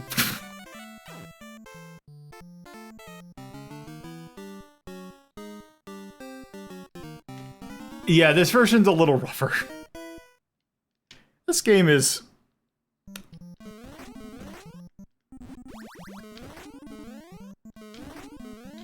This is very much a pre-Super Mario Brothers game.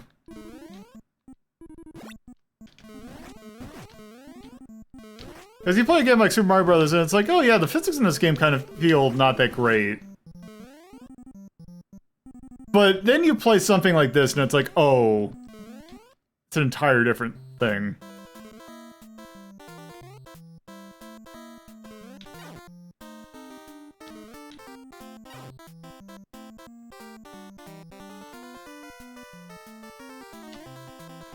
The other nice thing about this game is that, if you're familiar with Smash, you know that the Ice Climbers are... There's 2 of them? I don't think it was a launch title, it was close. Because I believe this is 1984.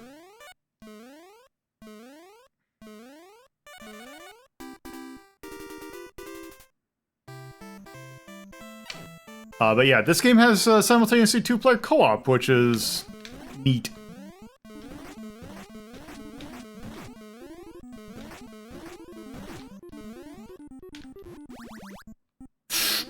Okay. I just forgot this version, like, just starts out brutal. Oh god. Oh! That was... interesting. Shit. Pardon a pun, but the controls in this game are a smidge slippery.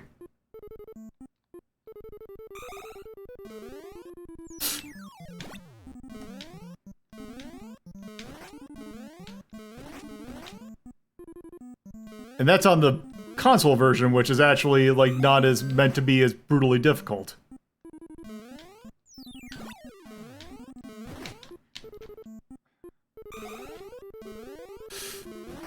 God, no! I thought this was a good idea. No! This game is pain. There we go. There we go. Okay.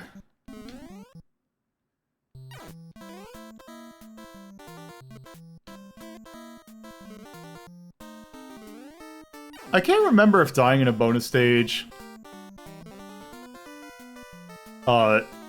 makes you lose a life.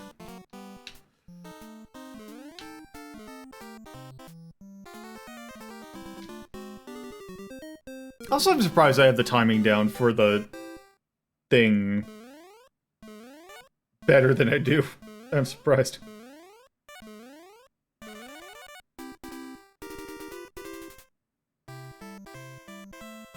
Alright.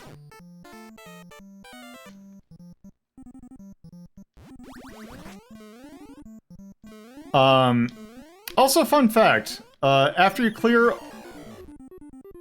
all those stages that you see here, you get another set of 16, which are even harder.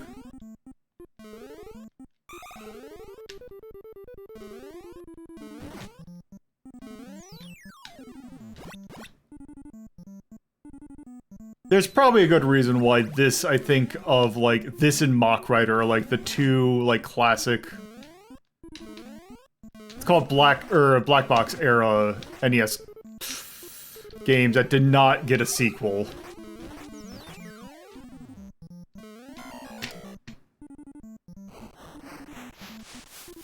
I think I'm good.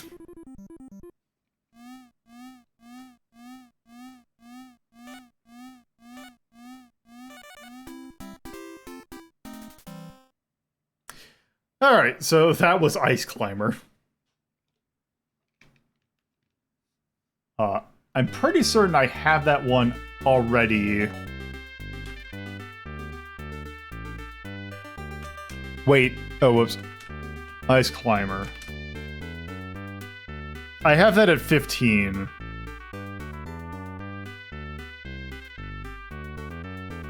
I actually think that... Let's see, I got Sonic Chaos, Spy Hunter, the arcade version of Punch-Out! I think the arcade version of Punch-Out! Is actually slightly better than that. So I'm actually gonna put that, like, maybe... Okay, Athena? Arcade? Yeah, I'm putting that down. You get banished. To 16. I do like... I will say, I do like the charm of it. I think it's cute. But other than that, I think that game's garbage. Anyway. Enough of that. That was Ice Climber and its arcade counterpart. All right, so that was 4C, suggested by Tyrion. Next up, we got 3A, suggested by Max and Chachi.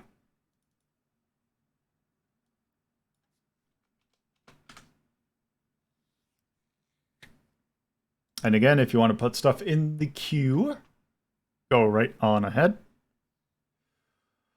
So, as these first 5 are based on the season and the quarter, November is turkey time.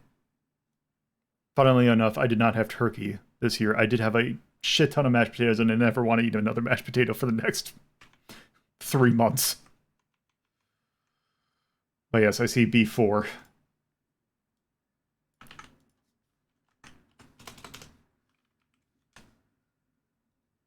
So let's do... These all games are involve turkeys of some sort. What that means, we'll find out. 3A. Brunswick Circuit Pro Bowling 2.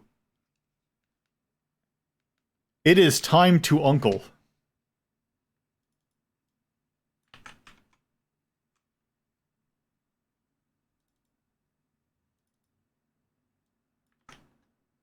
This is a PlayStation game, and yes. Let me bring out the PlayStation. And the controller.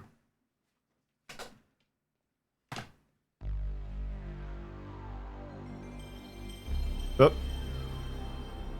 While this goes on. Actually, I need to check something. With this, because I am so the thing with the Mister is that I am using an actual I'm using an actual DualShock. I'm also using an actual memory card. So I actually oh shit. I think I might have actually broke some, or screwed something up. So what else do I have enough space on this memory card? Not that I think it matters. Okay, so what all do I even have on this? Let's see, Arkanoid. I think that's the Tales of Destiny that came with this Pocket Station. Ridge Racer Revolution, Arkanoid R2000, Ace Combat 2. What is that? That is... Okay. Shisutes...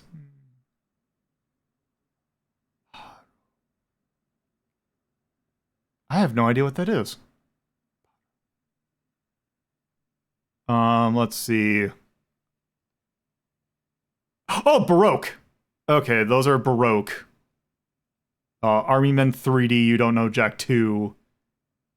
R question mark MJ and Aconcagua, which I'm not touching that because I need it for tomorrow. Thank you to Egg Buddy for the follow. Also, thank you, Feltemp Repartio. Sorry, I'm trying to see it out of the corner of my eye. Anyway, enough of that. It's time for bowling.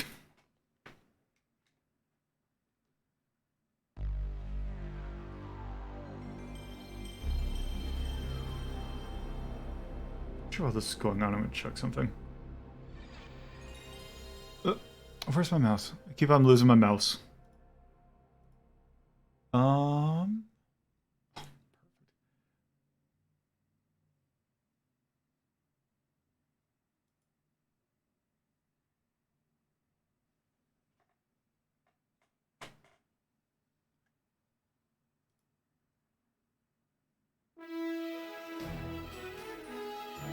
Alright, THQ.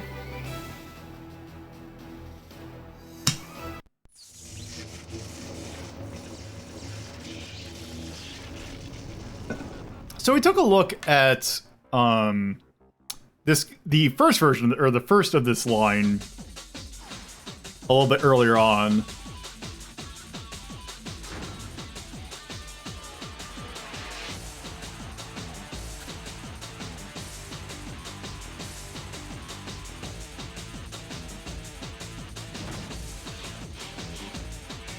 I hope you're prepared for Uncle.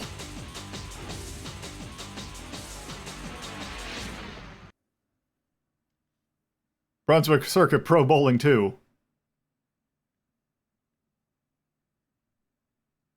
Also, by the way, since I'm on the PlayStation Core, and one thing that got pointed out was the thing that tells me when the resolution's changing. I did find a setting on that, and it no longer lasts for 10 seconds, it now lasts for 2. We played the original of this, not this version. Let me check to see what my audio balancing is. There we go. Okay, that actually seems pretty alright. Okay. What are my options?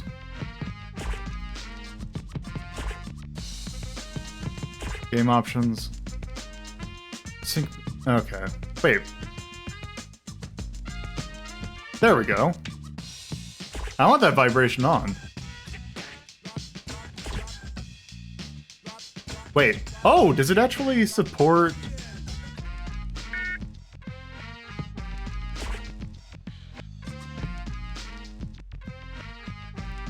Okay, I'm taking this out just in case. So I'm actually using a multi-tap. This is the first game I've actually seen support the multi-tap.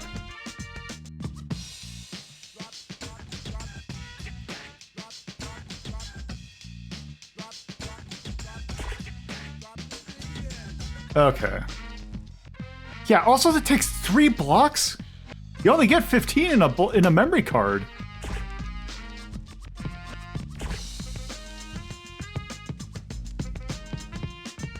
Also, let's see, open play, tournament, practice, pro career, amateur career, skills challenge, cosmic bowl. Let's practice. Let's see, we got all sorts of different lanes, where this is one of those bowling games that actually has the oil pattern on it that I could never understand what this actually means. Let's see, we got... Going all over the world, let's see, we got the 10 Clubs Bowl Arena in Reno, the Tapatía Bowling in Mexicali, Mexico, Ichinaya Tenpin in Tokyo, Cavalier Parkway in Akron, Ohio. The Brunswick Games are the one games that are not cowardly enough or to actually have a level that takes place in Akron, Ohio. Midway Lanes in Roxbury, New Jersey. Kimsung Tenpin in Seoul, South Korea. El Spieler in Bowl House in Munich. Fortuna Bowlplex in Calabasas, California. El Camino Lanes in Azusa, California. Okay, let's just do this one. Let's add a player.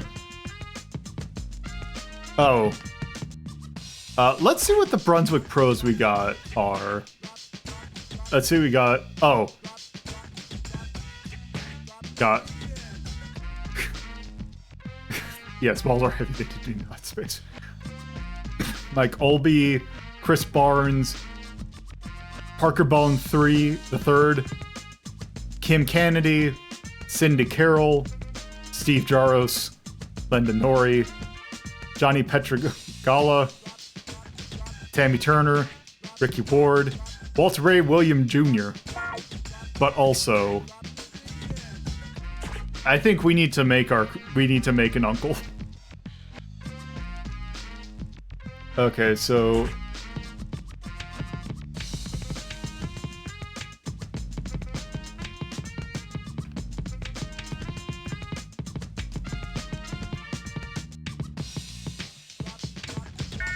oh, damn.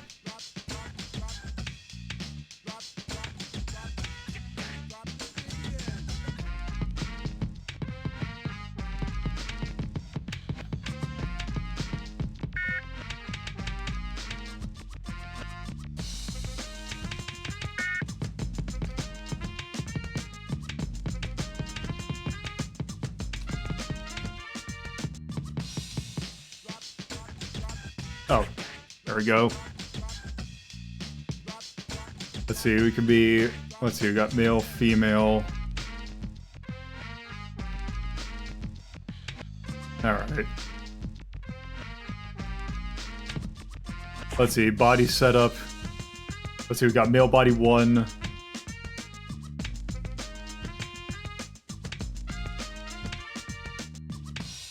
Those are certainly some bodies.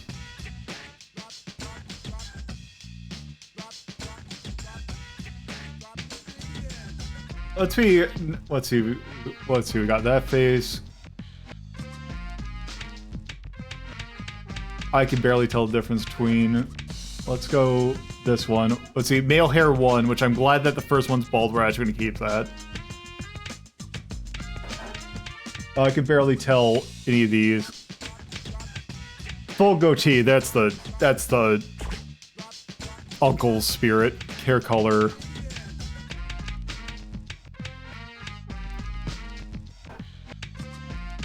Skin color. Let's go with that.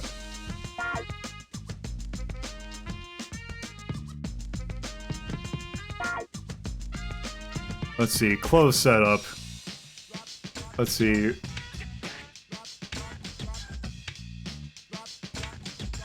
Look at all of these polos. Never before has a game had this many polos in it. Oh, that's a good polo. We're gonna keep that. Let's see. Pants style, slacks, jeans. Slacks and jeans, the absolute two types of pants. Let's go slacks.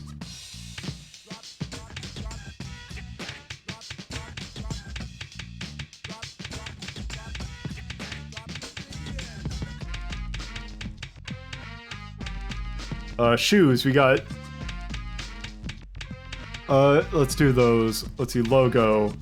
Oh yeah, that's the good shit. Yeah, there we go. Yeah. Oh. Oh, so many good choices. You know what? I think the yin yang.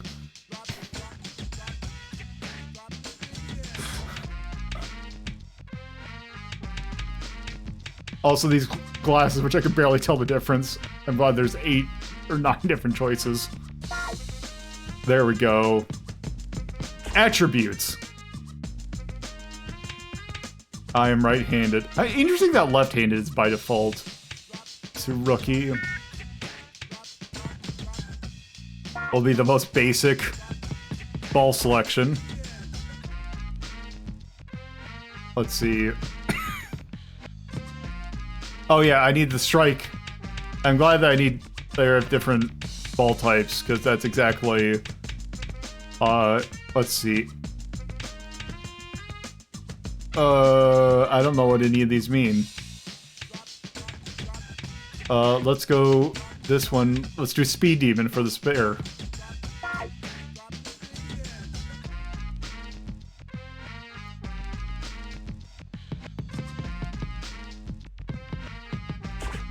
Okay, there we go.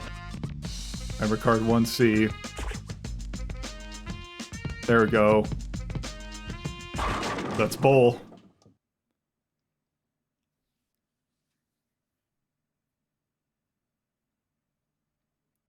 Practice session featuring Unclolo.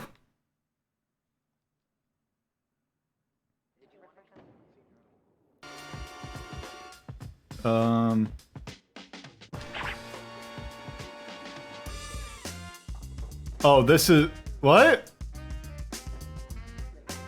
What does this mean?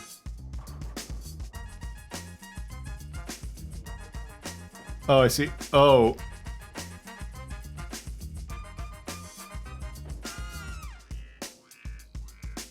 Oh, what the hell is...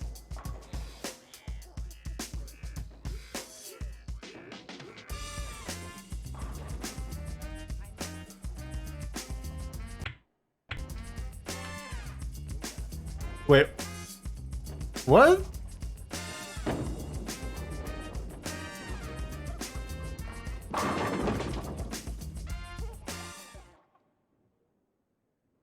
Okay.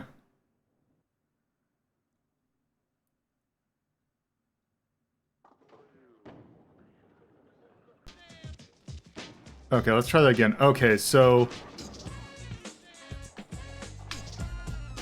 Okay, so you hold back on the stick and then you hit forward. Is how you bowl. There we go.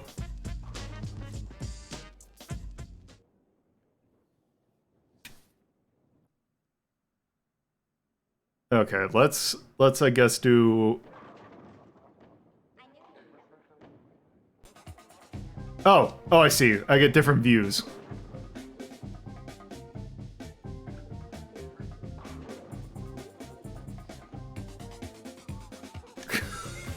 I like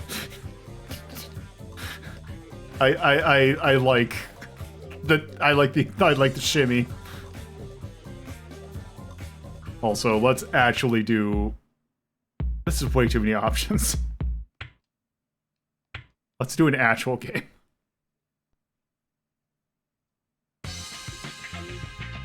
Okay, new game. Let's do Cosmic Bowl.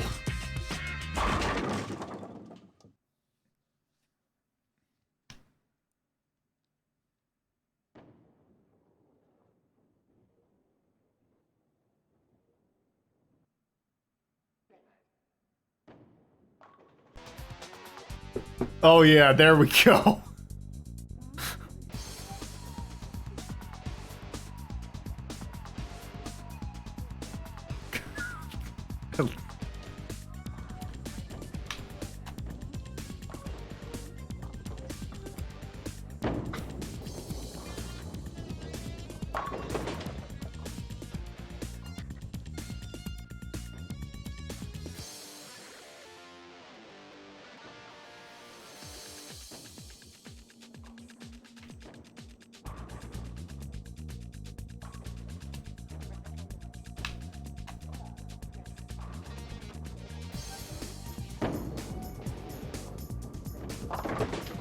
Nope.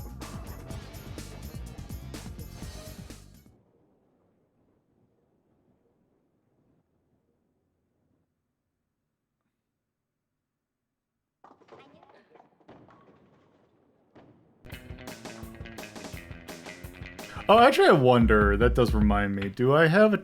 Oh. Wait, music type. What are we... Oh, what are we doing? Let's see, we got Cosmic Jams, Brunswick Groove. Oh. We gotta have it at Cosmic Jams.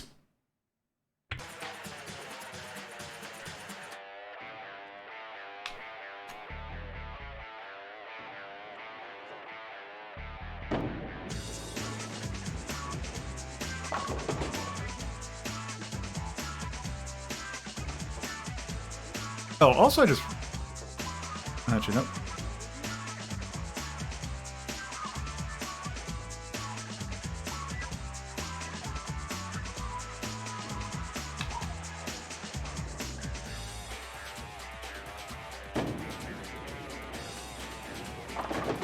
Yeah, there we go. Do I at least get a good spare animation? No, I don't.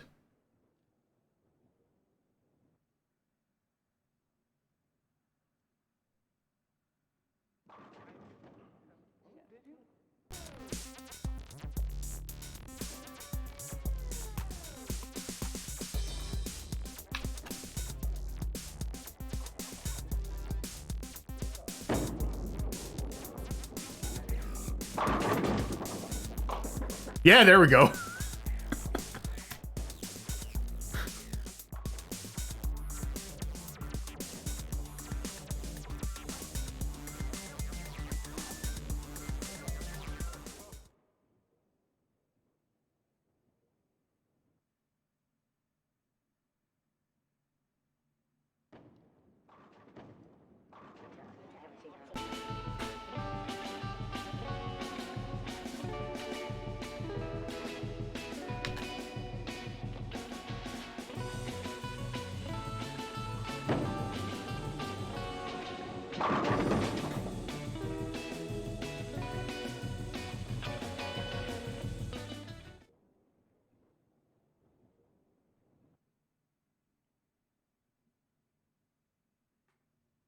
I kind of wish that the strike animation existed.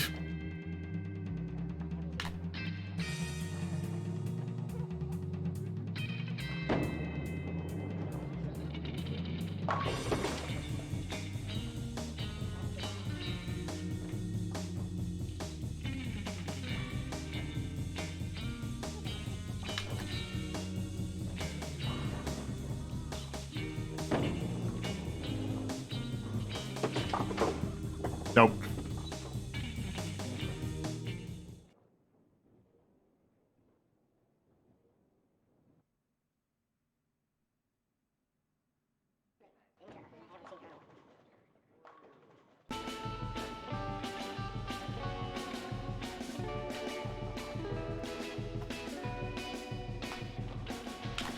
Oh, that's gonna be...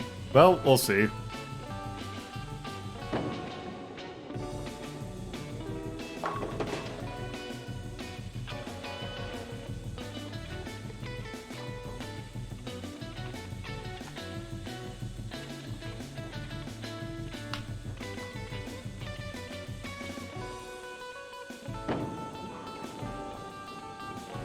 Did you miss anything, really weird? You are here for Uncle.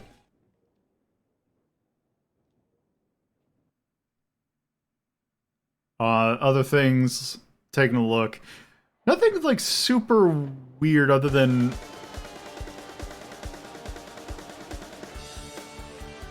we took a look at Lionheart for the Amiga, which was interesting. Also, a PC Engine CD port of Mega Man 1. Also, Super Godzilla.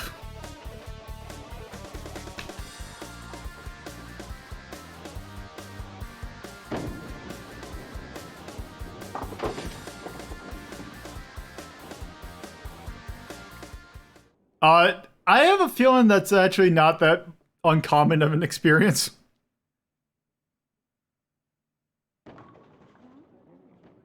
Unless it's like something is wrong about a Twitch Bucks.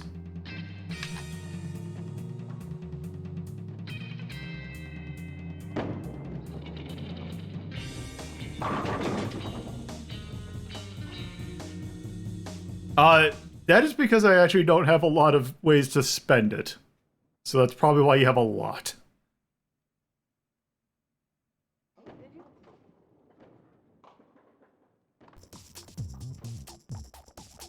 I wouldn't be too concerned.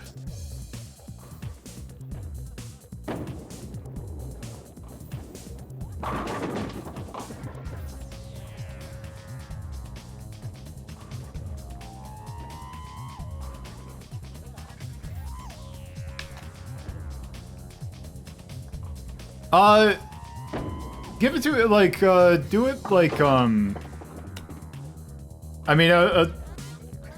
baby boot. No, just do it when I'm in, when I have the thing up, it's, like, super easy to, do it, so actually that's probably a decent time to do it. Which is not gonna be that far off because, I feel like we've seen enough of this, but there is one crucial part of this game that I need to see. Oh, yeah, I got a turkey. I think.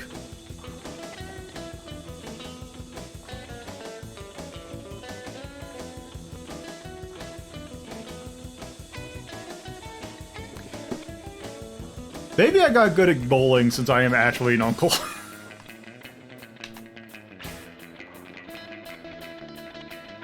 Oh, I just spare? Okay. Here, let me make it a turkey. Damn.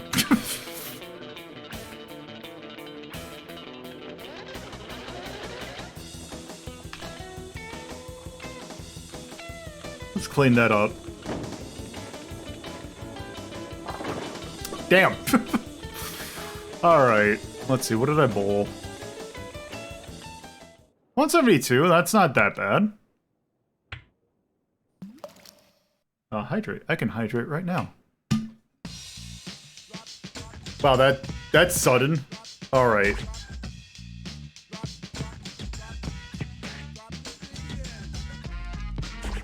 Okay, here's the thing that I'm curious about.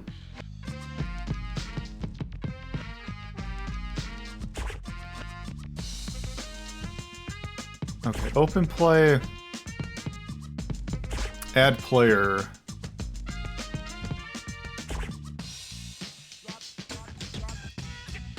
Okay, here's the question.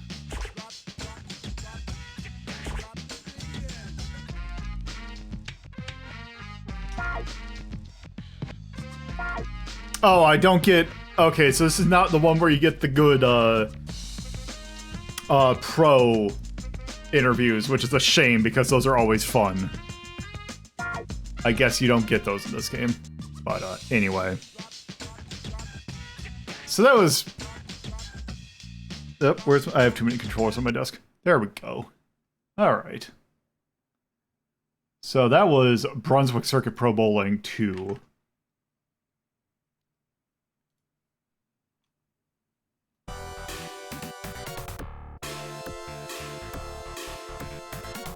Alright, I will get that to you once before we move on to the next game. I forgot to check to see when this game came out.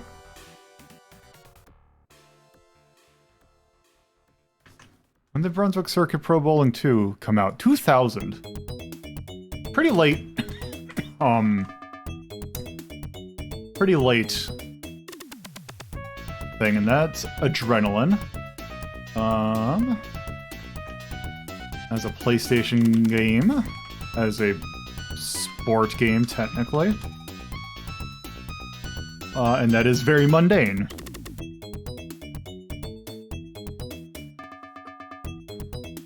Okay, so here's a question, is where did the first one go?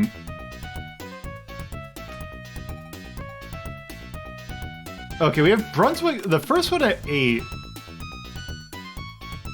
That's 2 years later. I kind of feel like that's slightly better. Like, I think I'll put that at 7. It's a pretty good bowling game, although it's a little convoluted. But then other than that, oh, also technically it's based on license. Naturally. Other than that, I think it's a perfectly fine game. Okay, so, I need to do some things real quick because... Ignore it being very tiny.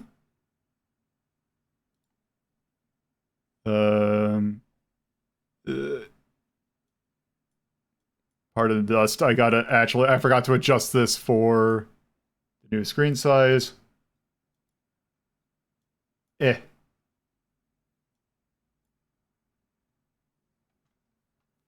Ignore the part at the bottom.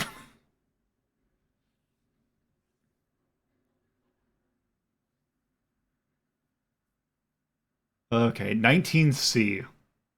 Potpourri.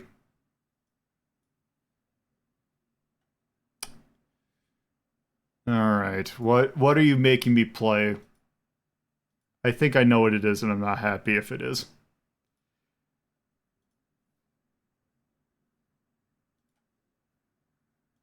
Well, shit.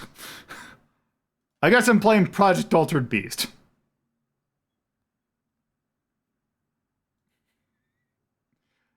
That'll be for January.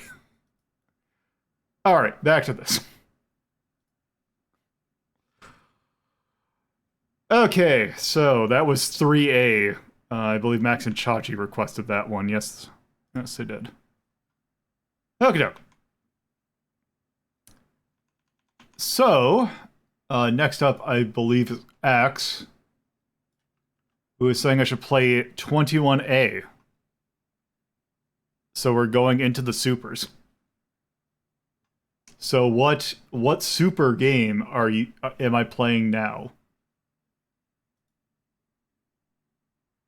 We are playing Super Caesar's Palace for the SNES.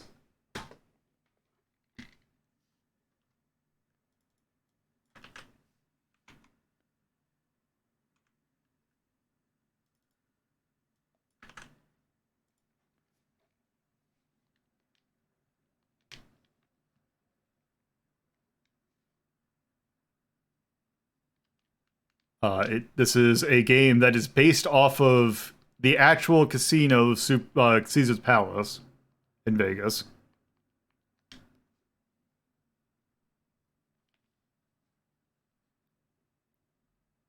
This product is for entertainment purposes only. Let's see, Virgin Games presents an Illusion Gaming Company creation. This game is very quiet.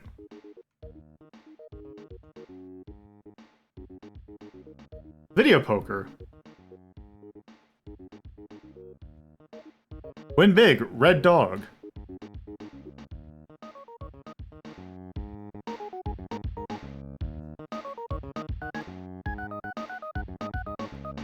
Oh, that's just it.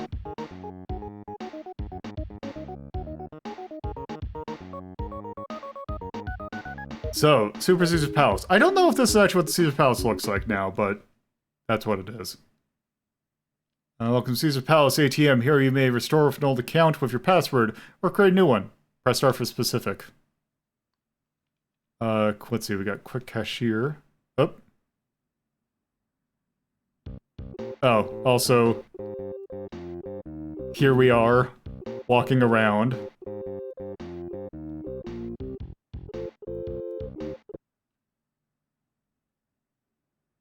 Yep, time to head out. Got right here. Actually, I changed my mind. I'm pretty sure it didn't. Also, I find this game funny, because I believe... Let's see, is there a way I can get the credits for this game?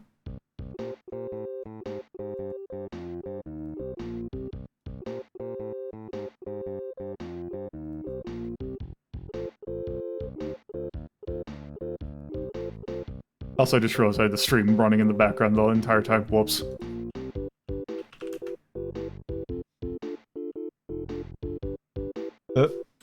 Oh, I can't spell Caesars. Right. Super Caesar. Wait. Or can... Oh, it is A. Super Caesar's Palace. Let's see. Sheets.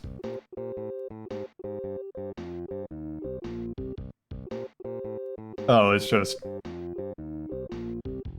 yeah, I just find this funny...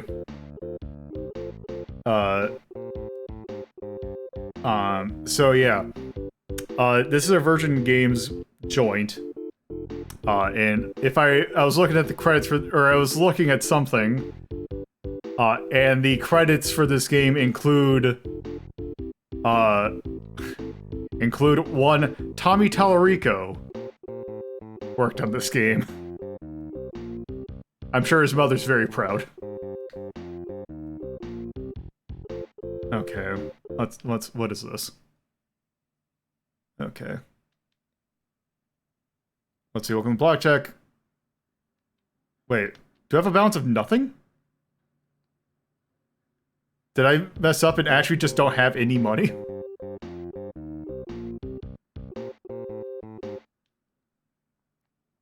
Oh, I guess I'll just do a new account.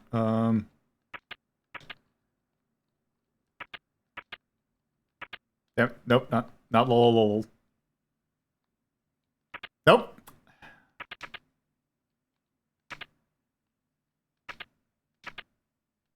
There we go. Okay, let's just... Actually, oh, that's right, I can cheat.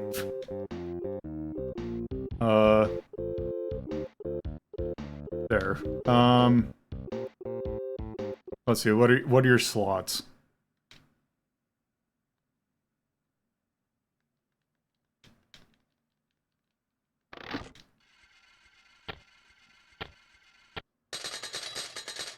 Hooray. Oh, there we go. I'm good. I know how to use a slot machine. Also, a fun thing about if you've not been to a casino, I don't think, like, barely any slot machines have the little handle on the side anymore. It's mostly just now, like, just buttons. Also, are the slots any different? Oh, there are different slots. Okay.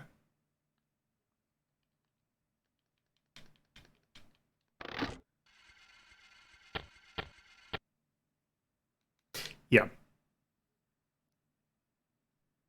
The thing is, they didn't make the slots boring. They made it faster so that you can pour more of your savings in them. Also, I think these video poker is going to be just basic video poker. Yep, that looks about right.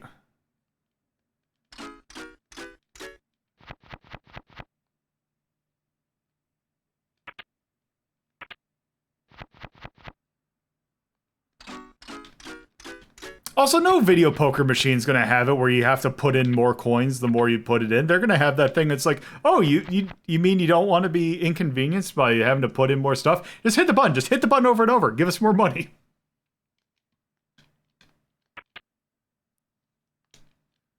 Also, modern casino slot machines are fascinating. Because if you want to see like gotcha animation, like if you wonder where modern gotcha animations get their ideas from, it's basically that. Also, okay, looks like this is blackjack. I put $500 down. I know how to play blackjack. Okay.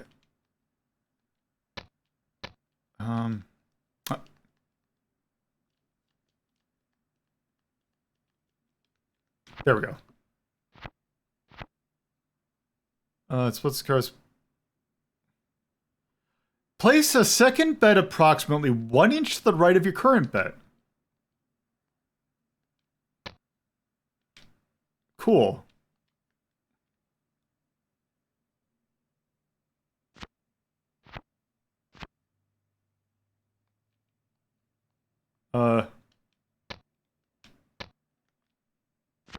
What?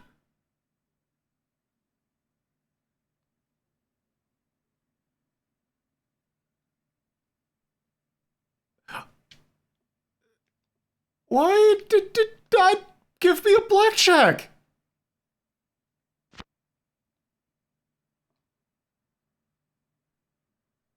That was a blackjack. Screw this. So casino pair, you need. So casino poker, you need, or for video poker, you need jacks or higher on a pair. Let's see, is that? That's more of that. Okay.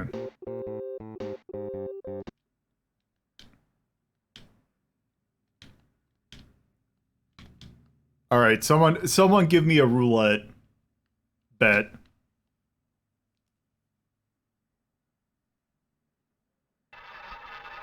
Oh, I guess it just went for me.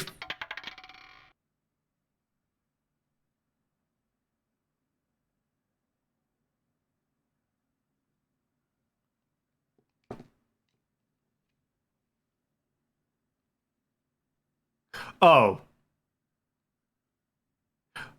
Oh, okay. Right. Yeah. I don't know.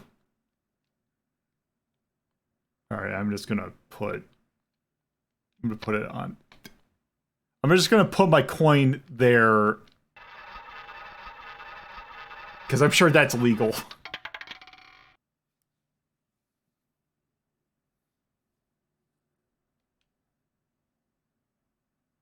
Soft on black 15. Oh shit! Wait. You can do that? Since when can you put it on the corners? I've never seen that. Huh. All right. Well, that's roulette. Now, one thing about because we actually played this a lot as kids for some reason. My grandma had this game. And the thing that we would spend the most time on is something you don't see in casino games, which is lottery tickets.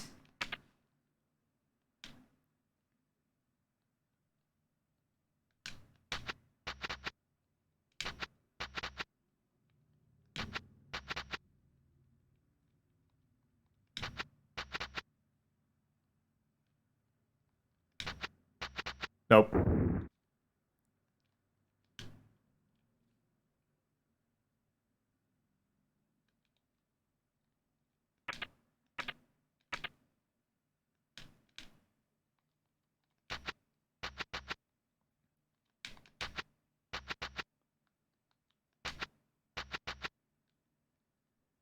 You've beaten the dealer.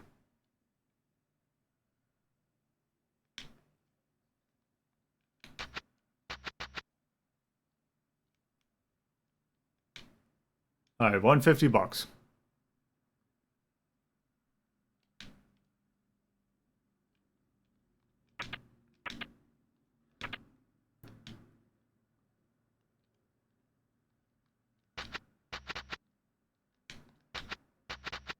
Well.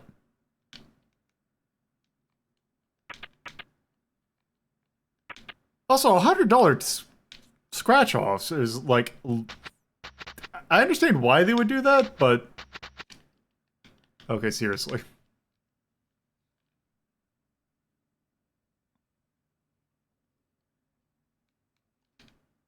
Okay, enough of that.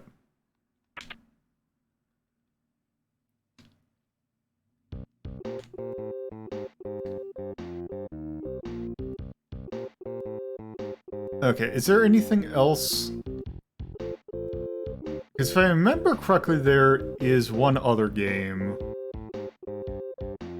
I just don't know where it is. Oh, there's Craps. There's also Red Dog, which I don't know how to play.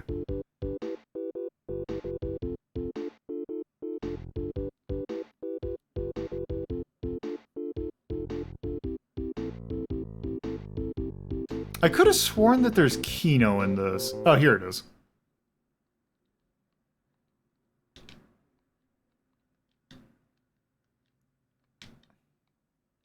There.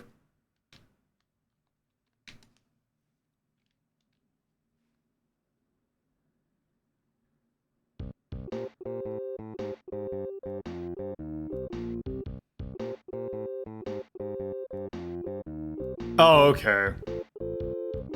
Yeah, it's just I've never seen it in any other casino game. Like, usually, like, the weirdest you get is, like, Paigao, or, like... Maybe occasionally you'll get Baccarat. I've not been officially sanctioned as a high roller. Oh, also is there... Oh, also, there's horse racing. Let's see, we got Booga, Weasel, Mr. Toad, and Dr. Dude.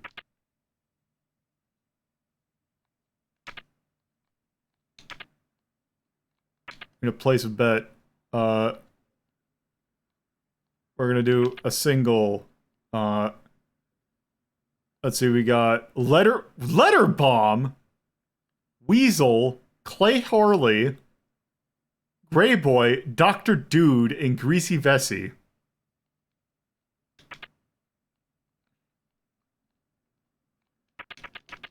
Oh,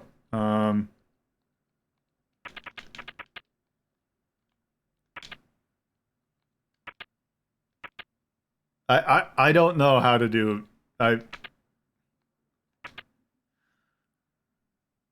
Let's see. Let's see. Good Boy, Gray Boy. Next race.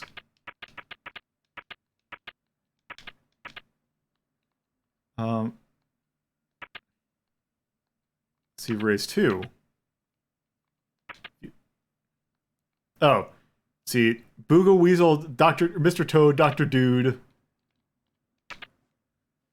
Good Boy, Gray Boy, House of Galt, Sea Island City, Purple Pickle, Easy Winner, Legend of Cukiot, Unspensky Sabor, Fairy Princess, Wicker Bicker, Clay Harley, Greasy Vesey, Letter Bomb. Okay.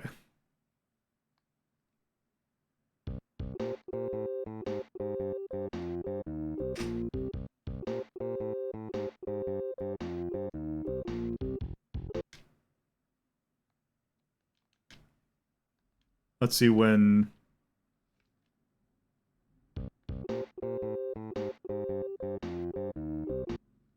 Alright, take it this is...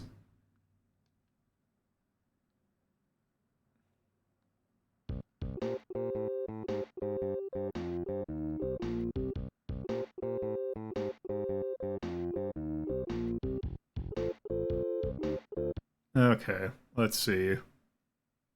Time to head out. Got it right here in my pocket. Goodbye.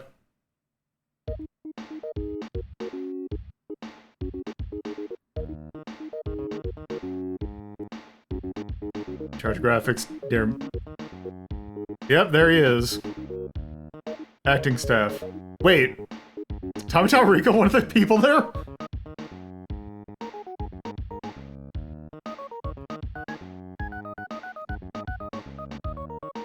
Or is it actually Joey Kuris? Hold on, I need to go.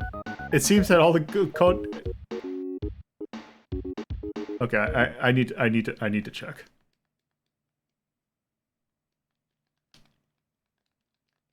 Yeah, I need to go back. I need to find Tommy.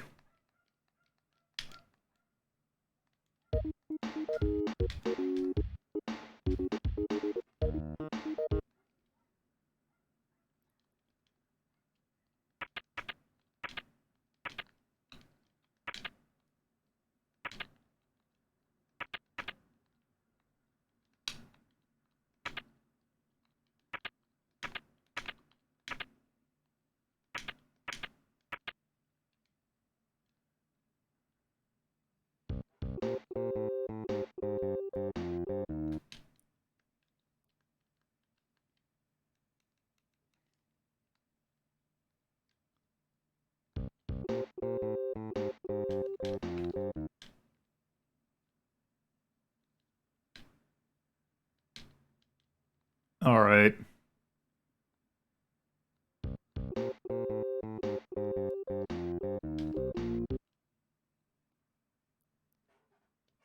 Nope.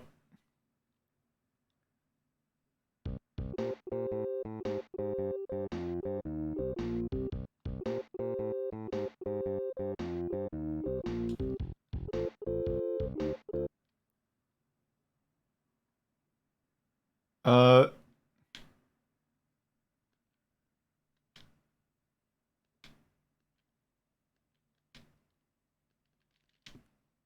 Okay.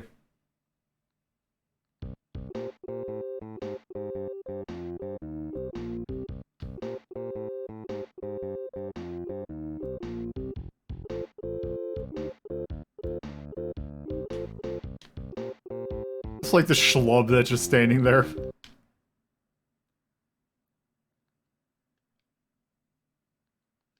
Yeah, this isn't one of those, like, it's not like Vegas Stakes where you can, like, get, like,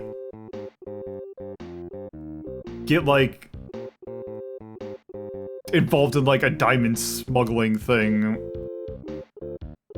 Okay. I don't know which one of these is Tommy.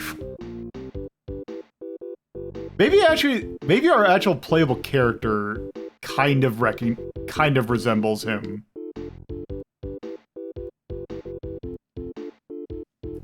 Is this Tommy? No, that's not him. How are you doing, fellow gambler?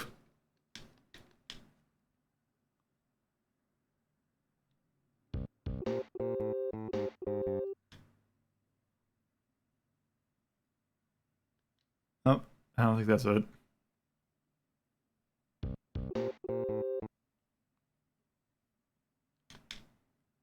All right. Okay, I think that's enough of Super Caesar's Palace.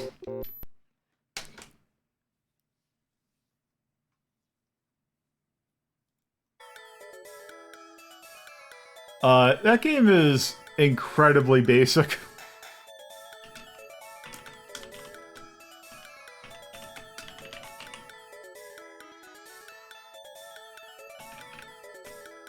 Uh, 1993 by Illusions. Yep, it does exactly what it promises. And it's a traditional style game based on license. Okay, where does... We have casino games at 11. I kind of feel like that's on the level of casino games. If actually a slightly less, because I feel like casino games just like gave you the thing, like it didn't have you do another bunch of fluff. So I actually think it's slightly worse than that. Also, I think it also looks bad.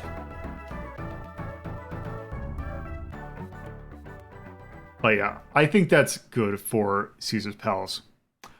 So I see we have 2 games left. I'm actually going to pause Redemptions, because I think what I'm going to do is I'm going to get through these 2, and I think then that'll be good enough for the stream, because that'll give me enough time that I could get the thing so that I don't have to deal with a potentially collapsing desk. But then also, we've done very good today, so I am perfectly fine with that. So, but before I get to these last 2 games, I will actually be right back.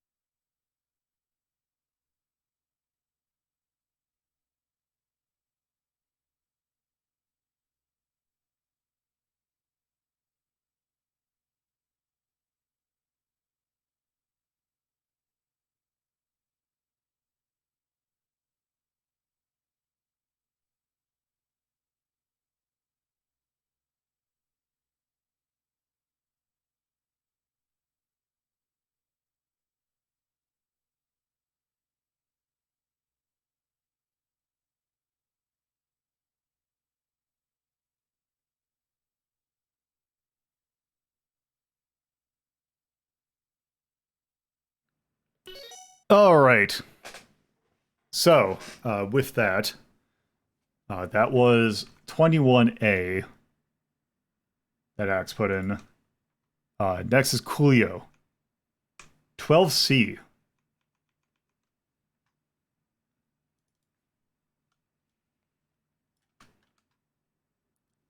And what do we got in 12C? This is Use Your Noodle. End this with a puzzle game. Tetris! I'm going to do the NES version because it is a version that I'm familiar with. So, Alexei Pajitnov, after, making Tetris, decided to see if he can make Lightning Strike Twice. And did a number of other puzzle games that involved tris in the name. That were very, very much falling block puzzles. And this is one of the more notorious ones.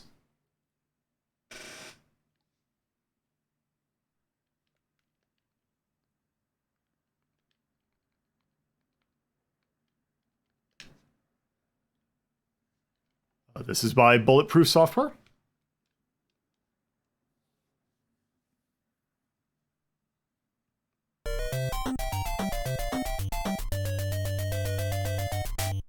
From 1991. So, I don't know what the shop means. Well, let's just do 0. Say 0.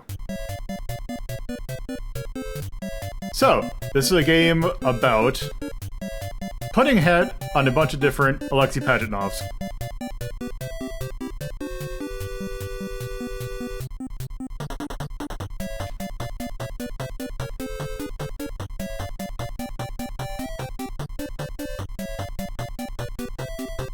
Specifically 5.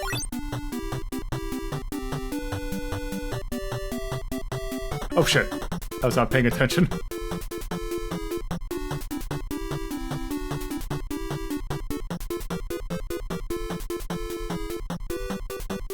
Yes, it is essentially kind of Yoshi with less rules.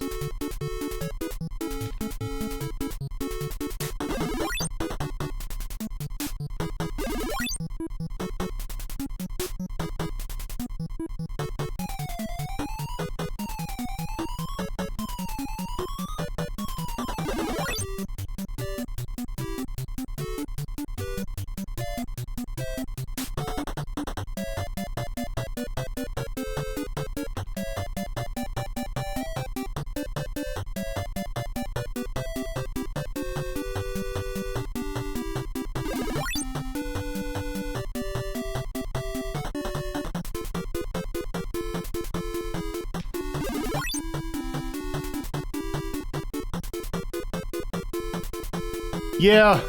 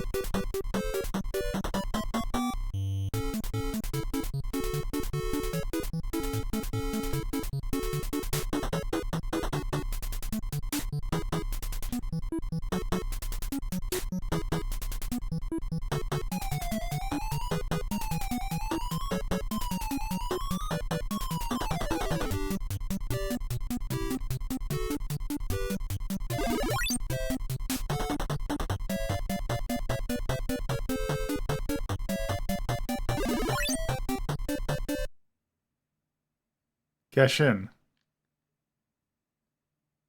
What?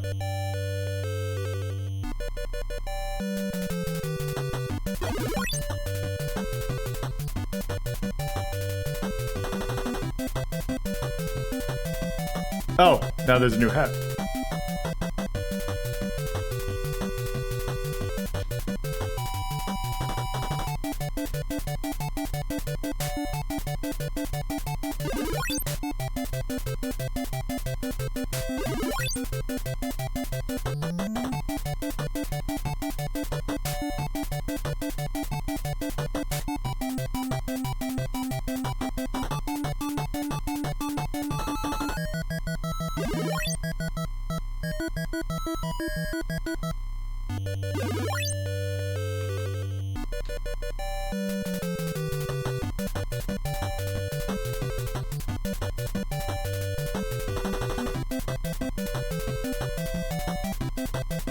Yeah, I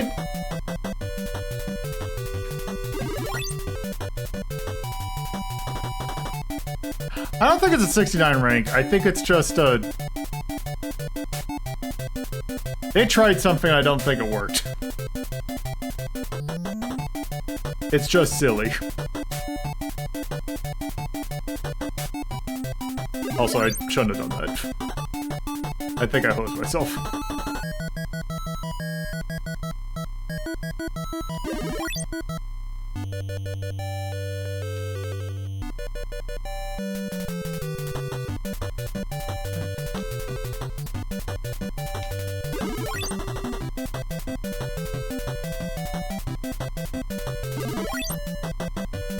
Oh, yes. Yes, that is the name for 69 rank, but I don't think it's gonna get this.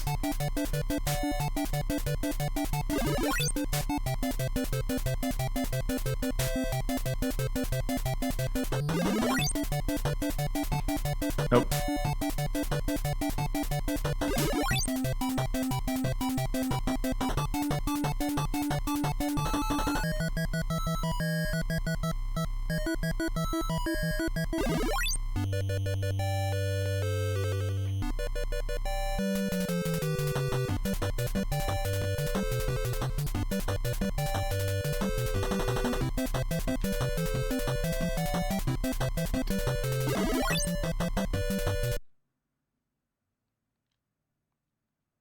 Oh, here we go.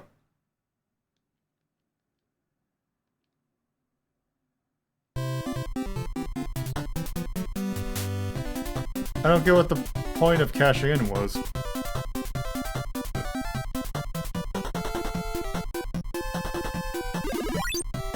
See, I take it I get a new hat.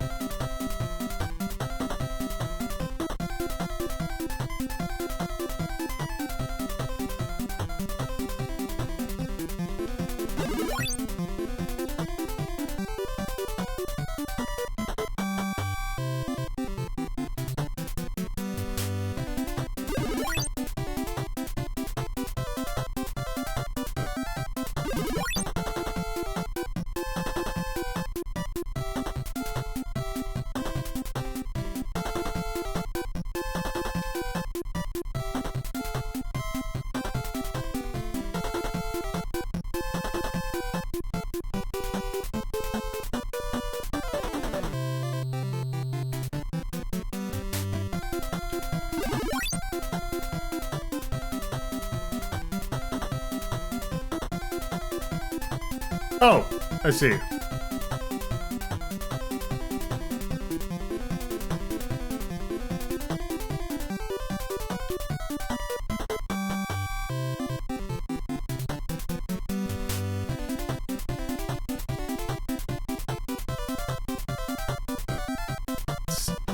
Okay.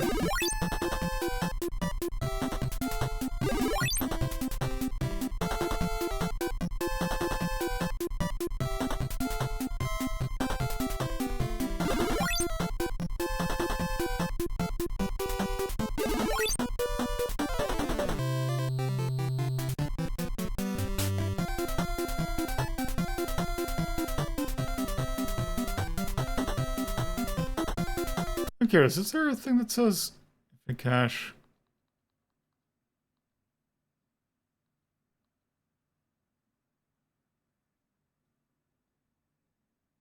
To get a worker move. Okay. Does cash keep going up? Oh, like that.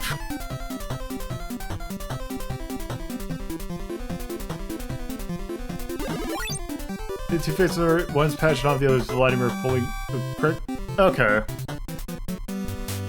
Oh.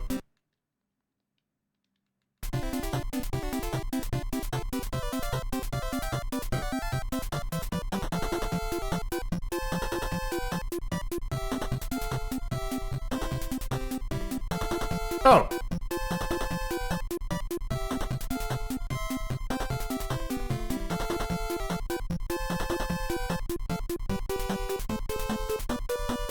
Oh, that's because I turned the cheat on.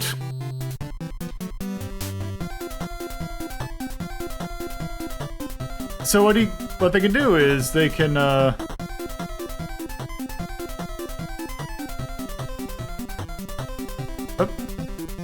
they can move something around. I don't know exactly what they did.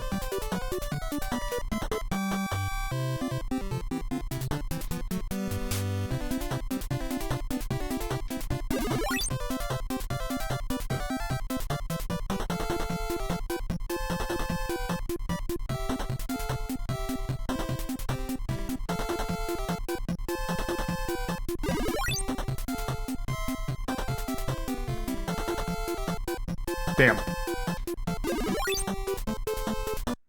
Okay. Nothing to cash in this stage. Okay. I'm curious about something.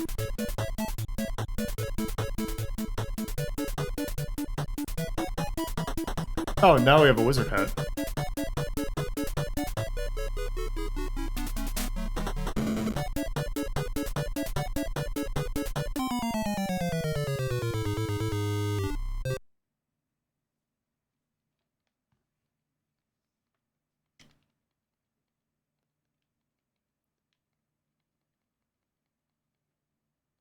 Oh, okay.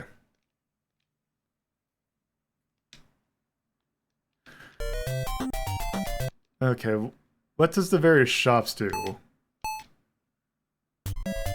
Can I change the song by chance?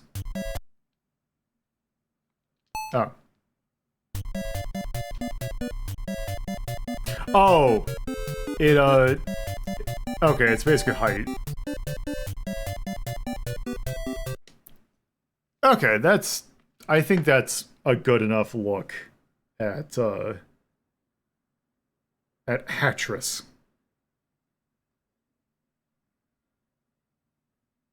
It is an interesting game, to say the least. But yes. Alright, let's put that on the board.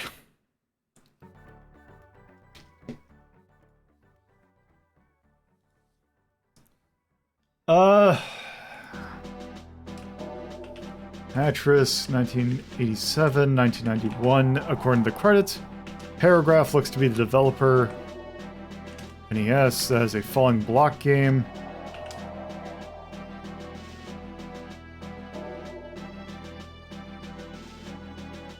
That is very whimsical. I'm gonna look to see what are the falling block games that I have.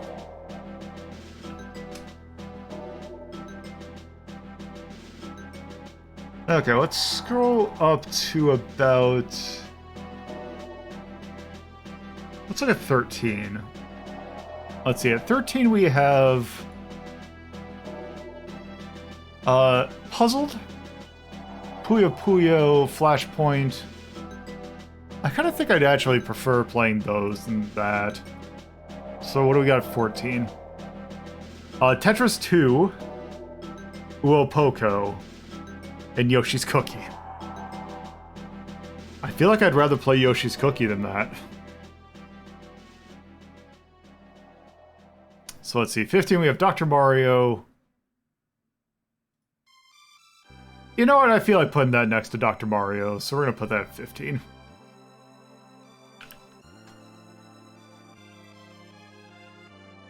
I like the music, but that's kind of it. So, I think that is a good for Tetris. So, with that, let us move on to our last game. So, with that, that was 12C, put in by Coolio. Now, Shark Vega, put in B4.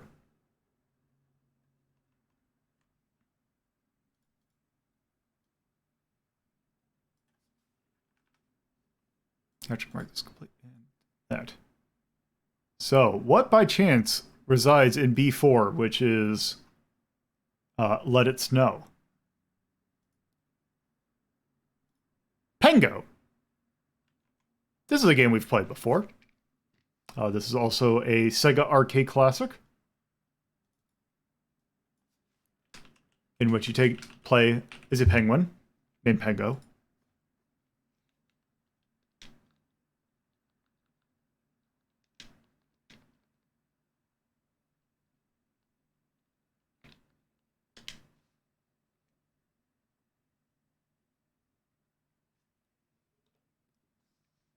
Also, I like that when you boot the arcade machine, it says that. Squash the Snowbees.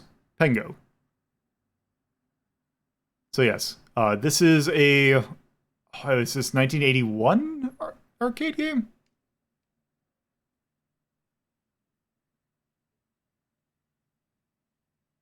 Does it give a year?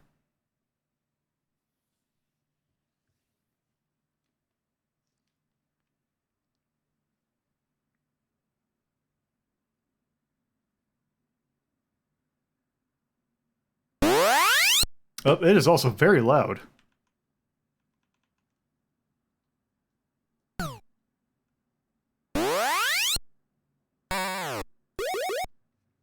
Okay, so, Pengo.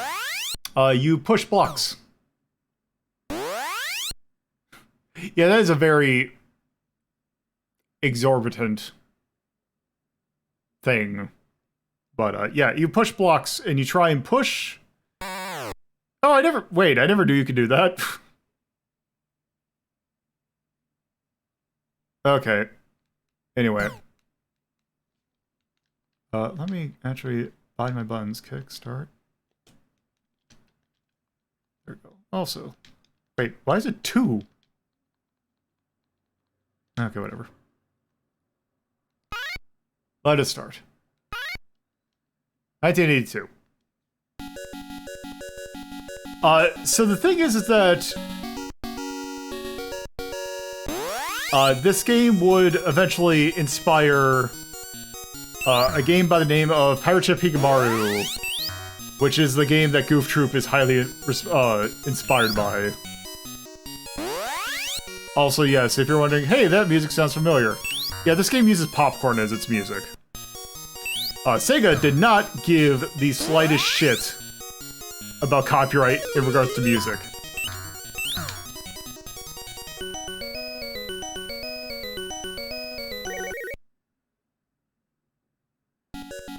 Is there a DOS game with this? I actually don't know.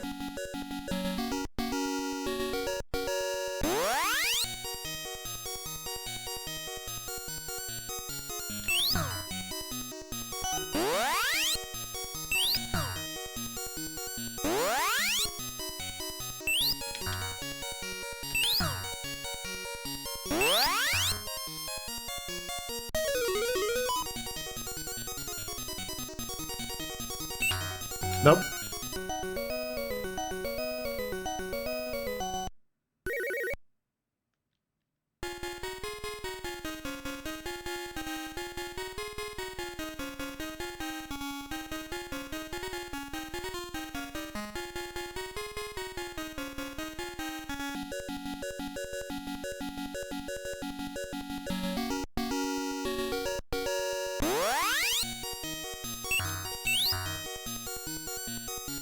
Oh shit.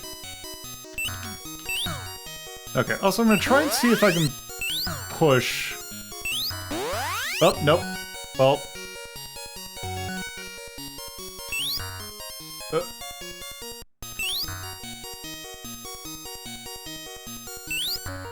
Nope.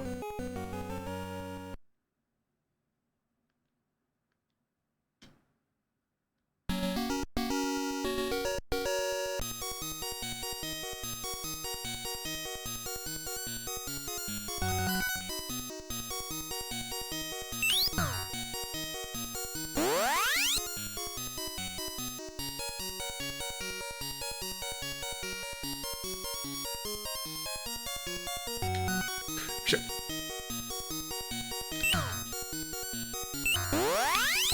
Oh. Nope.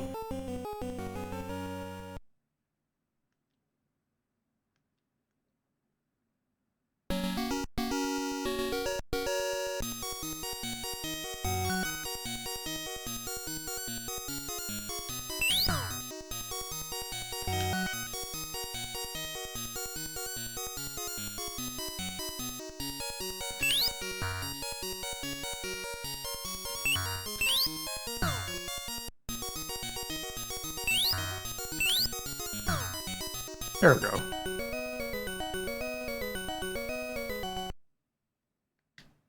No bonus.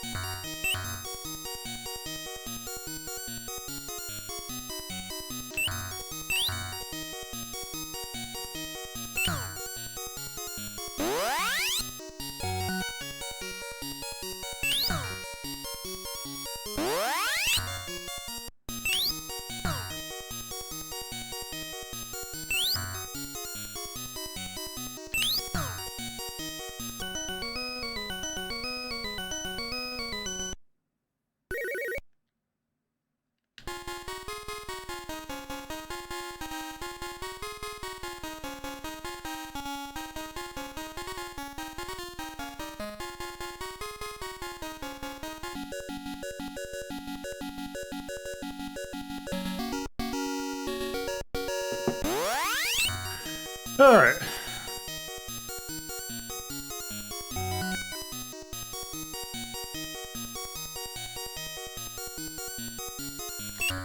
Nope. Hey, Firestreak. Lurking is perfectly fine, although we're actually getting close to the end of the stream.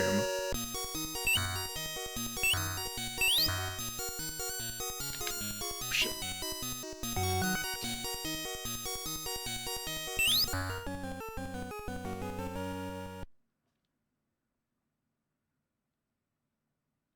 I kind of want to at least get them together once.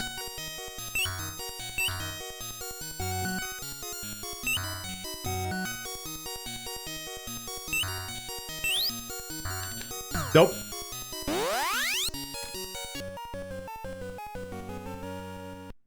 Almost. So what if I remember correctly, if you get the three together, you get a screen clear, essentially. So that's Pengo. It is a interesting, kind of more esoteric Sega arcade game, but it's perfectly good. It's also very early on. So we can see what this here Sega company had to offer in terms of video games. I believe we have ranked this already, which we have. We have it at 13, which I think is slightly small, or slightly low. It's a little clunky, but I don't think it's that bad.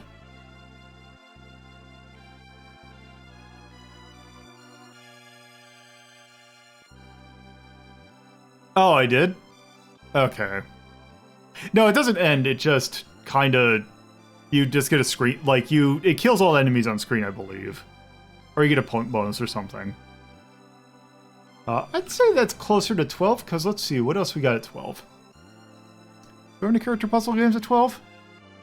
Moi-kun? Yeah, we have Moi-kun. Yeah! I think Moi-kun is a good comparison of being a game that's like, okay, it's kind of weird. 3,200 points? Oh, okay. Oh, not 330. When I get 3 of those diamonds together, when you have them all touch. That I didn't get. You guys get a bonus if you do them all in a line.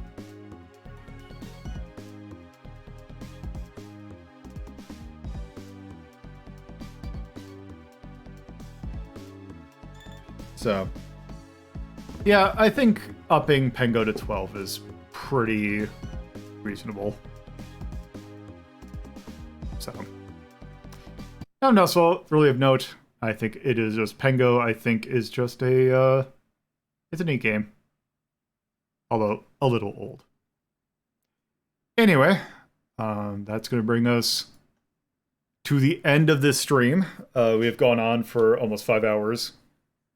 In regards to various different video games in benefit of the Trans Lifeline. Okay. So it looks like it just got ported. Yeah. So we have done good work today. We are going to be supporting Trans Lifeline one more time. And then likely we're going to get that 300. I'm going to guess. So there will be that. Maybe I'll have to think of just another maybe like a 360 goal if we end up making there, because you've all done good work and I am very appreciative of that. So anyway, I'm going to go install a monitor arm so I don't have to look at these monitors and think, oh god, I'm going to have these fall. So anyway, with that, let's go ahead and close this bad boy out. So thank you all for watching. My personal Twitter is @LoadedPuzzle, and also my personal co-host is also LoadedPuzzle. I do have a Discord where you can chat with the community, tape farm polls, and do other stuff. You can find that by going to club.haze.town. I do also have a coffee, which you can help with hosting costs and various other things at cafe.hazel.town. If you're watching this on a VOD, you can watch this live Fridays at 7:30 p.m. East Time, Saturdays at 2:30 p.m. East Time, and Sundays at 1 p.m. East Time at theater.hazel.town. I'm also, if you do want to watch VODs, you can watch them BeKindRewind.Hazel.Town, Monday, Wednesday, Fridays at 8 a.m. Eastern. There's also the podcast channel, which has Media Delta and Hazeltown Story. You can find them on the YouTube channel or at radio.hazel.town. Those get uploaded Thursdays at 8 a.m. Eastern on those two services. And with that, tomorrow we are going to be doing two things. One is we are going to be finishing up Aconcagua, but also we're going to be taking the main thing. Well, by main thing, I mean, it was the initial conceit of the episode, is we're going to be taking a look at a game called Fox Hunt, which is an FMV adventure game for the PlayStation 1. I have not heard good things about it. But anyway, with that, let me check something real quick.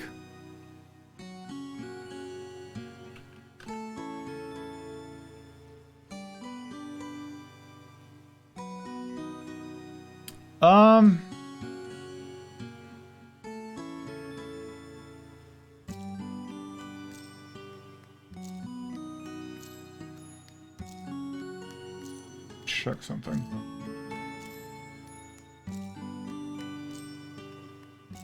I'm going to send you all over to Rejax, who is playing Stardew Valley. Actually,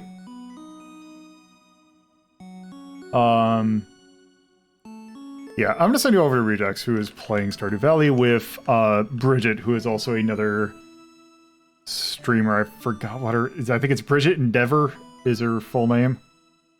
They're good, so you should go check them out, and I will catch you all at a later date. So thank you all for watching. Oh, I can't do it here. I gotta do it here. So, thank you all for watching. I hope you have a good rest of whatever time it is when you are watching. So, later.